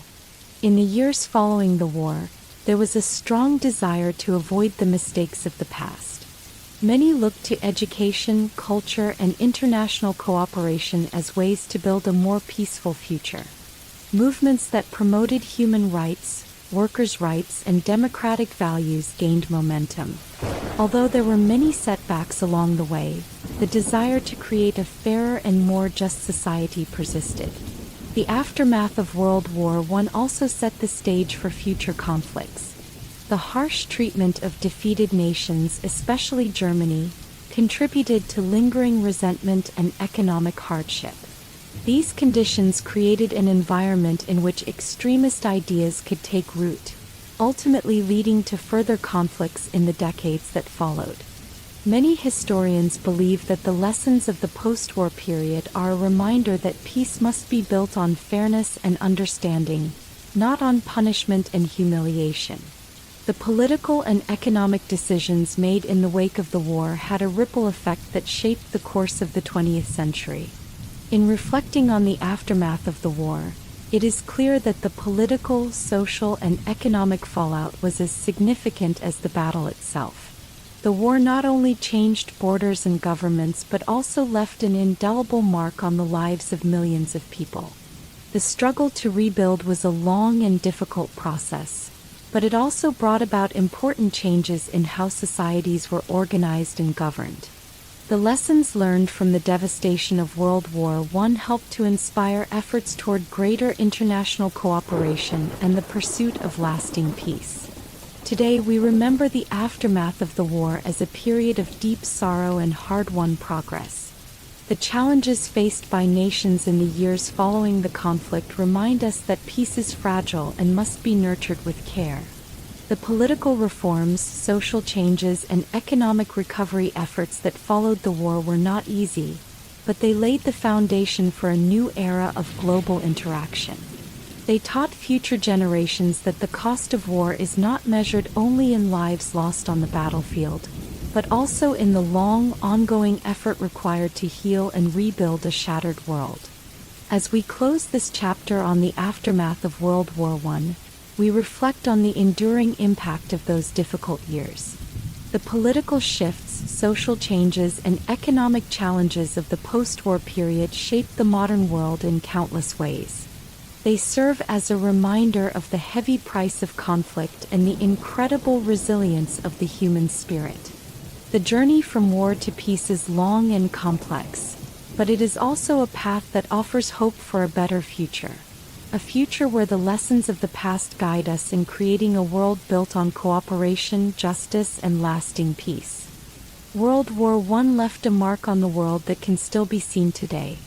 Long after the last gun fired and the final treaty was signed, the war's legacy has shaped nations, influenced ideas, and changed the way people remember history. In this chapter, we look at how the Great War is remembered, what lessons it taught, and how its legacy continues to influence our world. The war brought immense suffering, but it also changed the way people thought about peace and conflict. Many who lived through the war saw the terrible cost of modern fighting. The loss of millions of lives, the destruction of entire towns, and the deep scars on both the land and the people made it clear that war was not a way to solve problems. In the years after the conflict, many leaders and citizens began to work toward building a more stable and peaceful world. They believed that if the world could learn the lessons of the Great War, future conflicts might be prevented. One of the most lasting legacies of World War I is the idea of remembrance.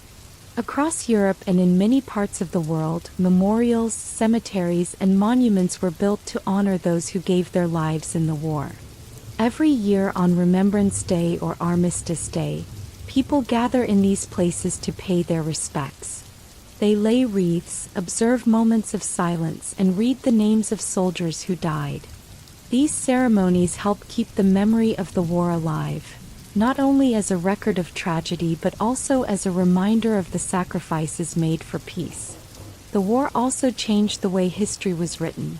Before World War I, many people believed that wars were short and noble conflicts. The reality of the Great War, with its endless trenches, heavy casualties, and industrial-scale destruction, changed that view completely.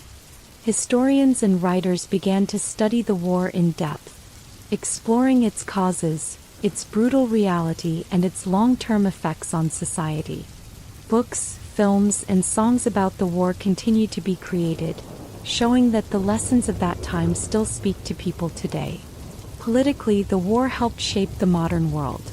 The breakup of empires like Austria-Hungary and the Ottoman Empire led to the creation of many new nations in Europe and the Middle East. The idea of national self-determination gained strength, as people believed that every nation had the right to decide its own future. These changes set the stage for new governments and new ways of thinking about citizenship and rights. At the same time, the harsh treatment of defeated nations, especially Germany, created conditions that would later lead to further conflicts. Many historians see the seeds of future wars in the decisions made at Versailles, reminding us that lasting peace must be built on fairness and mutual respect. Social changes were also a major legacy of the war. For many women, the war was a time of both hardship and opportunity. With so many men away at the front, women took on roles in factories, offices, and even in the military support services. Their work during the war proved that women were capable of handling tasks that had once been thought to belong only to men. After the war, many countries granted women the right to vote and increased opportunities for education and work. This change was one of the positive outcomes of the conflict, showing that even in the darkest times, progress can be made. Economically, the Great War had a huge impact on the world. The massive spending on weapons and supplies, combined with the destruction of property, left many countries in deep debt. In some nations like Germany, the economic hardship was severe and contributed to political instability in the years that followed. The experience of rebuilding after such widespread destruction led to new ideas about how to manage economies and help communities recover. Governments began to take a more active role in planning for the future, leading to reforms that would shape the modern welfare state and international trade systems. Another important lesson from World War I is the need for international cooperation. In the aftermath of the war, World leaders realized that no nation could work in isolation if lasting peace was to be achieved.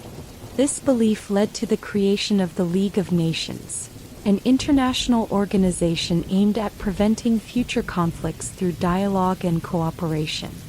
Although the League had its problems and was later replaced by the United Nations after World War II, it was an early attempt to build a system where countries could work together rather than resort to war. The idea that nations should resolve disputes peacefully has grown stronger over time and remains a cornerstone of international relations. Art and culture were deeply influenced by the war as well.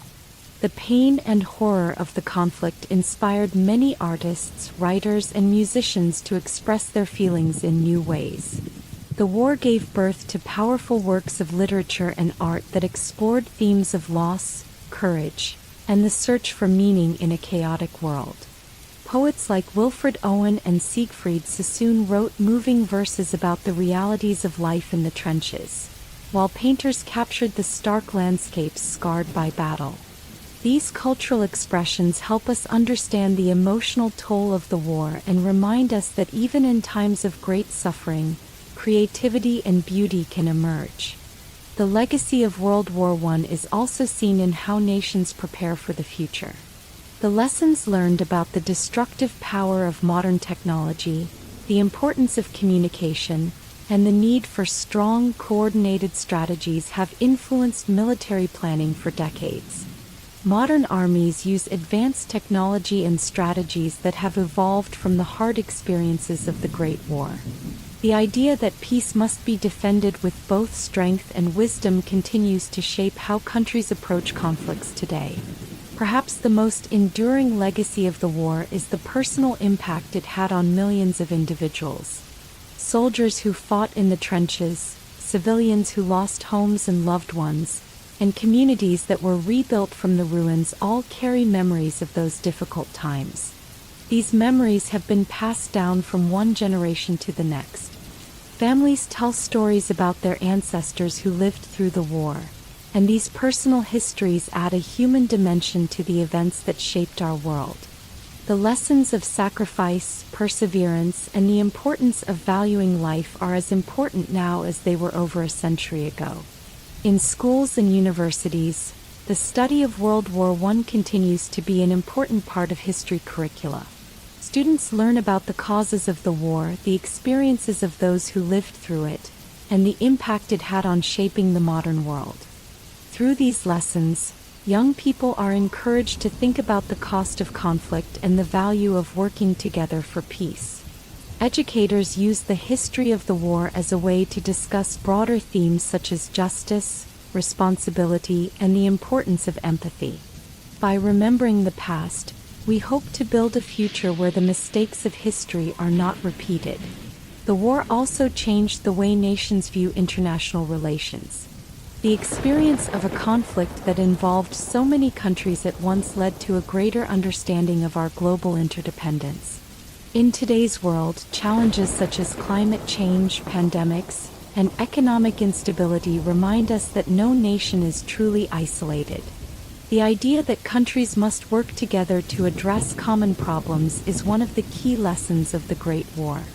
International organizations, treaties, and cooperative efforts are all part of the ongoing legacy of a world that has learned, sometimes painfully, the importance of unity. In remembering World War I, it is essential to honor both the triumphs and the tragedies of that time. The war is remembered not only for the tremendous loss and suffering but also for the resilience of the human spirit. It taught us that even in the face of overwhelming adversity, people can come together to rebuild, to learn, and to create a better future. Memorials, museums, and remembrance ceremonies around the world ensure that the lessons of the war remain a part of our collective consciousness. Today, as we reflect on the legacy of World War I, we see that its lessons are still relevant. The need for peace, understanding, and international cooperation remains as urgent as ever. The Great War reminds us that the cost of conflict is high and that the path to lasting peace requires hard work, compassion, and a willingness to learn from the past. As nations continue to navigate a complex world, the memories of those who fought and suffered during the war serve as a powerful call to build a future based on justice, unity, and respect for all. In closing, the legacy and remembrance of World War I are a testament to the enduring impact of history. The war changed the world in countless ways, from politics and economics to art and culture. It reshaped borders, redefined societies, and left a lasting imprint on the hearts of those who lived through it. By remembering the Great War and the lessons it taught, we honor the sacrifices made and renew our commitment to a future where peace and understanding guide our actions.